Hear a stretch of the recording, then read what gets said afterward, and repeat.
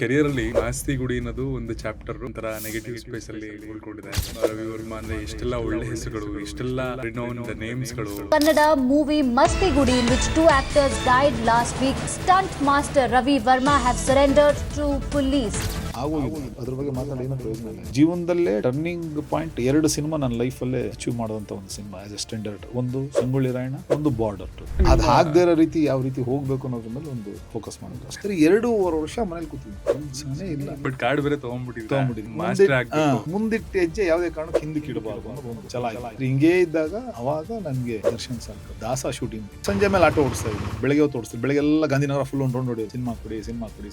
Auto ಓಡಿಸೋಕೆ start ಆಗುತ್ತೆ exact 8:30ಗೆ phone. ಈ ಥರ ದರ್ಶನ್ ಸರ್ ನಿಮ್ಮನ್ನ ಸಿನಿಮಾ ಕೊಡಿ ಅಂತ ಹೇಳಿದ್ದಾರೆ, ಈ ಥರದ್ದು ಒಂದು ಸಿನಿಮಾ ನೀವೇ ಫೈಟ್ ಮಾಸ್ಟರ್ ಬಂದು ಮೀಟ್ ಮಾಡಿ ಧರ್ಮ ಅಂತ ಒಂದು ಸಿನಿಮಾ. ಈ ಕೃತಜ್ಞತೆಗೆನ ದರ್ಶನ್ ಸರ್ ಹೆಸರನ್ನ ನಿಮ್ಮ ಮಗನ್ಗೆ ಇಟ್ಟಿರೋದು. ಆ ಒಂದು ಇದರಲ್ಲಿ ಕಷ್ಟ ಕಾಲದಲ್ಲಿ ಕೈ ಹಿಡಿದವ್ರು ಇವಾಗ ಯಾವುದೇ ಕಾರಣಕ್ಕೂ ಮರಿಬಾರ್ದು. ನಾನು ಹೆಂಗ್ ಅವ್ರಿಗೆ ಕೃತಜ್ಞತೆ ಸಲ್ಲಿಸ್ತೀನಿ. ನನ್ನ ದೊಡ್ಡ ಸಿಸ್ಟರ್ ಒಬ್ರು ಇದ್ದಾರೆ, ಜಯಲಕ್ಷ್ಮಿ. ಅವ್ರು ಒಂದೇ ನಾನು ಹೇಳಿ, ರವಿ ಯಾವತ್ತು ನಮ್ಗಿಂತ ಕೆಳಗಡೆ ಇರೋರು ನಾವು ಜೀವನ ಮಾಡಿ, ನಮ್ಗಿಂತ ಮೇಲಿರೋರು ನಾವು ಮಾಡಿ. ನನಗೆ ಒಂದೇ ಆಸೆ ಏನಂದ್ರೆ ಗೌರ್ಮೆಂಟ್ ಜಾಬ್ ಸಿಗ್ಬೇಕು. ಅವಾಗೆಲ್ಲ ತುಂಬಾ ಹುಚ್ಚು ಗೌರ್ಮೆಂಟ್ ಕೆಲಸ ಅಂತ. ನೀವು ನಂಬಲ್ಲ, ಒಂದೇ ಸರಿ 3ನೇ ಫ್ಲೋರ್ ಇಂದ ಬಿದ್ದಿರೋದು. 3.5 ಕನ್ಸ್ಟ್ರಕ್ಷನ್ ನಡೀತಾರ ಬಿಲ್ಡಿಂಗ್. ಹಿಂಗೆ ಸಾರ್ವೆ ಫುಲ್ ಕಟ್ಟಿ ಫೋಲ್ಗಳು ಹೊಡ್ಕೊಂಡು ಕೆಳಗಡೆ. ಬಟ್ ಇಷ್ಟೆಲ್ಲ ಇಂಜುರಿ ಆದ್ರೂ ಸ್ಟಂಟ್ ಬಿಡಬೇಕು ಅಂತ ಅನ್ಸಿಲ್ಲ. ಇಲ್ಲ, ಎಂಜಾಯ್ ಮಾಡ್ಕೊಂಡು. ಸರ್ ಜೊತೆಗಿನ ಸಿನಿಮಾಗಳು ಸಿಕ್ಕಾಪಟ್ಟೆ ಒಳ್ಳೆ ಫೇಮ್ ಕೊಡ್ತೀವಿ ನಿಮ್ಗೆ. ನಾವು ಜಾಕಿ ಸಿನಿಮಾ ನೋಡಿದಾಗ ಎಲ್ಲ ವಂಶಿ ನೋಡಿದಾಗೆಲ್ಲ ಇದು ಯಾರು ಸ್ಟಂಟ್ ಮಾಡಿದ್ದು ಅನ್ನೋ ಲೆವೆಲ್ಗೆ ಜನಗಳು ಮಾತಾಡಂಗಾಗಿದ್ರು. ನಂಗೂ ಶಿವಣ್ಣಂಗೂ ಮತ್ತೆ ಅವ್ರಿಗೆ ಅಪ್ಪಾಜಿ ಏನ್ ಮಾಡಿದಾರ ಗೊತ್ತಿಲ್ಲ, ನಿಮ್ಗೆ ಏನ್ ಆಸ್ತಿ ಕೊಟ್ಟಿದಾರೋ ನಮ್ಗೆ ಗೊತ್ತಿಲ್ಲ. ವ್ಯಕ್ತಿಗಳಿಗೆ ಏನ್ ಗೌರವ ಕೊಡಬೇಕು, ಮನುಷ್ಯರಿಗೆ ಏನ್ ಬೆಲೆ ಕೊಡಬೇಕು ಅನ್ನೋದು ಹೇಳ್ಕೊಟ್ಟಿದ್ರು. ಅದೇ ನಿಮ್ಮನ್ನು ಕಾಪಾಡೋದು. ಪ್ರತಿಯೊಬ್ಬರಿಗೂ ಇವಾಗ ಧ್ರುವ ಆಗಿರ್ಬೋದು, ಧ್ರುವ ಬಂದ್ರೆ ಹೊಸಬ ಅವ್ರದೇ ಅಂತ ಒಂದು ಇಮೇಜ್ ಕ್ರಿಯೇಟ್ ಮಾಡಿದ್ವಿ. ಈಗ ಅಣ್ಣವರು ಅವತ್ತೊಂದ್ ದಿವಸ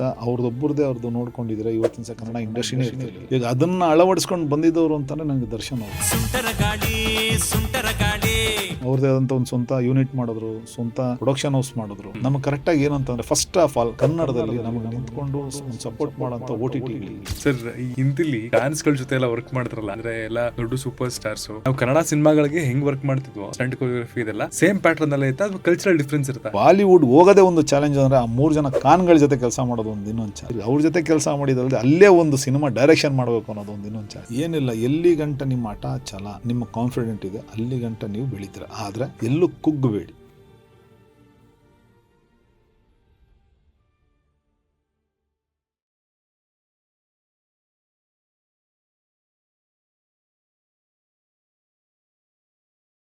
ಸ್ಕ್ರೀನ್ ಮೇಲೆ ನಮ್ಮ ಫೇವ್ರೆಟ್ ಹೀರೋ ಯಾರಿಗಾರು ಹೊಡೆದಾಗ ಅಥವಾ ಸ್ಟಂಟ್ ಮಾಡಿದಾಗ ನಾವು ಚಪ್ಪಾಳೆ ತಟ್ಟೋದು, ವಿಷಲ್ ಹೊಡೆಯೋದು ಸಿಕ್ಕಾಬಟ್ಟೆ ಕಾಮನ್.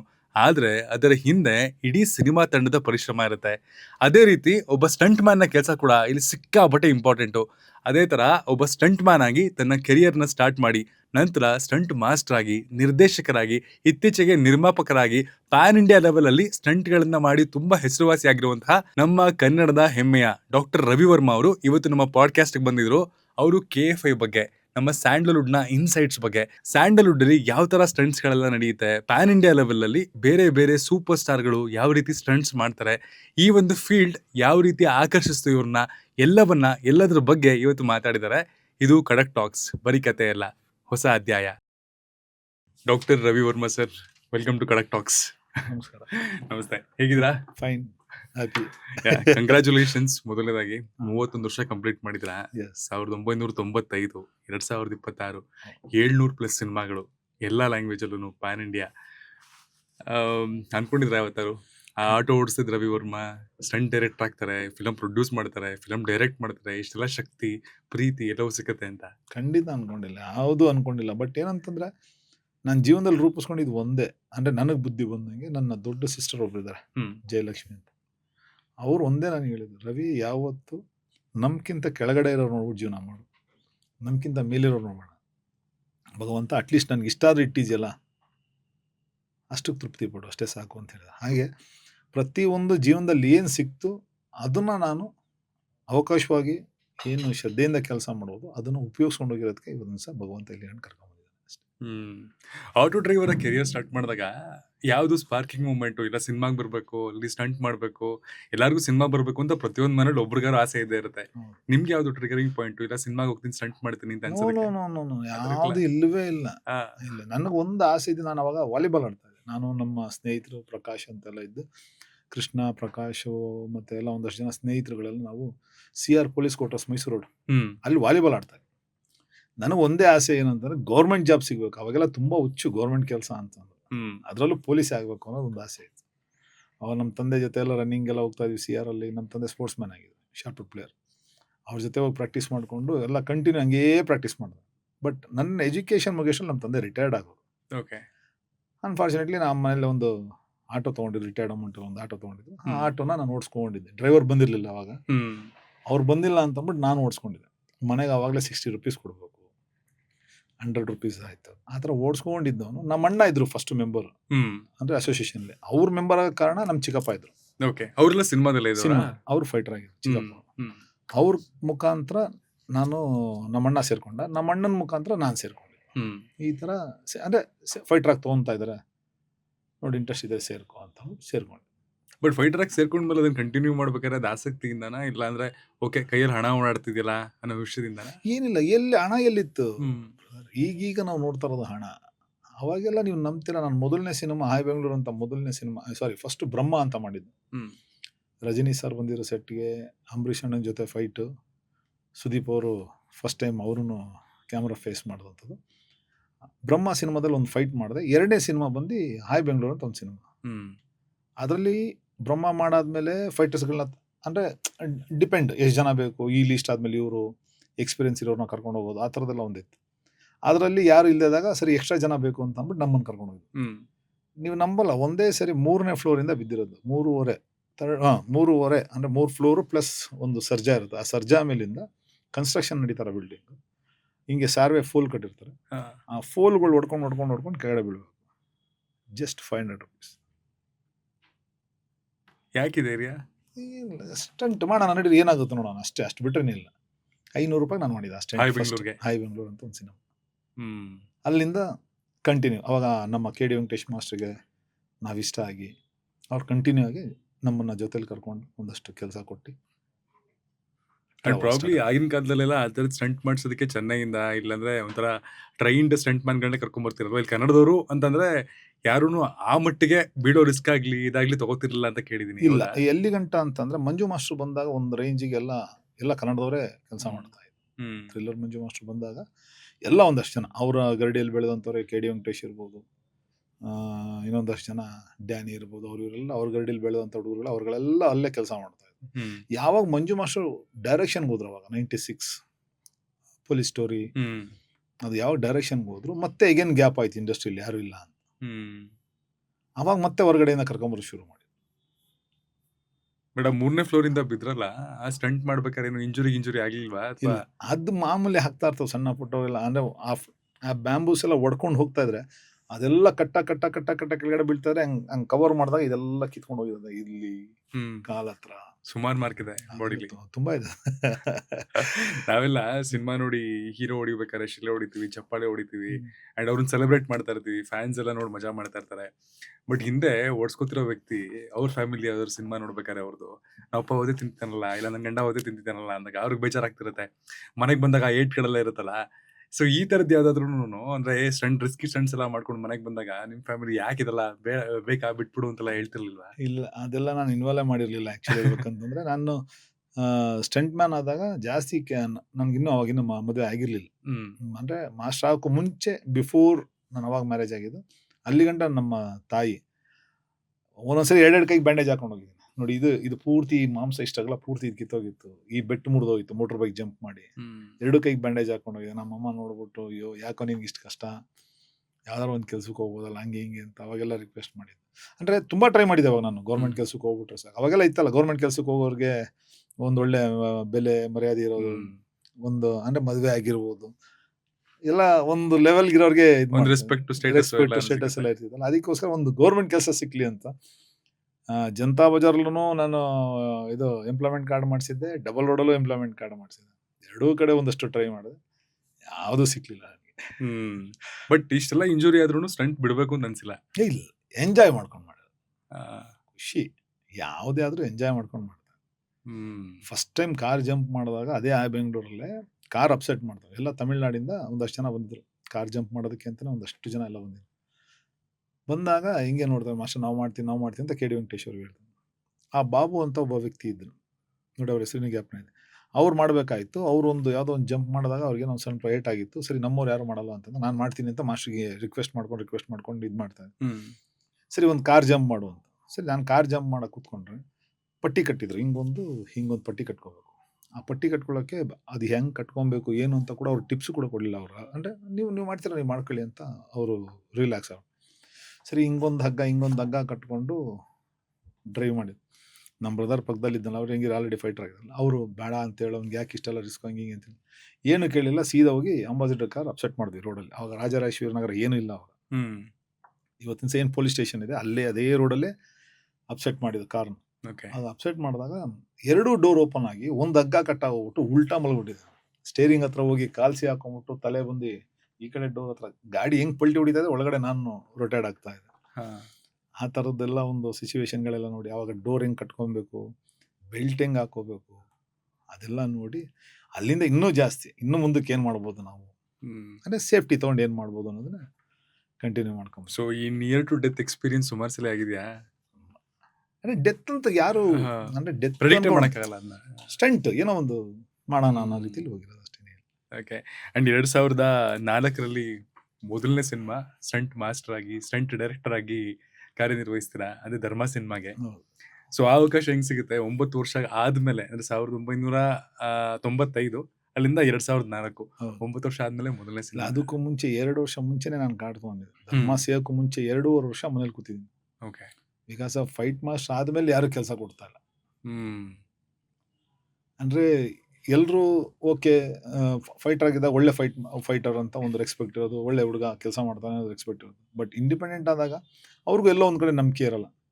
ಯಾಕಂದರೆ ಇವತ್ತೊಂದು ದಿವಸ ಡಿಜಿಟಲ್ ಪ್ರತಿಯೊಬ್ಬರಿಗೂ ಈಸಿ ಆಗ್ಬಿಟ್ಟಿದೆ. ಮೊಬೈಲಲ್ಲಿ ಶೂಟ್ ಮಾಡ್ಬಿಡೋದು, ಏನೋ ಒಂದು ವಿಡಿಯೋ ತೋರಿಸ್ಬಿಡ್ಬೋದು, ಏನೋ ಒಂದು ಮಾಡ್ಬೋದು. ಬಟ್ ಅವತ್ತೊಂದು ದಿವಸ ಏನು ಇಲ್ವಲ್ಲ, ಒಂದು ಹ್ಯಾಂಡಿ ಕ್ಯಾಮ್ ತೊಗೊಳಕ್ಕೆ ದುಡ್ಡು ಇರಲ್ಲ. ಅದನ್ನು ಏನಾದ್ರು ಒಂದು ಎಡಿಟ್ ಮಾಡಿ ತೋರಿಸ್ಬೇಕಂದ್ರೆ ಯಾವ ರೀತಿ ತೋರಿಸ್ಬೇಕು? ರೀಲ್ ತೋರಿಸ್ಬೇಕು. ಹೆಂಗೆ ಫೈಟ್ ತೋರಿಸೋದು? ನೆಗೆಟಿವ್ ಯಾವುದೊಂದು ಅಂದರೆ ನಮ್ಮ ಟ್ಯಾಲೆಂಟ್ ತೋರ್ಸೋಕ್ಕೆ ಒಂದು ಅವಕಾಶ ಆಗ್ತಾ ಇರಲಿಲ್ಲ ಅವಾಗ. ಸರಿ 2.5 ವರ್ಷ ಮನೇಲಿ ಕೂತಿದ್ದೀನಿ, ಕೆಲಸನೇ ಇಲ್ಲ.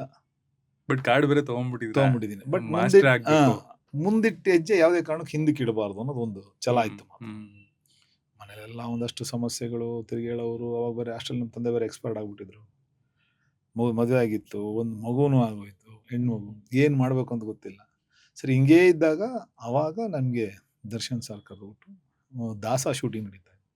ನಾನು ಎಲ್ಲೋ ಹಂಗೆ ಒಂದು ರೌಂಡ್ ಆ ಕಡೆ ಅಲ್ಲಿ ಹೋದಾಗ ಆಟೋಲ್ಲಿ ಹೋಗ್ತಾ ಇದ್ದೆ, ಆಟೋ ಓಡಿಸ್ತಾ ಇದ್ದೆ. ಮಾಸ್ಟರ್ ಆದ್ಮೇಲೂ ಕೂಡ ಆಟೋ ಓಡಿಸೋಕೆ ಶುರು ಆಗ್ಬಿಟ್ಟೆ. ಅದನ್ನ ಕೈ ಹಿಡಿತಿತ್ತು ಕೆಲಸ ಆಗ. ಸಿಗಲ್ಲ ಅಂತ. ಏನಂದರೆ ಅವಾಗಿಂದ ಆಟೋ ಓಡಿಸ್ಕೊಂಡು ಸರಿ ಆಟೋ ಓಡಿಸ್ಕೊಂಡು ಹೋಗ್ಬೇಕಾದ್ರೆ ಅಲ್ಲೆಲ್ಲ ಸಿಕ್ಕರು ಶೂಟಿಂಗ್ ನಡೀತಾ ಇತ್ತು. ದರ್ಶನ್ ಸರ್ ಹೋಗಿ ಮಾತಾಡ್ಸ್ಕೊಂಡ್ಬಂದು ಸಾಂಗ್ ನಡೀತಾ ಇತ್ತು. ಮಾತಾಡ್ಸ್ಕೊಂಬಂದು ಎಲ್ಲಿ ಮಾಸ್ಟ್ರೇ ಕಾಣೋದೇ ಇಲ್ಲ ಅಂತ. ಇಲ್ಲ ಸರ್ ಹಿಂಗೆ. ಹೌದಾ, ಮತ್ತು ನನಗೆ ಹೇಳೇ ಇಲ್ಲ ಅಂತ. ಹ್ಞೂ ಸರ್ ಎಲ್ಲಿ ಬ್ಯುಸಿ ಆಗೋದ್ಮೇಲೆ ಹೇಳೋಕ್ಕಾಗಿಲ್ಲ ಹಾಗೆ ಹೀಗೆ ಅಂತ. ಹೌದಾ ಸರಿ ಓಕೆ ಸರಿ ಹೇಳ್ತೀನಿ ಅಂತ. ಆವಾಗ ದಾಸ ನಡೀತಾ ಇತ್ತು. ನೋಡಿ ಸರ್ ಇದರಲ್ಲಿ ಏನಾರು ಇದನ್ನು ಇಲ್ಲ ಹೇಳ್ತೀನಿ ನಾನು ಹಂಗೆ ಹಿಂಗೆ ಸುಮ್ಮನೆ ಆಗ್ಬಿಟ್ರು. ಅದಾದಮೇಲೆ ಒಂದು 6 ತಿಂಗಳು ಮತ್ತೆ ಅವ್ರು ಸಿಕ್ಕಲಿಲ್ಲ. ಸರಿ ನನ್ನ ಪಾಣನೆ. ಯಾಕಂದರೆ ದರ್ಶನ್ ಅವ್ರಿಗೆ ಬಿಗಿನಿಂಗಲ್ಲಿ ಅವಾಗೆಲ್ಲ ಅವ್ರಿಗೆ ಫೈಟ್ ಏನು ಅಂತ ಗೊತ್ತಿಲ್ಲದಾಗ ಮಹಾಭಾರತ ಮಾಡ್ಬೇಕಾದ್ರೆ ನಾವು ಫೈಟ್ರು, ಅವ್ರು ಇನ್ನೂ ಹೊಸ ಕಲಾವಿದರು.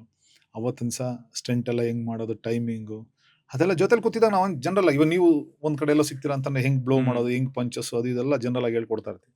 ಆ ಥರ ಅವತ್ತಿನ ಸಹ ಅವ್ರಿಗೆ ಹೇಳ್ಕೊಟ್ಟಿದ್ದು. ಧರ್ಮ ಅಂತ ಒಂದು ಸಿನಿಮಾ ಸ್ಟಾರ್ಟ್ ಆಗುತ್ತೆ. ಮಾದೇಶ್ ಅವ್ರ ಕಡೆಯಿಂದ ಇನ್ನೊಬ್ಬ ಅಸೋಸಿಯೇಟ್ ಕಡೆಯಿಂದ ಒಂದು ಫೋನ್ ಬರುತ್ತೆ. ಅವತ್ತಿನ ಸಹ ನೈಟು ನಾನು ಇಲ್ಲೇ ಇದ್ರ ಹತ್ರ ಯಾವುದೋ Shekhar hospital bull temple road ಹತ್ರ ಅಲ್ಲಿ ನನ್ನ ಸ್ನೇಹಿತರೆಲ್ಲ ನಿಂತ್ಕೊಂಡು ಸಂಜೆ ಮೇಲೆ ಆಟೋ ಓಡಿಸ್ತಾ ಇದ್ದೆ ನಾನು. ಬೆಳಗ್ಗೆ ಹೊತ್ತು ಓಡಿಸ್ತೀನಿ. ಬೆಳಗ್ಗೆಲ್ಲ ಗಾಂಧಿನಗರ ಫುಲ್ ಒಂದು ರೌಂಡ್ ಹೊಡೆಯೋದು. ಓಕೆ. ಸಿನಿಮಾ ಕೊಡಿ ಅಂತ. ಸಂಜೆ ಮೇಲೆ ಆಟೋ ಓಡಿಸ್ತಾ ಇದ್ದೆ. ಆಟೋ ಓಡಿಸೋಕೆ ಸ್ಟಾರ್ಟ್ ಆಗಬೇಕು ಎಕ್ಸಾಕ್ಟ್ 8:30ಗೆ ಫೋನ್ ಬಂದು ಈ ಥರ ದರ್ಶನ್ ಸರ್ ನಿಮ್ಮನ್ನು ಸಿನಿಮಾ ಕೊಡಿ ಅಂತ ಹೇಳಿದ್ದಾರೆ. ಈ ಥರದ್ದು ಒಂದು ಸಿನಿಮಾ ನೀವೇ ಫೈಟ್ ಮಾಸ್ಟ್ರು ಬಂದು ಮೀಟ್ ಮಾಡಿ ಧರ್ಮ ಅಂತ ಒಂದು cinema, Prajwal lodge, Nandini layout, Prajwal Mahalakshmi layout ಹತ್ರ. ಸರಿ ಬರ್ತೀನಿ ಅಂತ ಹೋಗ್ಬಿಟ್ಟು ಪ್ರಜ್ವಲ್ಲ ಪ್ರಕೃತಿನ ಏನೋ ಸಮಥಿಂಗ್ ಇರಬೇಕು, ಎಸ್ ನಾರಾಯಣ್ ಸರ್ ಮನೆ ಆ ಕಡೆ ಅವಾಗಿತ್ತು ಅಲ್ಲಿ. ಸರಿ ಅಂದ್ಬಿಟ್ಟು ಹೋಗ್ಬಿಟ್ಟು ಮೀಟ್ ಮಾಡಿದೆ. ಮಾದೇಶ್ವರನ್ನ ಮೀಟ್ ಮಾಡಿ ಮಾತಾಡಿದಾಗ ಈ ಥರ ಸರ್ ಹೇಳಿದ್ದಾರೆ ನಿಮಗೆ ಸಿನಿಮಾ ನೀವು ಮಾಡಬೇಕಂತೆ ಅಂತ, ಮಡ್ರಾಸ್ ಡೈರೆಕ್ಟ್ರು. ಸರಿ ಹೋಗಿ ಕತೆ ಕೇಳ್ಕೊಂಡೆ, ಎಲ್ಲ ಆಯಿತು, ಮಾತಾಡಿದೆ. ಕ್ಯಾಮ್ರಾಮ್ಯಾನ್ ಬಂದು ಸುಂದರ್ನಾಥ್ ಸುವರ್ಣ. ನಿಜವಾಗ್ಲೂ ಹೇಳ್ಬೇಕು ಅಂತಂದರೆ ನನಗೆ ಏನೋ ಒಂದು ಹಟ್ಟದ ಮೇಲೆ ನಾನು ಮಾಸ್ಟರ್ ಆಗ್ಬಿಟ್ಟೆ. ಏನು ಆ್ಯಂಗಲ್ಲು ಹೆಂಗೆ ಇಡಬೇಕು, ಲೆನ್ಸಸ್ ಏನು ಅನ್ನೋದು ಏನೂ ಗೊತ್ತಿಲ್ಲ. ಅವತ್ತಿನ ದಿವಸ ನಾನು ಕೈ ಹಿಡಿದು ಸಪೋರ್ಟ್ ಮಾಡಿದ್ದು ಸುಂದರ್ನಾಥ್ ಸುವರ್ಣ ಅವರು. ಇವತ್ತಿನ ದಿವಸ ಭಗವಂತ ಅವರು ಎಲ್ಲೇ ಇದ್ರು ಅವ್ರು ತಣ್ಣಗಿಟ್ಟಿಲ್ಲ ಅವ್ರ ಮನೆಯವರೆಲ್ರಿಗೂ. ಅವತ್ತಿನ ದಿವಸ ಅವರು ಏನಂತಂದ್ರೆ, ರವಿ ನೀನು ಬರೀ ಕಂಪೋಸ್ ಮಾಡ್ಕೊಂಬ, ತಲೆ ಕೆಡ್ಸ್ಕೊಬೇಡ, ನಾನೆಲ್ಲ ನೋಡ್ಕೊಂಡು ಹೋಗ್ತೀನಿ ಅಂತ. ಸರಿ ಆಯ್ತು ಅಂದ್ಬಿಟ್ಟು ಆವಾಗ ಫಸ್ಟ್ ಇಂಟ್ರಡಕ್ಷನ್ ಫೈಟ್ ಗ್ರಾನೈಟ್ ಫ್ಯಾಕ್ಟ್ರಿಲಿ ಯಶವಂತಪುರದಲ್ಲಿ ಫೈಟ್ ತೆಗೆದು ಅಲ್ಲಿಂದ ಅಲ್ಲಿವರೆಗೂ ಭಯನೇ, ಅಂದ್ರೆ ಇದು ಆಗುತ್ತೋ ಇಲ್ವೋ, ನಾನು ಕಂಪ್ಲೀಟ್ ಮಾಡಿಸಿರೋ 100% ಅಲ್ವಾ, ಅಲ್ಲಿ ಗಂಟ ಅನ್ನೋದು ಅದೇ ಅಲ್ವಾ. ಬಟ್ ಗ್ರಾಟಿಟ್ಯೂಡ್ ಅನ್ನೋದು ಹೆಂಗ್ ವರ್ಕ್ ಆಗುತ್ತೆ ನೋಡಿ, ಅಂದ್ರೆ ದಾಸ ಶೂಟಿಂಗ್ ಟೈಮಲ್ಲಿ ನೀವು ಸುಮ್ಮನೆ ಮಾತಾಡ್ಬಿಟ್ಟು ಬರ್ತೀರ, 6 ತಿಂಗಳು ಅದ್ರ ಬಗ್ಗೆ ಸುದ್ದಿನೇ ಇರಲ್ಲ, ಮತ್ತೆ ಒಂದಿನ ಅದನ್ನ ಆಪ್ ಕಾಟ್ಕೊಂಡು ಹೇಳಿರ್ತಾರಲ್ಲ. ಬಿಕಾಸ್ ಹೌದು. ಬ್ಯುಸಿ ಇರೋರ್ಗೆ ಬೇರೆ ಯಾರು ಬ್ಯುಸಿ ಇರಲ್ಲ, ಅಥವಾ ಲೈಫಲ್ಲಿ ಯಾರು ಕೆಲಸ ಇರಲ್ಲ ಅಂತ ಯೋಚನೆ ಮಾಡೋಷ್ಟು ಟೈಮ್ ಇರಲ್ಲ. ಅವ್ರು ಬ್ಯುಸಿಯಾಗಿ ಓಡ್ತಾ ಇರ್ತಾರೆ ಅವ್ರ ಜೀವನದಲ್ಲಿ. ಹೌದು. ಬಟ್ ಅದು ಅದನ್ನ ನೆನ್ಪಿಟ್ಕೊಂಡು, ಇಲ್ಲ ಇವ್ರಿಗೆ ಒಂದ್ ಮಾತು ಕೊಟ್ಟಿದ್ದೀನಲ್ಲ ಅಂತ ಅನ್ಕೊಂಡು ಮತ್ತೆ ಕರಿಯೋದಿದೆಯಲ್ಲ, ಅದು ಹೆಂಗೆ ಅಲ್ವಾ. ಅದೇ ಹೇಳ್ತಲ್ವ, ಎಲ್ಲ ಭಗವಂತನ ಒಂದು ಲಿಖಿತ. ಅವ್ನ್ ಹೆಂಗ್ ನಡೆಸ್ಬೇಕು, ಹೆಂಗ್ ಹೋಗ್ಬೇಕು, ಅವ್ನ್ ಎಲ್ಲಿಗೆ ರೀಚ್ ಆಗ್ಬೇಕು, ಎಲ್ಲ ಅವ್ನ್ ಎಳಿಬೇಕು, ಎಲ್ಲ ಅವ್ನ್ ಲಿಖಿತ. ಈ ಕೃತಜ್ಞತೆಗೆನಾ ದರ್ಶನ್ ಸರ್ ಹೆಸರನ್ನ ನಿಮ್ಮ ಮಗನ್ಗೆ ಇಟ್ಟಿರೋದು? ಹೌದು. ಅಂದ್ರೆ ಅದಾದ್ಮೇಲೆ ಕಂಟಿನ್ಯೂ ಆಗಿ ಸರ್ ಯಾವುದೇ ಸಿನಿಮಾ ಮಾಡಿದ್ರು ಮಿನಿಮಮ್ ಇಲ್ಲ ಅಂದ್ರೂ 2 ಫೈಟ್, ಫುಲ್ ಸಿನಿಮಾ ಇಲ್ದ್ರೆ 2 ಫೈಟ್, ಫುಲ್ ಸಿನಿಮಾ ಇಲ್ದ್ರೆ 2 ಫೈಟ್ ಪಕ್ಕ. ಆ ಒಂದು ಇದರಲ್ಲಿ ಕಷ್ಟ ಕಾಲದಲ್ಲಿ ಕೈ ಹಿಡಿದವ್ರು ಈ ವ್ಯಕ್ತಿ, ಯಾವುದೇ ಕಾರಣಕ್ಕೂ ಮರಿಬಾರ್ದು. ನಾನು ಹೆಂಗೆ ಅವ್ರಿಗೆ ಕೃತಜ್ಞತೆ ಸಲ್ಲಿಸೋದು, ಬೇರೆ ಯಾವ ರೀತಿನೂ ಆಗಲ್ಲ. ಬೇರೆಯವ್ರ ಥರ ನಾನು ಟ್ಯಾಟು ಹಾಕ್ಸ್ಕೊಳ್ಳೋದು, ಅಥವಾ ಏನೋ ಒಂದು ಇದು ಮಾಡ್ಬಿಟ್ಟೆ, ಏನೋ ಮನೆ ಕಟ್ಬಿಟ್ಟು ಅದ್ರಿಗೇನೋ ಹೆಸರು ಅಲ್ಲ. ಹಿಂಗೆ ಕರೆಕ್ಟಾಗಿ ಆ ಟೈಮಲ್ಲಿ ನನ್ನ ಮಗ ಹುಟ್ಟಿದಾಗ ಎ ಅನ್ನೋ ಅಕ್ಷರದಿಂದ ಬಂದಿದ್ದು. ಎ ಅನ್ನೋ ಅಕ್ಷರ. ಸರಿ, ನಮ್ಮನೇಲೆಲ್ಲ ಅವಾಗ ಆಕಾಶ್ ರಿಲೀಸ್ ಆಗಿತ್ತು, ಅಪ್ಪು ಅವ್ರದ್ದು. ಆಕಾಶ್ ಅಂತ ಹೆಸರಿಡೋಣ, ಚೆನ್ನಾಗಿದೆ, ಹಾಗೆ ಹೀಗೆ ಅಂತೆಲ್ಲ ಒಂದಷ್ಟು ಇದು ಮಾಡಿ, ನಾನಿಲ್ಲ, ನಾನೊಂದು ಅಂದ್ಕೊಂಡಿದ್ದೀನಿ ದರ್ಶನ್ ಅಂತ ಇಡ್ಬೇಕು ಹೆಸರು. ಏಂತಿಕೆ ಅಂತಂದ್ರೆ ಇವನು ನನ್ನ ಟೈಮಲ್ಲಿ ನನಗೆ ಹೆಲ್ಪ್ ಮಾಡಿದ್ದಾನೆ, ಇನ್ನು ಯಾವುದೇ ಕಾರಣಕ್ಕೂ ನಾನು ಇದನ್ನು ಇದು ಮಾಡಬಾರ್ದು. ನಾನಿರಲಿ ಇಲ್ಲದೇ ಇರಲಿ, ಮನೇಲಿ ಅವನ ಹೆಸರು ಓಡಿದ್ರು ಸಾಕು, ನನಗೆ ಅಷ್ಟೇ ಸಾಕು. ಅಷ್ಟು ಬಿಟ್ಟರೆ ಏನು ಬೇಡ, ಅವ್ರ ಹೆಸರೇ ಇಟ್ಕೊಂಡು ಎಲ್ಲ ಮೇಂಟೈನ್ ಮಾಡ್ಬೇಕು ಅಂದ್ಬಿಟ್ಟು ದರ್ಶನ್ ಅಂತಾನೆ ಬೇಕು ಅಂತ ಪರ್ಟಿಕ್ಯುಲರ್ ಆಗಿ ಇಟ್ಟೆ, ದರ್ಶನ್. ಇದನ್ನ ಫಸ್ಟ್ ಟೈಮ್ ದರ್ಶನ್ ಸರ್ ಕೇಳಿದಾಗ ಏನಂದ್ರು? ಅದು ಇನ್ನು ನಾನು ಹೇಳ್ಕೊಳ್ಳಿಲ್ಲ, ಅವ್ರಿಗೆ ಯಾರಿಗೂ ಹೇಳಲಿಲ್ಲ. ಓಕೆ, ಅದ್ರ ಬಗ್ಗೆ ಓಪನ್ ಆಗಿ ಗೊತ್ತೇ ಇಲ್ಲ ಅಂದ್ರೆ ಜನರಲ್ ಆಗಿ ಅಂದ್ರೆ ಅವ್ರಿಗೆ ಗೊತ್ತೋ ಗೊತ್ತಿಲ್ವೋ ಏನೋ ನನಗೂ ಗೊತ್ತಿಲ್ಲ ಇನ್ನೂವರೆಗೂ. ಬಟ್ ಎಲ್ರಿಗೂ ಗೊತ್ತು, ಒಂದಷ್ಟು ಜನ ಇಂಡಸ್ಟ್ರಿಯಲ್ಲಿ ಎಲ್ರಿಗೂ ಗೊತ್ತು. ಬಟ್ ಅವ್ರಿಗೂ ವಿಷಯ ಮುಟ್ಟಿರುತ್ತೆ ಅಂತ ಅನ್ಕೊಂತೀನಿ ನಾನು ಅಷ್ಟೇ. ಬಟ್ ನಾನು ಹೇಳ್ಕೊಂಡಿಲ್ಲ ಎಲ್ಲೂ, ನಾನು ನೋಡಿ ಸರ್ ನಿಮ್ಗೋಸ್ಕರ ಹಿಂಗೆ ಮಾಡ್ಕೊಂಡಿದ್ದೀನಿ. ಯಾಕಂದ್ರೆ ಅದನ್ನ ಇವಾಗ ಕೃತಜ್ಞತೆ ಸಲ್ಲಿಸೋದು ಯಾರಿಗೂ ಹೇಳ್ಬೇಕಾಗಿಲ್ಲ. ಕರೆಕ್ಟ್, ನಮ್ಮ ಆತ್ಮಕ್ಕೆ ನಾವು ಕರೆಕ್ಟ್ ಆಗಿರ್ಬೇಕು. ಬಟ್ ನನಗೆ ಅವರೊಂದು ಅವಕಾಶ ಕೊಟ್ಟವ್ರೆ, ಆ ಒಂದು ನಾನು ಮರಿಬಾರ್ದು ಅನ್ನೋದು. ಯಾಕಂದ್ರೆ ಇವತ್ತಿನ ಸಹ ದುಡ್ಡು ಬರುತ್ತೆ ಹೋಗುತ್ತೆ, ಇಲ್ಲ ಪೊಸಿಷನ್ ಬೇರೆ ರೀತಿ ಬರುತ್ತೆ, ಯಾವುದೇ ಕಾರಣಕ್ಕೂ ನಾನು ಮರಿಬಾರ್ದು, ನನ್ನ ಮನೆಯವರು ಮರಿಬಾರ್ದು ಅನ್ನೋದು ಒಂದು ದೃಷ್ಟಿ ಮಾಡ್ಕೊಂಡು. ಸೊ ಧರ್ಮ ಮೊದಲನೇ ಸಿನಿಮಾ ಆದ್ಮೇಲೆ ಅದರಿಂದ ತುಂಬಾ ಕ್ರೆಡಿಟ್ಸ್ ಬಂತ, ಸುಮಾರು ಕೆಲಸಗಳು ಮತ್ತೆ ಬ್ಯಾಕ್ ಟು ಬ್ಯಾಕ್ ಬರಕ್ ಶುರು ಆಯ್ತಾ ಹೇಗೆ? ಇಲ್ಲ, ಬ್ಯಾಕ್ ಟು ಬ್ಯಾಕ್ ಕೆಲಸಗಳೆಲ್ಲ ಕಂಟಿನ್ಯೂ ಆಯಿತು. ಅದಾದಮೇಲೆ ಸರ್ ಜೊತೆನೇ ಕಂಟಿನ್ಯೂ ಆಯಿತು. ತಿರ್ಗಿ ಅದಾದಮೇಲೆ ನಾವು ಸಣ್ಣ ಮಿಸ್ಕಮ್ಯುನಿಕೇಶನ್ ಆಗಿ ಅವಾಗೆಲ್ಲ ಟಾಪಲ್ಲಿದ್ದರು ಓಂ ಪ್ರಕಾಶ್ ಸರ್ ಅವರೆಲ್ಲ. ಅಯ್ಯ ಅಂತ ಸಿನಿಮಾಗೆ ನಮ್ಮನ್ನು ಕರೀಲಿಲ್ಲ, ಯಾಕಂದರೆ ಅವಾಗ ಅವರು ಸೀನಿಯರ್ ಡೈರೆಕ್ಟರ್ ಅಲ್ಲ, ಅವ್ರು ಹೇಳ್ದಂಗೆ ಸರ್ ಕೂಡ ಕೇಳಲೇಬೇಕು. ಸರಿ, ಆ ಸಿನಿಮಾ ಬೇರೆಯವ್ರ ಕೈಲಿ ಮಾಡಿಸ್ಕೊಂಡ್ರು. ಅದಾದಮೇಲೆ ಸರ್ದಾರ್ ಆ ಟೈಮಿಂದ ಸರ್ದು ಒಂದು ರೇಂಜಿಗೆ ಅವ್ರದ್ದು ಒಂದು ಸ್ಟೇಟಸ್ ಚೇಂಜ್ ಆಯಿತು. ಅಲ್ಲಿಂದ ಅವ್ರು ಕಂಟಿನ್ಯೂ ಆಗಿ ಸರ್ದಾರದಿಂದ ಸ್ಟಿಲ್ ಟುಡೇ ಇಲ್ಲಿವರೆಗೂ ಐರಾವತವರೆಗೂ ಎಲ್ಲ ಸಿನಿಮಾನು ಮಾಡ್ಕೊಂಡು, ಎಲ್ಲೂ ಯಾವುದು ಇಲ್ಲ ಅನ್ನೋದಿಲ್ಲ, ಎಲ್ಲ ಸಿನಿಮಾ ಕಂಟಿನ್ಯೂ ಮಾಡ್ಕೊಂಡು. ಈ ಮಧ್ಯದಲ್ಲಿ ಯಾವ್ದಾದ್ರು ಗ್ಯಾಪಲ್ಲಿ ಯಾವ್ದಾದ್ರು ಇರುತ್ತೆ ನೋಡ್ಕೊಂಡು ಅದನ್ನೆಲ್ಲ ಒಂದಷ್ಟು ಮಾಡ್ಕೊಂಡ್ಬರ್ತಾರೆ. ಬಟ್ ಸೆಂಟ್ರಲ್ ಒಂದಷ್ಟು ತೆಲುಗು ಅವಕಾಶ ಬಂದ್ರು ನಾನು ಹೋಗಿಲ್ಲ. ಅವಾಗ್ಲೇನೆ ಡೇಟ್ ಕ್ಲಾಶ್ ಆಗೋ ಟೈಮ್ಗೆ ಅವಾಗ್ಲೇನೆ ಇಲ್ಲಿ ಸಂಗೊಳ್ಳಿ ರಾಯಣ್ಣ ಶೂಟಿಂಗು, ಅಲ್ಲಿ ನನಗೆ ತೆಲುಗು NTR ಶಕ್ತಿ ಪಿಕ್ಚರ್ ಕರೀತಾ ಇದ್ದೆ, ಯಾವುದನ್ನು ಬಿಟ್ಕೊಂಡ ಇಲ್ಲ ಅಂತ ಅಂದ್ಬಿಟ್ಟು ಸಂಗೊಳ್ಳಿ ರಾಯಣ್ಣನೇ ನಾನು ಮಾಡ್ಕೊಂಡು ಕಂಟಿನ್ಯೂ ಮಾಡ್ಕೊಂಡು ಆ ಥರ ತುಂಬ ಕಂಟಿನ್ಯೂ ಇದೆ. ಇವ್ರ ಜೊತೆ ಎಲ್ಲ ಆದಮೇಲೆ ನಾನು ಅಪ್ಪು ಸಿನಿಮಾ ಅವ್ರು ಮಾಡಿದ್ದು, ವಂಶಿಯಿಂದ ನಾನು ಸ್ಟಾರ್ಟ್ ಮಾಡಿದ್ದು ಅವ್ರ ಜೊತೆ. ಅಲ್ಲಿಂದ ಯಾಕಂದ್ರೆ ಅದಕ್ಕೂ ಮುಂಚೆ ನಾವು ಅವ್ರ ಜೊತೆ ಅವ್ರ ಜೊತೆಲೇ ಅಪ್ಪು, ಅಭಿ, 2 ಸಿನಿಮಾ ಅವ್ರ ಜೊತೆ ನಾನು ಕೆಲಸ ಮಾಡಿದ್ದು. ತಿರ್ಗಿ ಅದಾದಮೇಲೆ ನಾನು ಮಾಸ್ಟರ್ ಆಗ್ಬಿಟ್ಟೆ. ತಿರ್ಗಿ ಅದಾದಮೇಲೆ ಅವರು ಒಂದಷ್ಟು ಸಿನಿಮಾಗಳು ಮಾಡ್ಕೊಂಬಂದರು. ಹಿಂಗೆ ಕಂಟಿನ್ಯೂ ಮಾಡ್ತಾ ಮಾಡ್ತಾ ಮಾಡ್ತಾ ವಂಶಿಯಿಂದ ಓಕೆ ರವಿ ವರ್ಮನ್ ಜೊತೆ ಹೌದು. ಆವಾಗ ಪ್ರಕಾಶ್ ಅವರು ಮತ್ತು ಕೃಷ್ಣಕುಮಾರ್ ಕ್ಯಾಮ್ರಾಮನ್, ಇವರಿಬ್ಬರು ಕಡೆಯಿಂದ ನನ್ನನ್ನು ಇನ್ಫ್ಲುಯೆನ್ಸ್ ಮಾಡಿ ಇಲ್ಲ ರವಿ ವರ್ಮನ್ ಕೈಲಿ ಮಾಡಿಸಿ ಅಂತ ಹೇಳಿ ಫಸ್ಟ್ ಫೈಟ್ ಅವ್ರಿಗೆ ಆ್ಯಕ್ಷನ್ ಕಟ್ ಹೇಳಿದ್ದು ಆ ಮಾರ್ಕೆಟ್ ಫೈಟ್. ಅಲ್ಲಿಂದ ಜರ್ನಿ ಸ್ಟಾರ್ಟ್ ಆಗಿದೆ. ಓಕೆ.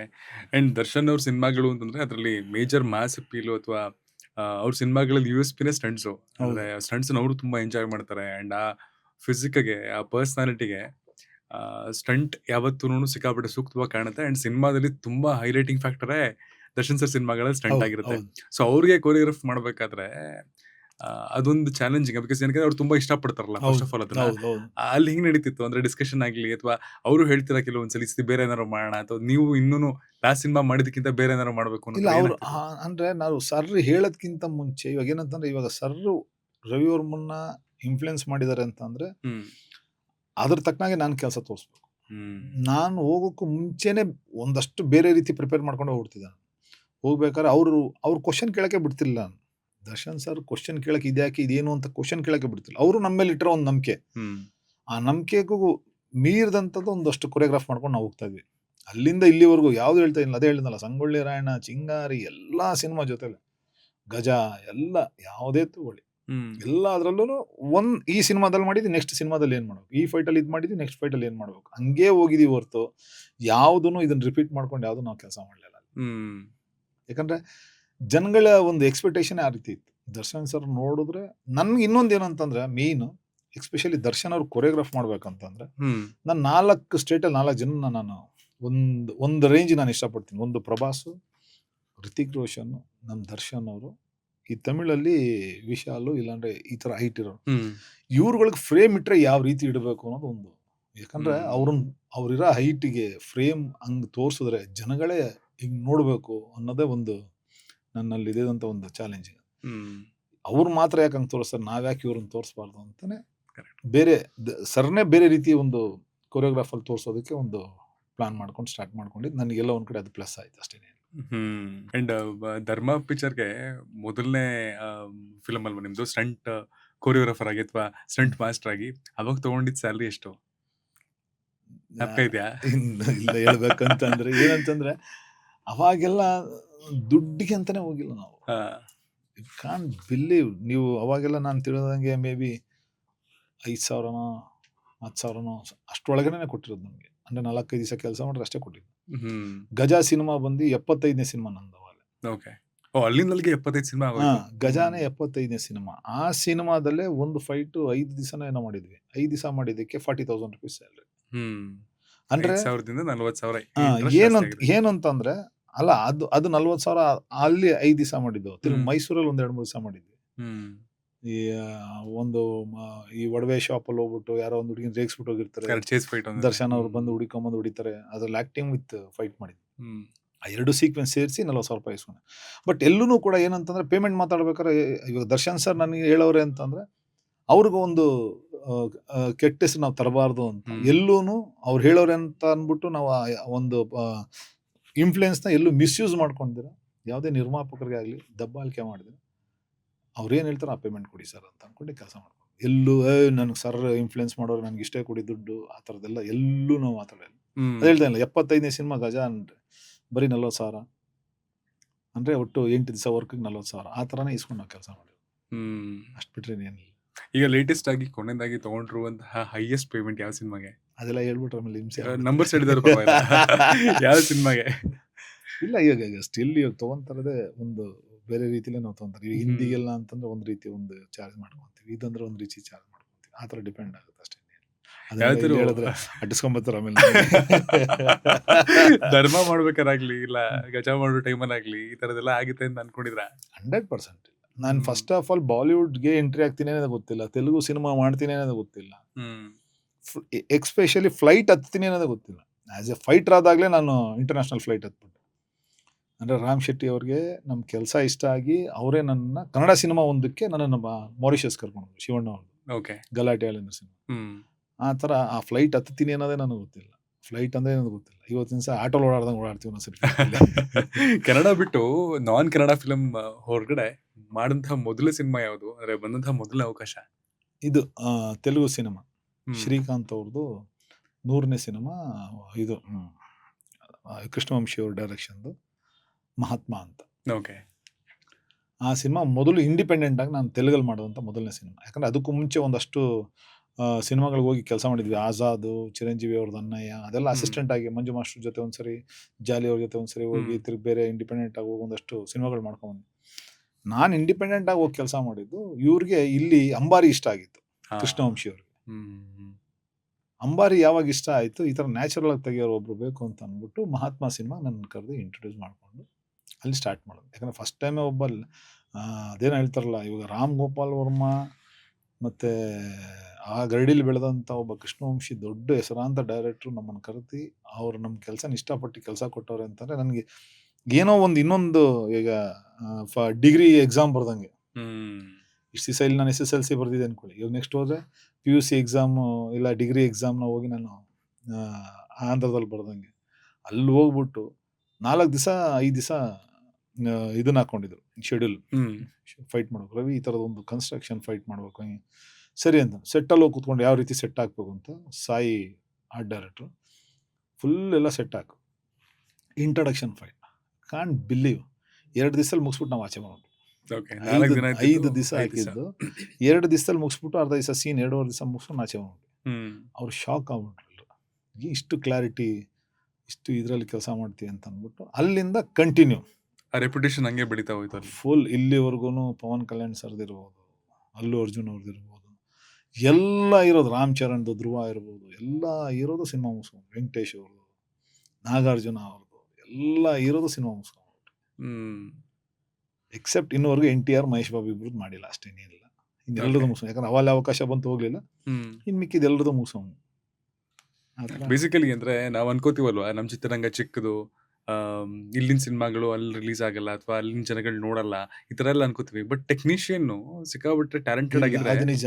ಆಕ್ಚುಲಿ ಹೇಳ್ಬೇಕು ಅಂತಂದ್ರೆ ನಾನು ಹೋಗೋ ಟೈಮಲ್ಲಿ ಯಾವುದೇ ಕಾರಣಕ್ಕೂ ಇಲ್ಲಿ ಸಿನಿಮಾ ಅಲ್ಲಿ ರಿಲೀಸ್ ಆಗ್ತಾ ಇಲ್ಲ. ನಾನು 1.5 ವರ್ಷ ಅಲ್ಲಿ ಹೋಗಿ ಹೈದರಾಬಾದಲ್ಲಿ ಪ್ರತಿಯೊಬ್ಬರಿಗೂ ನಾನು CD ಹಂಚಿದ್ದೀನಿ. ನಾನು ಕನ್ನಡದಲ್ಲಿ ಈ ಥರದ ಒಬ್ಬ ಫೈಟ್ ಮಾಸ್ಟರ್, ನಾನು ಈ ಥರ ಸಿನಿಮಾ ಮಾಡಿದ್ದೀನಿ ನೋಡಿ, ಈ ಥರದ ಫೈಟ್ಸ್ಗಳು ನಂದು ಅಂತ ಪ್ರತಿಯೊಬ್ಬರಿಗೂ CD ಹಂಚಿದ್ದೀನಿ. ಈವನ್ ದೋ ನೀವು ಸಿನಿಮಾ ಕೊರಿಯೋಗ್ರಾಫ್ ಮಾಡಿದ್ರು, ಸ್ಟಂಟ್ ಕೊರಿಯೋಗ್ರಾಫ್ ಮಾಡಿದ್ರು, ಇನ್ನೂ ಒಳ್ಳೆ ಆಪರ್ಚುನಿಟೀಸ್ಗೋಸ್ಕರ ಹಂಚಿರೋದು ಅದು. ನೋ, ಫಸ್ಟ್ ಟೈಮ್ ಹೋಗ್ಬೇಕಾದ್ರೆ ಪ್ರತಿಯೊಬ್ಬರಿಗೂ CD ಹಂಚಿದ್ದೀನಿ. ಅಶೋಕ ಮಾಡ್ಬೇಕಾದ್ರೆ ವಿ ನಾಯಕ್ ಹಿಂಗೆ ನೋಡ್ಬಿಟ್ಟು ಆಯ್ತಮ್ಮ ಹೇಳ್ತೀನಿ ಅಂತ ಹಂಗೆ ಸೈಡ್ಗೆ ಇಟ್ಟಿದ್ರು. ಪ್ರತಿ ಒಬ್ರಿಗೂ ನಾನು CD ಹಂಚಿದ್ದೀನಿ. ಸುರೇಂದರ್ ರೆಡ್ಡಿ ಎಲ್ಲರಿಗೂ, ಎಲ್ಲ ದೊಡ್ಡ ಟಾಪ್ ಮೋಸ್ಟ್ ಡೈರೆಕ್ಟರ್ಗಳಿಗೆಲ್ಲರಿಗೂ CD ಹಂಚ್ಕೊಂಡಿದ್ದೆ.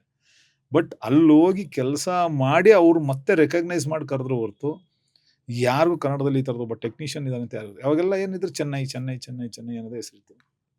ಅಲ್ಲಿಂದನೇ ಎಲ್ಲರೂ ಕರ್ಕೊಂಬರೋರು, ಅವ್ರ ಸಿನಿಮಾಗಳೆಲ್ಲ ಡಬ್ಬಿಂಗ್ ಆಗೋದು, ಪ್ರತಿಯೊಬ್ಬರು ಆ ಸಿನಿಮಾಗಳು ನೋಡೋರು. ನಮ್ಮ ಕನ್ನಡ ಸಿನಿಮಾ ಎಲ್ಲೋ ಒಂದೊಂದು ಯಾರು ನೋಡ್ತಾನೂ ಇಲ್ಲ, ಏನಿಲ್ಲ. ಪುನೀತ್ ಅವ್ರ ಸಿನಿಮಾ ನೋಡಿದ್ರೆ ಬಟ್ ಎಲ್ಲ ಹೊರಗಡೆಯಿಂದಾನೆ ಬರೋರಲ್ಲ, ರಾಮ್ ಶೆಟ್ರು ಅವರೆಲ್ಲ ಹೊರಗಡೆಯಿಂದಾನೆ ಬರೋರು. ದರ್ಶನ್ ಸರ್ ಸಿನಿಮಾ ಎಲ್ಲ ಲೋಕಲ್ ಮಾಸ್, ಇಲ್ಲಿದ್ದವ್ರು ನೋಡ್ತಿಲ್ಲ, ಎಲ್ಲೋ ಒಂದೊಂದ್ಸರಿ ಆ ಕಡೆ ಒಂದಷ್ಟು ಜನ ನೋಡೋರು. ಬಟ್ ಯಾರು ಅವಕಾಶಗಳು ಕೊಡ್ತಿಲ್ಲ. ಅಲ್ಲೂ ಅಷ್ಟೇ, ನಾನು ಮಿನಿಮಮ್ ಅಲ್ಲೂ 1 ವರ್ಷ 4-5 ಸರಿ ಹೋಗಿ ಅಲ್ಲೇ ಸ್ಟೇ ಆಗಿ ಒಂದಷ್ಟು CDಗಳೆಲ್ಲ ಕೊಟ್ಟು ನನ್ನ ಬಗ್ಗೆ ಇಂಟ್ರೊಡ್ಯೂಸ್ ಮಾಡಿಕೊಂಡು ಪ್ರತಿಯೊಬ್ಬರಿಗೂ ಹೇಳಿ ಈ ಥರ ಹಿಂಗಿದ್ದೆ ನೋಡಿ ಸರ್ ಅಂತ ಹೇಳಿ ಮಾಡಿದ ಮೇಲೆ ನನಗೆ ಅದು ಒಂದೊಂದು ಅವಕಾಶಗಳು ಸಿಕ್ಕು. ಕಂಫರ್ಟ್ ಝೋನ್ ಅಲ್ಲಿ ಕೂರ್ಬೋದಿತ್ತಲ್ವಾ, ಇಲ್ಲೇ ಸಿನಿಮಾಗಳು ತುಂಬಾ ಚೆನ್ನಾಗಿದೆ, ಕನ್ನಡಕ್ಕೆ ಮಾಡ್ಕೊಂಡು ಹೋಗ್ತೀನಿ ಅಂತ. ಬಟ್ ಆದ್ರೂ ನಾವು ಪ್ರಯತ್ನ ಇರ್ತಾರೆ ಎಲ್ಲಾ ಕಡೆಗೂ. ಹೌದು, ನನ್ನ ಕಲೆನ ಅಂದ್ರೆ ನನಗೆ ಗೊತ್ತಿಲ್ಲ, ದೇವ್ರು ನನ್ನ ಮೈಂಡ್ ಅಲ್ಲಿ ಏನ್ ಕೊಟ್ಟನೋ ಏನು ಅನ್ನೋದು ನಂಗೆ ಗೊತ್ತಿಲ್ಲ, ಭಗವಂತನೇ ಕರ್ಕೊಂಡು ಹೋದ್ನ ಗೊತ್ತಿಲ್ಲ. ಬಟ್ ನಾನು ಒಂದೇ ಚಾಲೆಂಜ್ ಅನ್ಕೊಂತ ಇದ್ದು, ಅವ್ರುಗಳು ಮಾಡೋದು ನಾವ್ ಯಾಕೆ ಮಾಡೋಕ್ಕಾಗಲ್ಲ. ಅವ್ರಿಗಿರೋ ಸ್ಕಿಲ್ ನನಗೆ ಅಲ್ಲಿ ಏನು ಹಂಗಾರೆ ಶೂಟಿಂಗ್ ಏನು ಮಾಡ್ತಾರೆ ಅವರು, ಯಾವ ರೀತಿ ಮಾಡ್ತಾರೆ ನೋಡೋಣ ಅಂತ ಅಂದ್ಬಿಟ್ಟು ಅಲ್ಲೋಗಿ ನೋಡಿದ್ರೆ ಅಲ್ಲಿ ಒಂಚೂರು ಫ್ರೀಡಮ್ಮು, ನಿಮ್ಮ ಕೆಲಸಕ್ಕೆ ಏನು ಬೇಕು ಅನ್ನೋ ಅವಶ್ಯಕತೆ, ಏನೇನು ಎಕ್ವಿಪ್ಮೆಂಟ್ಗಳು ಬೇಕು. ಆಮೇಲೆ ನಮ್ಮಲ್ಲಿ ಎಕ್ವಿಪ್ಮೆಂಟ್ಗಳೆಲ್ಲ ತುಂಬ ಲಿಮಿಟಾಗಿ ಬರೋದು, ಇದೆಲ್ಲ ಈ ಥರದ್ದೆಲ್ಲ ಒಂದಷ್ಟು ಸಮಸ್ಯೆಗಳಿರೋದ್ರಿಂದ ಆಗ್ತಿರ್ಲಿಲ್ಲ. ಅದನ್ನೆಲ್ಲ ತೊಗೊಂಡು ನಾವು ಯೂಸ್ ಮಾಡ್ಕೊಂಡು ಮಾಡಿದ್ದೆ ಸಂಗೊಳ್ಳಿ ರಾಯಣ್ಣ ಇರ್ಬೋದು, ಅಪ್ಪು ಅವ್ರದ್ದು ವಂಶಿ ಇರ್ಬೋದು. ಆ ಥರ ಅಲ್ಲಿ ಹೋಗಿ ಎಲ್ಲ ಒಂದಷ್ಟು ಮಾಡ್ಕೊಂಡು ಬಂದ್ಮೇಲೆ ನಾವಿಲ್ಲಿ ಒಂದು ಮಾಡೋದಕ್ಕೊಂದು ಅವಕಾಶ ಸಿಗ್ತದೆ. ಆ್ಯಂಡ್ ಅಪ್ಪು ಸರ್ ಜೊತೆಗಿನ ಸಿನಿಮಾಗಳು ಸಿಕ್ಕಾಪಟ್ಟೆ ಒಳ್ಳೆ ಫೇಮ್ ಕೊಡ್ತು ನಿಮಗೆ. ನಾವು ಜಾಕಿ ಸಿನಿಮಾ ನೋಡಿದಾಗ ಎಲ್ಲ ವಂಶಿ ನೋಡಿದಾಗೆಲ್ಲನೂ ಇದು ಯಾರು ಸ್ಟಂಟ್ ಮಾಡಿದ್ದು ಅನ್ನೋ ಲೆವೆಲ್ಗೆ ಜನಗಳು ಮಾತಾಡಂಗಾಗಿದ್ರು. ಆ ಟೈಮು ಒಂಥರ ಹೆಂಗಿತ್ತು ಅಂದ್ರೆ, ಅಲ್ಲಿವರೆಗೂ ಬರೀ ಆ್ಯಕ್ಟ್ರು ಮತ್ತು ಡೈರೆಕ್ಟರ್ ಬಗ್ಗೆ ಮಾತ್ರ ಮಾತಾಡ್ತಿದ್ದ ಆಡಿಯನ್ಸು. ಎಡಿಟರ್ ಬಗ್ಗೆ ಮಾತಾಡೋಕ್ಕೆ ಸ್ಟಾರ್ಟ್ ಮಾಡಿದ್ರು, ಅಥವಾ ಸ್ಟಂಟ್ ಡೈರೆಕ್ಟರ್ ಬಗ್ಗೆ ಮಾತಾಡೋದು, ಟೆಕ್ನಿಷಿಯನ್ಗಳ ಬಗ್ಗೆ ತುಂಬ ಮಾತಾಡೋಕ್ಕೆ ಸ್ಟಾರ್ಟ್ ಮಾಡಿದ್ರು. ಆ ಟೈಮಲ್ಲಿ ಅಪ್ಪು ಸರ್ದು ಕಂಟಿನ್ಯೂಸ್ ಸಿನಿಮಾಗಳನ್ನು ಮಾಡ್ಕೊಂಡ್ಬರ್ತೀರಾ. ಅಲ್ಲಿ ಅವಾಗ ಬೇರೆ ಭಾಷೆಗಳಿಗೂ ಒಂದು ಸ್ವಲ್ಪ ತಲುಪ್ತು, ಈ ಜಾಕಿ ಆಗಲಿ ಇಲ್ಲಾಂದರೆ ವಂಶಿ ಆಗಲಿ ಎಲ್ಲನೂ ತಲುಪ್ತಾ ಇತ್ತಲ್ಲ. ಆಗ ಒಂದಷ್ಟು ಹೆಸರು ಲೈಮ್ ಲೈಟ್ಗೆ ರವಿ ವರ್ಮಾ ಅವರು one of the finest technician ಕನ್ನಡದಲ್ಲಿ, ಆ್ಯಂಡ್ ಟಾಪ್ ಟೆಕ್ನಿಷಿಯನ್ ಸ್ಟಂಟ್ ಡಿಪಾರ್ಟ್ಮೆಂಟಲ್ಲಿ ಅಂತ ಬಂದಾಗ ಅಂತೆಲ್ಲ ಬಂತು. ಸೊ ಅಲ್ಲಿಂದ ಅಂದರೆ ಇನ್ನೊಂದು ಥರನೇ ನಿಮ್ಮ ಜರ್ನಿ ಶುರುವಾಯ್ತಾ? ಹೌದು, ಏನಂತಂದರೆ ಈಗ ದರ್ಶನ್ ಸರ್ ಸಿನಿಮಾ ಮಾಡಿದಾಗಲೇ ಒಂದು ಸೀಮಿತ ವರ್ಗ ಮಾಡಿಬಿಟ್ಟಿದ್ರು. ಇವರು ಓನ್ಲಿ ದರ್ಶನ್ ಅವ್ರಿಗೆ ಈ ಥರ ಒಂದು ಸಣ್ಣ ಅಂದರೆ ಒಂದು ರಾ ಥರ ತೆಗೆಯೋದಕ್ಕಷ್ಟೇ ಇವರು ಫಿಕ್ಸು, ಟೆಕ್ನಿಕಲಾಗಿ ಕೆಲಸ ಮಾಡೋರಿಲ್ಲ ಅನ್ನೋ ರೀತಿಲಿ ಒಂದು ಫಿಕ್ಸ್ ಆಗ್ಬಿಟ್ಟಿದ್ರು. ಯಾವಾಗ ನಾನು ಹೊರಗಡೆ ಎಲ್ಲ ಹೋಗಿ ಕೆಲಸ ಮಾಡೋಕ್ಕೆ ಸ್ಟಾರ್ಟ್ ಮಾಡಿದೆ, ಅವಾಗ ಎಲ್ಲರೂ ಒಂದಷ್ಟು ರವಿವರ್ಮ ಒಳಗಡೆ ಹೋಗಿ ಕೆಲಸ ಮಾಡಿದ್ದಾನೆ ಹಂಗೆ ಹಿಂಗೆ ಅಂತ ಸೌಂಡ್ ಆದಾಗ, ಮತ್ತು ನನಗೆ ಅಪ್ಪು ಸರ್ದು ಸಿನಿಮಾ ಬಂದಾಗಲೇ ಇನ್ನೊಂದಷ್ಟು ರೆಕಗ್ನೈಸ್ ಆಯಿತು. ಯಾವಾಗ ನಾವು ಇವಾಗ ಎಕ್ಸಾಂಪಲು ಸೂರ್ಯ ಅವರು ಅವಾಗ ಆರ್ಟ್ ಡಿಪಾರ್ಟ್ಮೆಂಟಲ್ಲಿ ಕೆಲಸ ಮಾಡ್ಬೇಕಾದ್ರೆ ಇವ್ರದ್ದು ಯಾವುದೋ ದರ್ಶನ್ ಅವ್ರದ್ದು ಒಂದು ಸಿನಿಮಾ ಸಾಧು ಕೋಕಿಲ ಡೈರೆಕ್ಟ್ರು ಸುಂಡ್ರಗಾಳಿ, ಆ ಸಿನಿಮಾದಲ್ಲಿ ಅವ್ರು ಆರ್ಟ್ ಡಿಪಾರ್ಟ್ಮೆಂಟಲ್ಲಿ ಕೆಲಸ ಮಾಡ್ತಾಯಿದ್ರು. ಅವಾಗ ನಾನು ಆ್ಯಕ್ಷನ್ ಡೈರೆಕ್ಟ್ರು. ಅವಾಗಲೇ ನಮ್ಮ ಕೆಲಸ ಒಂದಷ್ಟು ನೋಡಿದ್ರು. ತಿರ್ಗಿ ದುನಿಯಾ ಮಾಡೋ ಟೈಮಲ್ಲಿ ಏನಾಗಿತ್ತು, ಅವರು ಲಿಮಿಟ್ ಬಜೆಟ್ ಅಂದ್ಕೊಂಡಿದ್ರು. ಅವಾಗಲೂ ನೋಡಿ ಅವರೂ ಅಷ್ಟೇ, ಅವಾಗಲೂ ಓಕೆ ಬೇರೆ ಥರದ ಆ್ಯಕ್ಷನ್ ಮಾಡಬೇಕು, ಇವ್ರು ಸೇಮ್ ರುಟೀನ್ ಥರದ ಇವ್ರು ಆ್ಯಕ್ಷನ್ ಮಾಡ್ಕೊಂಡು ಹೋಗ್ತಾರೆ ಅಂತ ಅಂದ್ಬಿಟ್ಟು ಅವಾಗ ಬೇರೆ ಒಬ್ಬರನ್ನ ಕರ್ಕೊಂಡು ಅವ್ರು ಇಂಟ್ರೊಡ್ಯೂಸ್ ಮಾಡ್ಕೊಂಡು ಅವ್ರಿಗೆ ವರ್ಕ್ ಮಾಡ್ಕೊಂಡೋರು. ಸರಿ, ಹಂಗಿದ್ದಾಗ ನಾನು ಇಲ್ಲಿ ಅಪ್ಪು ಸರ್ ಹತ್ರ ಕೆಲಸ ಮಾಡ್ದೆ. ನಾವು ವಂಶಿ ಮಾಡಿದ್ವಿ, ತಿರ್ಗಿ ಅದಾದಮೇಲೆ ಇನ್ನೊಂದು ಸಿನಿಮಾ ಮಾಡಿದೆ. ಈ ಜಾಕಿ ಟೈಮಲ್ಲಿ ಸೂರ್ಯ ಅವ್ರದ್ದು ಕನೆಕ್ಟ್ ಆಗಿ ಹೋದ್ವಿ ನಾವು. ಸರಿ, ಜಾಕಿ ಟೈಮಲ್ಲಿ ಹೆಂಗಿತ್ತು ಅಂತ ಅಂದರೆ, ನೀವು ಆ್ಯಕ್ಟಿಂಗ್ ಮಾಡಬೇಕು, ಫೈಟು ಮಾಡಬೇಕು ಅಂತ ಬಂದು. ಓಕೆ, ಹೌದು.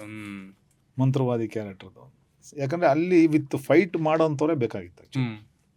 ಅಲ್ಲಿಂದ ಬೇರೆ ಥರದ ಕೊರಿಯೋಗ್ರಾಫಿ ಬೇರೆ ರೀತಿ ಮಾಡೋದು. ಯಾಕಂದರೆ ನಮಗೆ ಫಸ್ಟ್ ಆಫ್ ಆಲ್ ಇವಾಗ ಯಾವುದೇ ಆ್ಯಕ್ಷನ್ ಡೈರೆಕ್ಟರ್ ಆಗಿರಲಿ, ಒಂದು ನಾವು ಮಾಡಿರೋ ಒಂದು ಕೊರಿಯೋಗ್ರಾಫ್ನ ಕರೆಕ್ಟಾಗಿ ಒಬ್ಬ ಹೀರೋ ಯಾರಾದರೂ ಅದನ್ನು ಫುಲ್ಫಿಲ್ ಮಾಡಿಬಿಟ್ರೆ ಅದಕ್ಕಿಂತ ಇನ್ನೊಂದು ಒಂದು ಏನಂತಾರೆ ಖುಷಿ ಆಗ್ಬೋದು, ಅಥವಾ ಒಂದು ಕಾನ್ಫಿಡೆಂಟ್, ಇನ್ನೂ ಏನೋ ಮಾಡಬೇಕು ಅನ್ನೋ ಒಂದು ಕಾನ್ಫಿಡೆನ್ಸ್ ಇನ್ನೊಂದಿಲ್ಲ.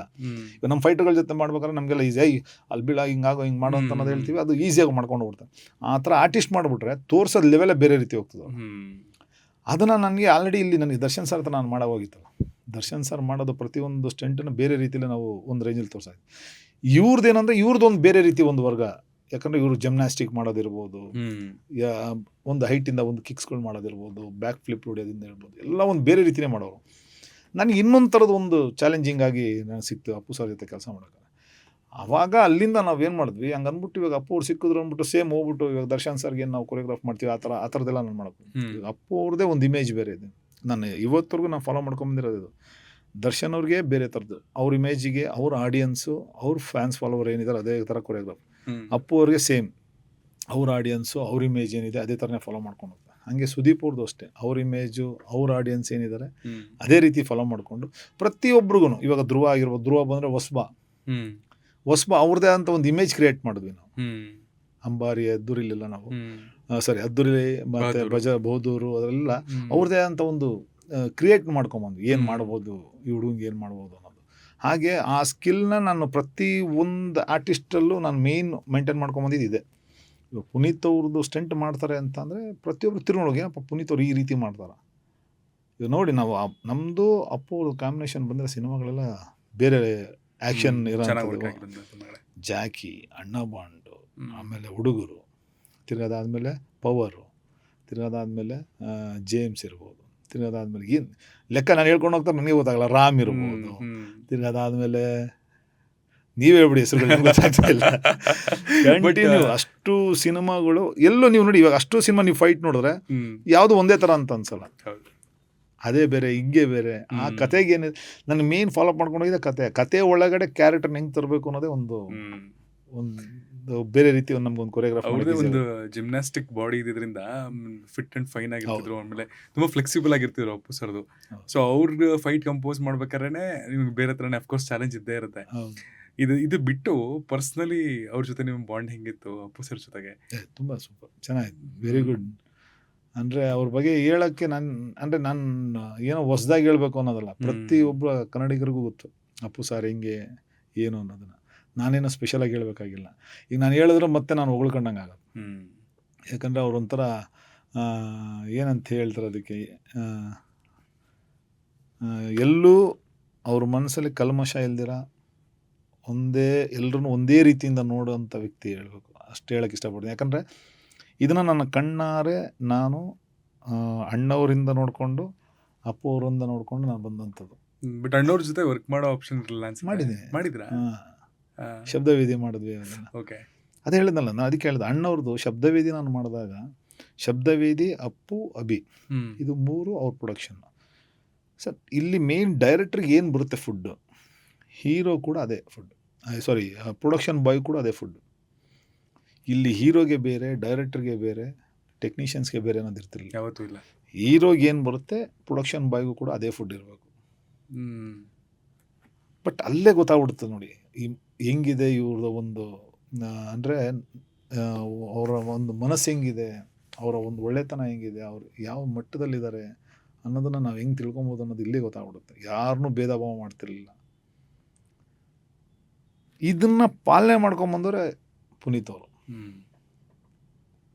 ಅವ್ರೂ ಅಷ್ಟೇ ಬಂದಾಗ ಸೆಟ್ಟಲ್ಲಿ ಅದೇನು ಇದೇನು ಕೇಳ್ತಿರಲಿಲ್ಲ. ಅವ್ರಿಗೇನು ಇವ್ರಿಗೇನು ಪುನೀತ್ ಅವ್ರು ಬರುತ್ತೆ ಅದೇ ಅಲ್ಲೂ ಬರೋದು.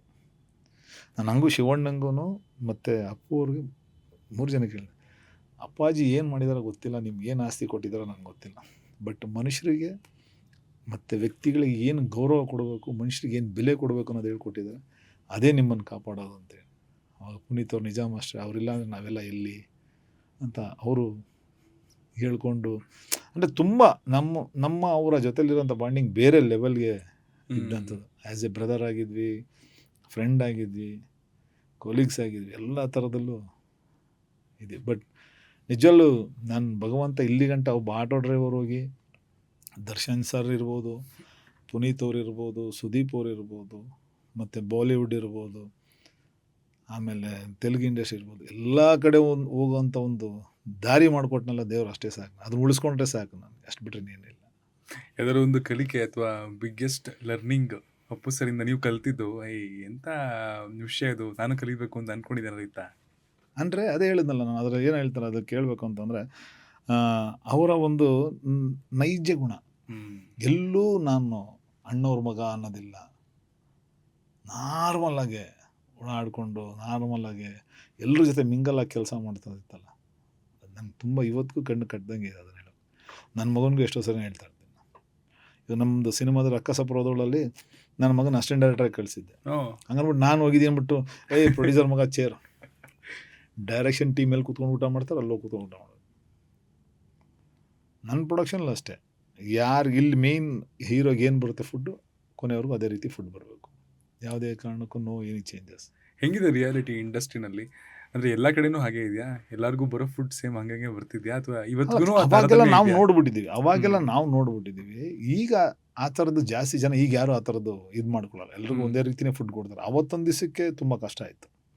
ಅವತ್ತೊಂದು ದಿವಸದಲ್ಲಿ ಒಬ್ಬೊಬ್ರಿಗೂ ಒಂದೊಂಥರ ಬರೋದು, ಆ ಥರದ್ದೆಲ್ಲ ಇತ್ತು. ಆಮೇಲೆ ಈಗಲೂ ಸ್ಟಿಲ್ ಟುಡೇ ಹೈದರಾಬಾದಲ್ಲಿ ಈಗಲೂ ಹೋದರೆ ಕೆಲವು ಫೈಟರ್ಸ್ಗಳಿಗೆ ಒಂದಿಷ್ಟು ಒಂದು ಇಡ್ಲಿ, ಒಂದು ಪೊಂಗಲ್ಲು, ಇಲ್ಲ ಒಂದು ಉಪ್ಪಿಟ್ಟು ಕೊಟ್ಬಿಟ್ರೆ ಮುಗಿದೋಯ್ತು ತಿಂಡಿ ಅಂತಾರೆ.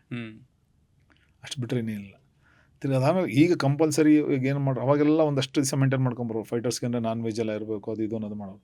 ತಿರ್ಗಿ ಸೆಂಟ್ರಲ್ ಒಂದಷ್ಟು ದಿವಸ ಬಿಟ್ಬಿಟ್ಟಿದ್ರು. ಈಗ ಕಂಪಲ್ಸರಿ ಮತ್ತು ಫೈಟರ್ಸ್ ಅಂದರೆ ಡ್ಯಾನ್ಸರ್ಸ್ಗಳಿಗೆ ಇವ್ರು ಎಕ್ಸ್ಟ್ರಾ ಎನರ್ಜಿ ಬೇಕು, ಆಮೇಲೆ ಒಂದು ಸ್ವಲ್ಪ ಎನರ್ಜಿ ಇರಬೇಕು ಅಂತ ಅಂದ್ಬಿಟ್ಟು ಒಂದಷ್ಟು ಇವ್ರುಗಳಿಗೆ ಮಾತ್ರ ಒಂದಷ್ಟು ನಾನ್ ವೆಜ್ ಅದು ಇದೆಲ್ಲ ಒಂದು ಕೊಡೋದು ಇದು ಮಾಡ್ತಾರೆ. ಅದಾದಮೇಲೆ ಈಗ ಬರೋಂಥ ಪ್ರತಿಯೊಂದು ಪ್ರೊಡಕ್ಷನ್ ಹೌಸಿಂದ ಹಿಡಿದು ಪ್ರತಿಯೊಬ್ಬರಿಗೂ, ಲೈಟ್ ಮ್ಯಾನ್ಸು ಯಾರಿಗೂ ಕಮ್ಮಿ ಇಲ್ಲ, ಅಥವಾ ಬೇರೆಯವ್ರು ಯಾರು ಕಮ್ಮಿ ಇಲ್ಲ ಅಂದ್ಬಿಟ್ಟು ಪ್ರತಿಯೊಬ್ಬರಿಗೂ ಇವತ್ತಿನ ಸಹ ಎಲ್ಲರೂ ಚೆನ್ನಾಗಿ ಊಟ ಹಾಕ್ಕೊಂಡು ಎಲ್ಲರೂ ಕೆಲಸ ಕೊಟ್ಕೊಂಡು ಬಂದಿದ್ದಾರೆ. ನೋಡಿ, ಅಂದರೆ ಅಣ್ಣವರಿಂದ ಅಪ್ಪು ಅವ್ರು ಕಲ್ತರು, ಅಪ್ಪು ಅವರಿಂದ ನೀವು ಪ್ರೊಡಕ್ಷನ್ ಮಾಡಿದಾಗ್ಲೂ ಅದೇ ಥರದ್ದು ಮಾಡಬೇಕು ನಿಜ. ಅಂದರೆ ಒಳ್ಳೇದು ಅನ್ನೋದು ಎಷ್ಟು ಚೆನ್ನಾಗಿ ಪಾಸ್ ಆಗುತ್ತೆ ನೋಡಿ. ಸರ್ ಅಣ್ಣವ್ರು ನಾನು ಹೇಳ್ತೀನಲ್ಲ ಸರ್, ನಾನು ಇವತ್ತಿಗೂ ಅಷ್ಟೇ, ನಾನು ಬಿಗಿನಿಂಗ್ ಬಂದಾಗ ಹೇಳಿದ್ನಲ್ಲ, ಈಗ ಅಣ್ಣವರು ಅವತ್ತೊಂದು ದಿವಸ ಅವ್ರದ್ದು ನೋಡ್ಕೊಂಡಿದ್ರೆ ಇವತ್ತಿನ ದಿವಸ ಕನ್ನಡ ಇಂಡಸ್ಟ್ರಿನೇ ಇರ್ತಿರ್ಲಿಲ್ಲ. ಅವತ್ತೊಂದು ದಿವಸ ಅವ್ರದ್ದೇ ಆದಂಥ ಒಂದು ಪ್ರೊಡಕ್ಷನ್ ಹೌಸ್ ಓಪನ್ ಮಾಡ್ತಾರೆ, ಅವ್ರದ್ದೇ ಆದಂಥ ಒಂದು ಡಿಸ್ಟ್ರಿಬ್ಯೂಷನ್ ಆಫೀಸ್ ಓಪನ್ ಮಾಡ್ತಾರೆ, ಅವ್ರದ್ದೇ ಆದಂಥ ಒಂದು ಜನ್ರೇಟ್ರ್ ಶೂಟಿಂಗು ಕ್ಯಾಮ್ರಾ ರೆಡಿ ಮಾಡ್ಕೊತಾರೆ, ಸ್ಟುಡಿಯೋಗಳು ಇದು ಮಾಡ್ತಾರೆ. ಅವ್ರುಗಳೆಲ್ಲ ಅವತ್ತೊಂದು ದಿವಸ ಎಲ್ಲ ಒಂದು ಪ್ಲಾಟ್ಫಾರ್ಮ್ ಆಗಿ ಕೊಟ್ಟಿರೋದ್ರ ಮೇಲೆ ಇವತ್ತಿನ ದಿವಸ ಎಲ್ಲ ಟೆಕ್ನಿಷಿಯನ್ಸ್ಗಳು, ಕಲಾವಿದರುಗಳು ಎಲ್ಲರೂ ಅದ್ರ ಮೇಲೆ ಪರ್ಫಾರ್ಮ್ ಮಾಡ್ತಾಯಿದ್ದಾರೆ. ಇವತ್ತವರೆಗೂ ಹೊಸಬ್ರು ಬೇರೆಯವ್ರಿಗೆ ಮುಂದಕ್ಕೆ ಪೀಳಿಗೆ ಏನು ಮಾಡೋದು ಅನ್ನೋದು ಇನ್ನೂ ಗೊತ್ತಿಲ್ಲ. ಬಟ್ ಯಾಕದು ಇವಾಗ ನಿಂತೋಗ್ಬಿಟ್ಟಿದೆಯಲ್ಲ? ಮುಂಚೆ ಅಂದರೆ ಎಲ್ಲಿಂದ ಪಡೆದ್ವೋ ಅಲ್ಲಿಗೆ ವಾಪಸ್ ಕೊಡ್ತಿದ್ದು, ಅಥವಾ ಅದು ಬೆಳೆಯೋದಕ್ಕೆ ಕಾರಣ ಆಗ್ತಿತ್ತು. ಇವತ್ತಿನ ದಿನ ಯಾಕೆ ಅದು ಅಷ್ಟು ವೇಗವಾಗಿ ಬೆಳೀತಾ ಇಲ್ಲ? ಎಲ್ಲರೂ ಅವ್ರ ಪಾಡಿಗೆ ಒಂದು ಇಂಡಿವಿಜುವಾಲಿಟಿ, ನಾನು ಬದುಕೊಂಡ, ನಾನು ಮಾಡ್ಕೊಂಡ ಸಾಕು ಅನ್ನೋ ಥರ ಯಾಕೆ ಆಗ್ಬಿಟ್ಟಿದೆ? ಅದೇನೋ ಭಗವಂತನೇ ಅದನ್ನು ಚೇಂಜ್ ಮಾಡಬೇಕು, ನಮಗಂತೂ ಗೊತ್ತಿಲ್ಲ. ಇವಾಗ ಯಾರನ್ನೂ ಅಂತ ನಾನು ಬ್ಲೈಂಡ್ ಮಾಡೋಕ್ಕಾಗಲ್ಲ ಹೇಳ್ಬೇಕು ಅಂತಂದರೆ. ಈಗ ಅದನ್ನು ಅಳವಡಿಸ್ಕೊಂಡು ಬಂದಿದ್ದವರು ಅಂತಂದರೆ ನನಗೆ ದರ್ಶನ್ ಅವರು. ಅವ್ರದ್ದೇ ಆದಂಥ ಒಂದು ಸ್ವಂತ ಯೂನಿಟ್ ಮಾಡಿದ್ರು, ಸ್ವಂತ ಪ್ರೊಡಕ್ಷನ್ ಹೌಸ್ ಮಾಡಿದ್ರು. ತಿರ್ಗಿ ಅದಾದಮೇಲೆ ಸಿನಿಮಾಗಳು ಮಾಡಬೇಕು ಅಂತ ಮಾಡಿದ್ರು, ಎಲ್ಲ ಮಾಡ್ಕೊಂಬಂದರು. ದರ್ಶನ್ ಅವರು ಅದನ್ನೇ ಫಾಲೋ ಅಪ್ ಮಾಡ್ಕೊಂಬಂದರು. ಬಟ್ ಏನಂದರೆ ಗೊತ್ತಿಲ್ಲದೇನೋ ನಮ್ಮ ಇಂಡಸ್ಟ್ರಿ ಇನ್ನು ಮುಂದಕ್ಕೆ ಬೆಳೆಯೋದಕ್ಕೆ ಯಾರು ಇದಕ್ಕೆ ಕಾರಣಕರ್ತರು ಅನ್ನೋದೇ ಗೊತ್ತಿಲ್ಲ ನನಗೆ. ಯಾಕೆ ಹೇಳ್ತೀನಿ ಅಂದರೆ, ಆಗಲೇ ನಾವು ಮುಂಚೆನೇ ಡಿಸ್ಕಸ್ ಮಾಡ್ದಂಗೆ ತೆಲುಗು ತಮಿಳು ಅಂತೆಲ್ಲ ತೊಗೊಂಡಾಗ ಅಲ್ಲಿರುವಂತಹ ನಟರು ಒಂದಷ್ಟು ಹೆಸರು ಮಾಡಿದ್ಮೇಲೆ, ಇಲ್ಲ ಹಣ ಮಾಡಾದ್ಮೇಲೆ, ಒಂದು ಸ್ಟಾರ್ ಸ್ಟೇಟಸ್ಗೆ ಹೋದ್ಮೇಲೆ ಬೇರೆ ಹೀರೋಗಳಿಗೂ ಅಥವಾ ಬೇರೆ ಟೆಕ್ನಿಷಿಯನ್ಗಳಿಗೂ ಸಿನಿಮಾ ಮಾಡ್ತಾರೆ, ಪ್ರೊಡ್ಯೂಸ್ ಮಾಡ್ತಾರೆ. ಶಿವಕಾರ್ತಿಕೇಯನ್ ಆಗಿರ್ಬೋದು, ಧನುಷ್ ಅವರಾಗಿರ್ಬೋದು, ನಾನಿ ಅವರಾಗಿರ್ಬೋದು, ಇದ್ರ ಸುಮಾರು ಜನ ಹೇಳ್ತಾ ಹೋದ್ರೆ ಮಲಯಾಳಮಲ್ಲಂತೂ ಕೊಲಾಬ್ರೇಷನ್ಗಳು ತುಂಬಾನೇ ಆಗಿದೆ. ತುಂಬ ಆಗಿದೆ, ಹೌದು. ಬಟ್ ನಮ್ಮಲ್ಲಿ ಯಾವಾಗಲೂ ನೋಡಿದಾಗ ಆಡಿಯನ್ಸ್ ಪಾಯಿಂಟ್ ಆಫ್ ವ್ಯೂ ಇಂದ ನಾವು ನೋಡ್ಬೇಕಾದ್ರೆ ಇದು ಯಾಕೆ ಆಗ್ತಿಲ್ಲ, ಇಲ್ಲಿ ನಮ್ಮಲ್ಲಿ ಯಾಕೆ ಆಗ್ತಿಲ್ಲ ಅಂದ್ರೆ, ಕೆರೆಯ ನೀರನ್ನ ಕೆರೆಗೆ ಚೆಲ್ಲಿ ಅನ್ನೋ ಥರ ಕೆರೆನ ಒಂದು ನದಿ ಇಲ್ಲ ಸಮುದ್ರ ಮಾಡಕ್ಕೆ ಯಾಕೆ ಆಗ್ತಿಲ್ಲ, ಕೆರೆ ಆಗೇ ಇಟ್ಕೊಂಡಿದೀವಲ್ಲ ಯಾಕೆ ಅಂತ ಅನ್ಸ್ಬಿಡುತ್ತೆ. ಅದು ನಾನೇನು ಹೇಳ್ಬೇಕು ಅನ್ನೋದು ನನಗೆ ಗೊತ್ತಿಲ್ಲ ಹೇಳ್ಬೇಕು ಅಂತಂದರೆ. ಬಟ್ ಸ್ಟಾರ್ಟಿಂಗಲ್ಲಿ ನಾನು ತಿಳಿದಂಗೆ ದರ್ಶನ್ ಸಾರ್ ಮಾಡಿದ್ರು, ಯಾವುದೋ ಜೊತೆಯಲ್ಲಿ ಅಂತ ಒಂದು ಸಿನಿಮಾ ಮಾಡಿದ್ರು. ತಿರ್ಗಿ ಅದಾದಮೇಲೆ ಇನ್ನೊಂದು ಯಾವುದೋ ಒಂದು ಸಿನಿಮಾನೂ ಮಾಡಿದ್ರು. ಮತ್ತು ದಿನಕರ್ ಅವರ ಡೈರೆಕ್ಷನಲ್ಲಿ ಒಂದು ಸಿನಿಮಾನೂ ಕೂಡ ಮಾಡಿದ್ರು. ಬುಲ್ಬುಲ್ ಅಂತ ಒಂದು ಸಿನಿಮಾ ಮಾಡಿದ್ರು. ಅಂದರೆ ಬಿಗಿನಿಂಗಲ್ಲೆಲ್ಲ ಚೆನ್ನಾಗಿ ಬಂತು. ತಿರ್ಗಿ ಅದಾದಮೇಲೆ ಏನಾಯಿತು ಅನ್ನೋದೇ ಗೊತ್ತಿಲ್ಲ. ಅದು ಹೇಳಿದ್ನಲ್ಲ, ನಮ್ಮ ಇಂಡಸ್ಟ್ರಿಗೆ ಶಾಪನ ಏನು ಅನ್ನೋದು ಗೊತ್ತಿಲ್ಲ. ಇವಾಗ ಹೀರೋಗಳೇ ಕಮ್ಮಿ ಆಗ್ಬಿಟ್ರಲ್ಲ ಸರ್. ಯಶ್ ಅವರು ದೊಡ್ಡ ಸಿನಿಮಾ ಮಾಡ್ತಾವ್ರೆ, ಆಫ್ಕೋರ್ಸ್ ಅವ್ರ ಟೈಮ್ ಅವ್ರದ್ದು. ಸುದೀಪ್ ಅವ್ರದ್ದು ದೊಡ್ಡ ಸಿನಿಮಾ ಮಾಡ್ತಾಯಿದ್ದಾರೆ. ಈಗ ಅಪ್ಪೋರ್ ಇಲ್ಲ, ಈಗ ದರ್ಶನ್ ಅವರಿಲ್ಲ. ಇನ್ಯಾರಾದರೂ ಮುಂದೆ ಬಂದು ಸಿನಿಮಾಗಳು ಮಾಡೋಂಥದ್ದಂದ್ರೆ ಒಬ್ಬ ಆರ್ಟಿಸ್ಟ್ಗಳು ಕರೆಕ್ಟಾಗಿಲ್ಲ ಇಲ್ಲಿ. ಇವಾಗ ಮುರಳಿ ಅವ್ರು ಮಾಡ್ತಾಯಿದ್ದಾರೆ, ಅವ್ರ ಸಿನಿಮಾ ಅವ್ರು ಮಾಡ್ತಾಯಿದ್ದಾರೆ. ಇವಾಗ ಧ್ರುವ ಅವರು ಅವ್ರದ್ದೇ ಆದಂಥ ಒಂದಷ್ಟು ಸಿನಿಮಾಗಳು. ನೆಕ್ಸ್ಟ್ ಯಾರು ಸರ್? ಯಾರು ಇಲ್ಲ. ಅಂದ್ರೆ ಫ್ಯೂಚರ್ ಸ್ಟಾರ್ಸ್ ಅಂತಾನೆ ಹುಡ್ಕೋತಾ ಇಲ್ಲ. ಹೌದು. ಅಂದ್ರೆ ಆ ಸ್ಟಾರ್ ಸ್ಟೇಟಸ್ಗೆ ಹೋಗಿ ಸೆಲೆಬ್ರೇಟ್ ಮಾಡ್ತಿದ್ವಲ್ಲ, 100%. ಅದು ಪ್ರಾಬಬ್ಲಿ ಒಂದು 10 ವರ್ಷದಿಂದನೇ ನಿಂತೋಯ್ತು. ಹೌದು, ನಿಜ. ಆ ಥರ ಆಗಿಬಿಟ್ಟಿದೆ. ಇವಾಗ ಇಲ್ವೇ ಇಲ್ಲ. ನಾನು ಕಂಡಿದ್ದು ಆ ಒಂದು ಸಿನಿಮಾ ಕ್ರೇಜ್ ಇವಾಗ ಎಲ್ಲೂ ಬರ್ತಾ ಇಲ್ಲ. ನಾವಾಗೆಲ್ಲ ಬ್ಲ್ಯಾಕಲ್ಲಿ ನಿಂತ್ಕೊಂಡು ಸ್ಕೂಲ್ ಗಿಲ್ ಟೈಮಲ್ಲೆಲ್ಲ ಬಂಕ್ ಕೊಡೋದು ನಿಂತ್ಕೊಂಡು ತಗೊಳ್ಳೋದೇ ಒಂದು ಸಂಭ್ರಮ. ಹೆಂಗಿರುತ್ತೋ ಬರೋನೆಲ್ಲ ಕ್ಯೂ ಕೇಳ್ಕೊಂಡು ಹೋಗೋನ್ಗೆ ಒಬ್ಬನಿಗೆ ನಿಂತ್ಕೊಂಡಿರೋ ನಿನ್ನ ಬದಲು ನಾನು ಹೋಮ್ವರ್ಕ್ ಬರ್ಕೊಂಬರ್ತೀವಿ ಅಂತ ನಾನೆಲ್ಲ ಹೋಗಿದ್ದೀವಿ. ಅವಾಗ ನೀನು ಕ್ಯೂವಲ್ಲಿ ನಿಂತ್ಕೊಂಡು ಟಿಕೆಟ್ ತೊಗೊಂಬ, ಅಷ್ಟರಲ್ಲೆಲ್ಲ ಅಟೆಂಡೆನ್ಸ್ ಹಾಕೊಂಡ್ಬರ್ತೀವಿ ಅಂತ ಅನ್ನೋದು. ಅಟೆಂಡೆನ್ಸ್ ಹಾಕ್ಬಿಟ್ಟು ತಿರ್ಗಿ ಅಲ್ಲಿಂದ ಸ್ಕೂಲ್ ಬಂಕ್ ಕೊಡ್ಕೊಂಬಂದು ಅವ್ನ ಜೊತೆ ಸೇರ್ಕೊಂಡು ಸಿನಿಮಾ ನೋಡಿರೋದು. ಈ ಥರದ್ದೆಲ್ಲ ತುಂಬ ಇದೆ. ನಾನು ಎಷ್ಟೋ ಸಿನಿಮಾಗಳನ್ನ ನೀವು ನಂಬಲ್ಲ, ಮಾರ್ಕೆಟಲ್ಲಿ ಓಡೋಗಿ ಅಲ್ಲಿ ಥಿಯೇಟ್ರ್ಗಳಲ್ಲೆಲ್ಲ ಹೋಗಿ ಸಿನಿಮಾ ನೋಡಿದ್ದೀನಿ. ಆ ಥರದಲ್ಲಿ ತುಂಬ ಇದ್ದಾವೆ. ಮೆಜೆಸ್ಟಿಕ್ ಇಂದ ಈಗ ಬಂದ್ರೆ ಒಳ್ಳೆ ಸಿನಿಮಾನು ಬುಕ್ ಮೈ ಶೋನಲ್ಲಿ ಖಾಲಿ ಹೊಡಿತಾ ಇರುತ್ತೆ. ನಾವು ಮೊಬೈಲಲ್ಲಿ ಬುಕ್ ಮಾಡ್ಕೊಂಡು ಹೋಗ್ಬೋದು. ಏನು ಗೊತ್ತಾ ಸರ್, ನಾನು ಒಂದೇ ಹೇಳ, ನಾವುಗಳು ಎಂಜಾಯ್ ಮಾಡಿದ್ದ ಒಂದು ಬಾಲ್ಯನ ಈಗಿನ ಜನ್ರೇಷನ್ ಎಂಜಾಯ್ ಮಾಡೋಕ್ಕಾಗಲ್ಲ ಸರ್. ಖಂಡಿತ. ಎಲ್ಲ ಹಾಳು ಮಾಡಿರೋದೇ ಈ ಒಂದು ಮೊಬೈಲಿಂದ. ಮೊಬೈಲಿಂದ ಎಲ್ಲ ಲೈಫೇ ಅವ್ರದ್ದು. ಪಾಪ ಈಗಿನ ಜನ್ರೇಷನ್ ಮಕ್ಳದ್ದು ಎಲ್ಲರದ್ದು ಲೈಫ್ ಹಾಳಾಗ. ಏನು ಬೇಕೆಲ್ಲ ಮೊಬೈಲಲ್ಲಿ ಸುಮ್ಮನೆ ನೋಡು. ಗಿಲ್ಲಿ ದಾಂಡ್ಲಿ ಹೆಂಗೆ ಆಡ್ತಾರೆ, ಗಿಲ್ಲಿ ದಾಂಡ್ಲಿ ನೋಡೋಕೆ ಅಷ್ಟೇ. ಖೋಖೋ ಏನು ಇಷ್ಟೇ. ಸಿನಿಮಾ ನೋಡ್ಬೇಕಾ ಮೊಬೈಲ್ ಓಪನ್ ಮಾಡಿ ಸಿನಿಮಾ ನೋಡು. ಆ ಒಂದು ಇದಿಲ್ಲ, ಕ್ಯೂರಿಯಾಸಿಟಿ ಇರೋ. ಅಲ್ಲಿ ಹೋಗಿ ಒಂದು ಥಿಯೇಟ್ರಿಗೆ ಹೋಗಿ ಕ್ಯೂವಲ್ಲಿ ನಿಂತ್ಕೊಂಡು ಟಿಕೆಟ್ ತೊಗೋಬೇಕು, ಸಿನಿಮಾ ನೋಡೋದು. ಆಮೇಲೆ ಆ ಒಂದು ಲಾರ್ಜರ್ನೆಸ್ ಸ್ಕ್ರೀನಲ್ಲಿ ಕೂತ್ಕೊಂಡು ನೋಡೋವಂಥದ್ದು, ಎಕ್ಸ್ಪೆರಿಮೆಂಟ್ ಮಾಡೋಂಥ, ಕೂತ್ಕೊಂಡು ನೋಡೋ, ಎಂಜಾಯ್ ಮಾಡೋಂಥ ಒಂದು ಏನೂ ಇಲ್ವಲ್ಲ. ಎಲ್ಲ ಮೊಬೈಲಲ್ಲಿ ನೋಡು, ಮನೇಲಿ ನೋಡು, ಇಂಟರ್ನೆಟ್ಟಲ್ಲಿ ನೋಡು, ಬರೀ ಇದೇ ಆಗ್ಬಿಟ್ಟು ಮಕ್ಳುಗಳು. ಅದಕ್ಕೆ ಯಾರು ಹೊರಗಡೆ ಹೋಗ್ತಾಯಿಲ್ಲ. ಈಗ ಇನ್ನೇಂತಿಗೆ ಅಷ್ಟೊಂದು ಕಾಯಿಲೆಗಳು ಬರೋದು, ಅದು ಇದೆಲ್ಲ ಆಗ್ತಾವೆ. ಕೂತಿ ಜಾಗದಲ್ಲಿ ತಿಂಡಿ ಬರುತ್ತೆ, ಕೂತಿ ಜಾಗದಲ್ಲಿ ಅಮ್ಮ ಮಾಡಿಕೊಡ್ತಾರೆ, ತಿಂತಾರೆ. ಅಲ್ಲೇ ಕೂತ್ಕೊಂಡು ಟಿ ವಿ ನೋಡು, ಅಲ್ಲೇ ಕೆಲಸ ಮಾಡು. ವರ್ಕ್ ಫ್ರಮ್ ಹೋಮ್ ಬೇರೆ ಆಗ್ಬಿಟ್ಟಿದೆ. ಲ್ಯಾಪ್ಟಾಪಲ್ಲಿ ಕೂತ್ಕೊಂಡು ಕೆಲಸ ಮಾಡು. ಇಲ್ಲ, ಹೋಯ್ತು ಸರ್, ಆಗಿನ ಜನ್ರೇಷನ್ನೇ ಹೋಯ್ತು. ನಾವು ಹಂಗಂತೀವಲ್ಲ ಸರ್. ಅಂದರೆ ಕೆಲವೊಂದು ಸಿನಿಮಾಗಳನ್ನ ಸಿನಿಮಾ ಪ್ರೇಮಿಯಾಗಿ ನೋಡೋಕೆ ಹೋದಾಗ, ಈಗ ಇಲ್ಲಿ ಕೆಲವೊಂದು ಮಲಯಾಳಂ ಫಿಲಮ್ಗಳು ಹೌಸ್ಫುಲ್ ಆಗಿರುತ್ತೆ. ಅದಕ್ಕೆ ಯೂತ್ ಆಡಿಯನ್ಸ್ ಇರ್ತಾರೆ, ಕಾಲೇಜ್ ಬಂಕ್ ಮಾಡಿ ಬಂದಿರೋರು ಇರ್ತಾರೆ. ನಮ್ಮ ಕಾಲೇಜ್ಗೆ ಹೋಗುವಂತಹ ವಿದ್ಯಾರ್ಥಿಗಳಿದಾರಲ್ಲ, ಮುಂಚೆ ನಾವು ಹೋಗ್ಬೇಕಾರೆಲ್ಲ ಬ್ಯಾಗ್ಗಳು ಕಾಣೋದು ಥಿಯೇಟ್ರಲ್ಲಿ. ಬ್ಯಾಗ್ಗಳೇ ಕಾಣಲ್ಲ. ನಿಮ್ಗೆ ಒಂದೇ ಒಂದು ವರ್ಡ್ ಕೇಳಲ್ಲ ಸರ್. ನೀವು ಮನೇಲಿ ಎಷ್ಟು ಜನ ಇದ್ದೀರಿ? 4 ಜನ. ಯಾರ್ಯಾರು? ನಾನು, ನನ್ನ ವೈಫು, ನಮ್ಮಪ್ಪ, ನಮ್ಮಮ್ಮ. ನೀವು 4 ಜನ. ನಿಮ್ಮ ಜೊತೆ ಹುಟ್ಟಿರೋರು ಯಾರಿಲ್ಲ? ಯಾರಿಲ್ಲ. ಓಕೆ. ಜೊತೆಲಿ ಹುಟ್ಟಿದ್ರೆ ನಾನು ನಿಮ್ಗೊಂದು ಕ್ವಶನ್ ಕೇಳ್ತೆ. ಅಕಸ್ಮಾತ್ ಯಾರಿಗಾರು ಒಬ್ರು ಕೇಳಿ, ನೀವು ನಿಮ್ಮ ಜೊತೆ ಹುಟ್ಟಿರೋ ಅಣ್ಣ ತಮ್ಮದಿರು ಒಂದು 2-3 ಹಾಕತ್ತೀನಿ, ಎಷ್ಟು ಇಷ್ಟಪಡ್ತಾರೆ ಅವ್ರನ್ನ? ತುಂಬ. ಕೆಲವರು ತುಂಬ ಇಷ್ಟಪಡ್ಬೋದು. ಎಷ್ಟರ ಮಟ್ಟಿಗೆ ಇಷ್ಟಪಡ್ತೀರಾ? ಓಕೆ, ಏನೋ ಹಂಗೆ ಏನದನ್ನು ಅದೇ ಅವ್ರನ್ನೇನಾದ್ರು ಒಂದು ಬೆಳೆಸೋದು ಮಾಡೋದು ಅಂದರೆ ಯಾರು ಇಷ್ಟಪಡಲ್ಲ. ಹಾಗೆ ಈಗ ನಾವೆಲ್ಲ ಏನಾಗ್ಬಿಟ್ಟಿದ್ದೀವಿ ಅಂತಂದರೆ, ನಮ್ಮ ಸಿನಿಮಾ ಅಂದರೆ ಯಾರು ನೋಡ್ತಾ ಇಲ್ಲ ಸರ್. ಹೊರಗಡೆಯಿಂದ ಬಂದಿರೋದು ಅದು ಅದೇ ಥರದ್ದು. ಈಗ ಕನ್ನಡದಲ್ಲಿ ಚೆನ್ನಾಗಿಲ್ಲ ಅನ್ನೋ ಸಿನಿಮಾ ಹೊರಗಡೆಯಿಂದ ಬಂದಿಲ್ಲ. ಆ ಸಿನಿಮಾ ಆ ಸಿನಿಮಾ ಸೂಪರ್ ಅಂತ ಹೇಳ್ತಾರೆ. ಅದೇ ಸಿನಿಮಾ ಇಲ್ಲಿ ಬಂದಿರುತ್ತೆ, ನೋಡಲ್ಲ, ಯಾರು ನೋಡಲ್ಲ. ಇವಾಗ ತೀರ್ಥರೂಪ ತಂದೆಯವ್ರಿಗೆ ಅಂತ ಒಂದು ಸಿನಿಮಾ ಬಂತು. ಎಷ್ಟು ಜನ ನೋಡಿದ್ದೀರಿ ಸರ್? ಎಷ್ಟು ಜನ ಬೆಳೆಸಿದ್ರು ಸರ್ ಅವ್ರಿಗೆ? ಈಗ ಅದೇ ಥರದ್ದು ಒಂದು ಸಿನಿಮಾ ಬಂದ್ಬಿಟ್ರೆ ಏನು ಸಿನಿಮಾ ಮಾಡೋರ್ರಿ ಅಂತಾರೆ. ಈಕೋ ಅಂತ ಒಂದು ಸಿನಿಮಾ ಬಂತು ಮಲಯಾಳಮಲ್ಲಿ. ಒಂದು ನಾಯಿ ಇಟ್ಕೊಂಡು ಮಾಡಿರೋಂಥ ಒಂದು ಎಮೋಷನ್ ಸಿನಿಮಾ. ಇಲ್ಲಿ ಮುಗಿಬಿದ್ದು ನೋಡೋದು ಜನ. ಏನಿದೆ ಹೇಳ್ಬಿಡಿ ನೋಡೋಣ ನೀವು ಕತೆ. ಇದೇ ಸಿನಿಮಾನ, ಈಕೋ ಅನ್ನೋ ಸಿನಿಮಾನ ಕನ್ನಡದಲ್ಲಿ ಮಾಡಿಸ್ತೀನಿ. ಎಷ್ಟು ಜನ ನೋಡ್ತೀರಿ ಹೇಳಿ ಸರ್? ಇವಾಗ ಅದೇ ನಾನು ಹೇಳ್ತಾ ಇಲ್ಲ, ತೀರ್ಥರೂಪ ತಂದೆಯವ್ರಿಗೆ ಮಾಡಿದಾನೆ. ಎಷ್ಟು ಜನ ನೋಡಿದ್ರಿ? ಅಂದರೆ ಈ ಟಾಪಿಕ್ ಮೇಲೆ ನಾನು ರೀಸೆಂಟಾಗಿ ಯಾರ ಜೊತೆ ಮಾತಾಡ್ತಾ ಇದ್ದೆ. ಆಗ 2 ಪರ್ಸ್ಪೆಕ್ಟಿವ್ ಸಿಕ್ತು ನನಗೆ. ಒಂದು, ಕನ್ನಡದಲ್ಲಿ ಒಳ್ಳೆ ಸಿನಿಮಾಗಳು ಇದೇ ಥರದ್ದು ಸೇಮ್ ಮಲಯಾಳಂ ಸಿನಿಮಾನೇ ಕನ್ನಡದಲ್ಲಿ ಬಂದರೆ ಅದು ವರ್ಕ್ ಆಗಲ್ಲ, ಬಟ್ ಅಲ್ಲಿ ಬಂದರೆ ಅದು ವರ್ಕ್ ಆಗ್ತಿತ್ತು ಅಂತ. ಫಾರ್ ಎಕ್ಸಾಂಪಲ್ ಲಕ್ಕಸಪುರದಲ್ಲೇ ತೊಗೋತೀನಿ, ಇನ್ನೂ ದೊಡ್ಡದಾಗಿ ವರ್ಕ್ ಆಗಿರೋದು. ಇಲ್ಲಿ ವರ್ಕ್ ಆಯಿತು, ಇನ್ನೂ ತುಂಬ ದೊಡ್ಡದಾಗಿ. ಈಗ ತುಂಬ ಜನ ಮಲಯಾಳಂ ಸಿನಿಮಾ ಥರನೇ ಇದೆ ಅಂತಲೂ ಮಾತಾಡಿದ್ರು. ಎಷ್ಟು ಜನ ಬಂದರು ಸರ್ ನೋಡೋದಕ್ಕೆ? ಅಫ್ಕೋರ್ಸ್ ಎಲ್ರಿಗೂ ಇಷ್ಟ ಆಗಿದೆ ಸಿನಿಮಾ ಅಲ್ವಾ? ಇನ್ನೊಂದು ಕಡೆ ಇದೇ ಟಾಪಿಕ್ ಮೇಲೆ ಡಿಸ್ಕಸ್ ಮಾಡ್ಬೇಕಾದ್ರೆ ಇನ್ನೊಂದು ವಿಷಯ ಬರುತ್ತೆ. ಏನು ಅಂತಂದರೆ, ಮಲಯಾಳಂ ಸಿನಿಮಾಗಳನ್ನು ಇವತ್ತು ಸೆಲೆಬ್ರೇಟ್ ಮಾಡೋದಕ್ಕೆ ಅಥವಾ ಇವತ್ತು ಇಷ್ಟಪಡ್ತಿರೋದಕ್ಕೆ ಕಾರಣ ಅವ್ರು 10 ವರ್ಷದಿಂದ ಕನ್ಸಿಸ್ಟೆನ್ಸಿ ಆಫ್ ಗುಡ್ ಫಿಲಮ್ಸ್, ಒಳ್ಳೆ ಸಿನಿಮಾಗಳನ್ನ ಮಾಡ್ಕೊಂಡು ಬಂದು ನಂಬಿಕೆ ಹೆಚ್ಚಿಸ್ಕೊಂಡಿದ್ದಾರೆ. ನಾವು ಒಂದಷ್ಟು ಸರಿ ಅವರ ಏನಂದರೆ ಟ್ರಸ್ಟನ್ನ, ಇಲ್ಲಾಂದರೆ ಅವರ ಮನಸ್ಸನ್ನು ಬೇಜಾರು ಮಾಡಿ ಥಿಯೇಟ್ರಿಂದ ಆಚೆ ಕಳಿಸಿ ಕಳ್ಕೊಂಡ್ಬಿಟ್ಟಿದ್ದೀವಿ. ಯಾರೇ ಚೆನ್ನಾಗಿದೆ ಅಂತ ಹೇಳಿದ್ರು ಥಿಯೇಟ್ರಿಗೆ ಹೋಗಿ ನೋಡಬೇಕು ಅನ್ನೋ ಒಂದು ಹುಮ್ಮಸ್ಸು ಹುಡ್ತಾ ಇಲ್ಲ ಅಂತ. ಅದನ್ಸುತ್ತೆ ನಿಮಗೆ? ಸರ್ ಇಲ್ಲ ಸರ್, ನಾನು ಹೇಳೋದೇನು ಗೊತ್ತಾ ಸರ್, ಥಿಯೇಟ್ರಿಂದ ಕರ್ಕೊಂಡ್ಬರೋ. ಇವಾಗ ನೀವು ಹೇಳಿದಂಗೆ ಒಪ್ಕೊಂಡು ಸರ್, ಮಲಯಾಳಿಯಲ್ಲಿ ಎಲ್ಲ ಸಿನಿಮಾನು ಗುಡ್ ಫಿಲಿಮ್ ಯಾವುದು ಹೇಳಿ ಸರ್, ನಾನು ಹೇಳ್ತಾ ಇಲ್ಲ ಸರ್. ಇವಾಗ ನೀವು ಇಕೋ ನೋಡೋದ್ರಲ್ಲ ಗುಡ್ ಫಿಲಿಮ್. ಓಕೆ, ನನಗೆ ಇಷ್ಟ ಆಯಿತು ಸಿನಿಮಾ. ಗುಡ್ ಸಿನಿಮಾ ಅಂದರೆ ಒಂದು art movie, not for commercial movie. Correct ತಾನೆ ಸರ್? ಯಾಕೆ ಆ ಸಿನಿಮಾ ಅಷ್ಟೊಂದು ಹೈಲೈಟ್ ಆಯ್ತು ಕರ್ನಾಟಕದಲ್ಲಿ ಮಾತ್ರ? ಇದೇ ಸಿನಿಮಾ ಮಲಯಾಳಮಲ್ಲಿ ಹೈಲೈಟ್ ಇಲ್ಲ, ಗೊತ್ತಾ ಸರ್ ನಿಮಗೆ? ಯಾಕೆ ಅದು ಮಾತ್ರ ಹೈಲೈಟ್ ಆಯ್ತು ಸರ್? ಅಂದರೆ ನಾವುಗಳು ಅದನ್ನು ಸುಮ್ಮನಾದರೂ ಹೇಳ್ಕೊಂಡು ಓಡಾಡ್ತಾ ಇದೀವಿ. ಅದೊಂದು ಸಿನಿಮಾ ನೋಡೋ, ಇದು ನೋಡೋ, ಮಲಯಾಳಂ ಎಲ್ರಿಗೂ ಏನಾಗ್ಬಿಟ್ಟಿದೆ, ಮಲಯಾಳಂ ಸಿನಿಮಾ ಚೆನ್ನಾಗಿದೆ, ಅದು ಸಿನಿಮಾ ಚೆನ್ನಾಗಿದೆ. ಅಫ್ಕೋರ್ಸ್ ಪ್ರತಿಯೊಂದು ಸಿನಿಮಾ ನೋಡಿ, ಅಂದರೆ ಇಲ್ಲ ಹಂಗನ್ಬಿಟ್ಟು ಇವಾಗ ಇವತ್ತಿನ ದಿವಸ ಒಂದು ಸಿನಿಮಾಗೆ ಹೋಗ್ಬೇಕು ಅಂದರೆ ಮಿನಿಮಮ್ 1000 ರೂಪಾಯಿ ಬೇಕಾಗಬೇಕು ಸರ್. ಇವಾಗ 1000 ರೂಪಾಯಿ ದುಡಿಯೋನು ಎಲ್ಲಿಂದ ಬರುತ್ತೆ ಅನ್ನೋದು ಯೋಚನೆ ಮಾಡ್ತಾನೆ, ಇಲ್ಲ ಅಂತ ಹೇಳಲ್ಲ. ಬಟ್ ನಾನು ಹೇಳೋದು, ನಮ್ಮ ಇಂಡಸ್ಟ್ರಿಯವರು ಒಂದಷ್ಟು ಜನ ನಾವು ಕರೆಕ್ಟಾಗಿಲ್ಲ, ತಿರ್ಗಿ ಆದಮೇಲೆ ಒಳ್ಳೆ ಸಿನಿಮಾನು ಕರೆಕ್ಟಾಗಿ ನಾವು ನಿಲ್ಲಿಸ್ಕೊತಾ ಇಲ್ಲ. ನಮಗೆ ಕರೆಕ್ಟಾಗಿ ಏನು ಅಂತಂದರೆ, ಫಸ್ಟ್ ಆಫ್ ಆಲ್ ಕನ್ನಡದಲ್ಲಿ ನಮಗೆ ನಿಂತ್ಕೊಂಡು ಒಂದು ಸಪೋರ್ಟ್ ಮಾಡೋಂಥ OTTಗಳಿಲ್ಲ ಸರ್, ಪ್ಲಾಟ್ಫಾರ್ಮ್ಸ್ ಇಲ್ಲ ಸರ್ ಇಲ್ಲಿ. ಇವಾಗ ಯಾರು ಸರ್, ಜಿ ಅವರೊಬ್ಬರು ಈ ಒಂದಷ್ಟು ಕನ್ನಡ ಸಿನಿಮಾಗಳು ತೊಗೊತಾ ಇದ್ದಾರೆ. ಅದು ಬಿಟ್ಟರೆ ಎಷ್ಟು ಜನ ತೊಗೊತಾ ಇದ್ದಾರೆ ಸರ್? ನೆಟ್ಫ್ಲಿಕ್ಸ್ ತೊಗೊತಾ ಇದ್ದಾರೆ ಸರ್? ಇಲ್ಲ ಸರ್. ಅಮೆಝಾನ್ ತೊಗೊತಾ ಇದ್ದಾರೆ ಸರ್? ಇಲ್ಲ ಸರ್. ಅಮೆಝಾನ್ ಹೇಳ್ತಾರೆ ಅದೇನೋ ಸಿನಿಮಾ ಹಾಕಿ ಎಷ್ಟು ಶೋ ಆಗುತ್ತೋ ಅದ್ರ ಮೇಲೆ ಡಿಪೆಂಡ್ ಮಾಡ್ತೀನಿ ಅಂತ. ಈಗ ಇದೇ ರೀತಿ ಅಮೆಝಾನ್ ಮಲಯಾಳಂ ಸಿನಿಮಾ ಬಂದರೆ ಹಂಗೆ ಹೇಳ್ತಾರೆ ಸರ್? ಸರ್, ಇದು ಈ ಒಂದು ಡಿಬೇಟ್ಗೂ ಒಂದು ವಿಷಯ ಇದೆ. ಇನಿಷಿಯಲಿ OTT ಪ್ಲಾಟ್ಫಾರ್ಮ್ಗಳು ಬಂದಾಗ ಸುಮಾರಷ್ಟು ಸಿನಿಮಾಗಳನ್ನ ತೊಗೊಂಡ್ರು.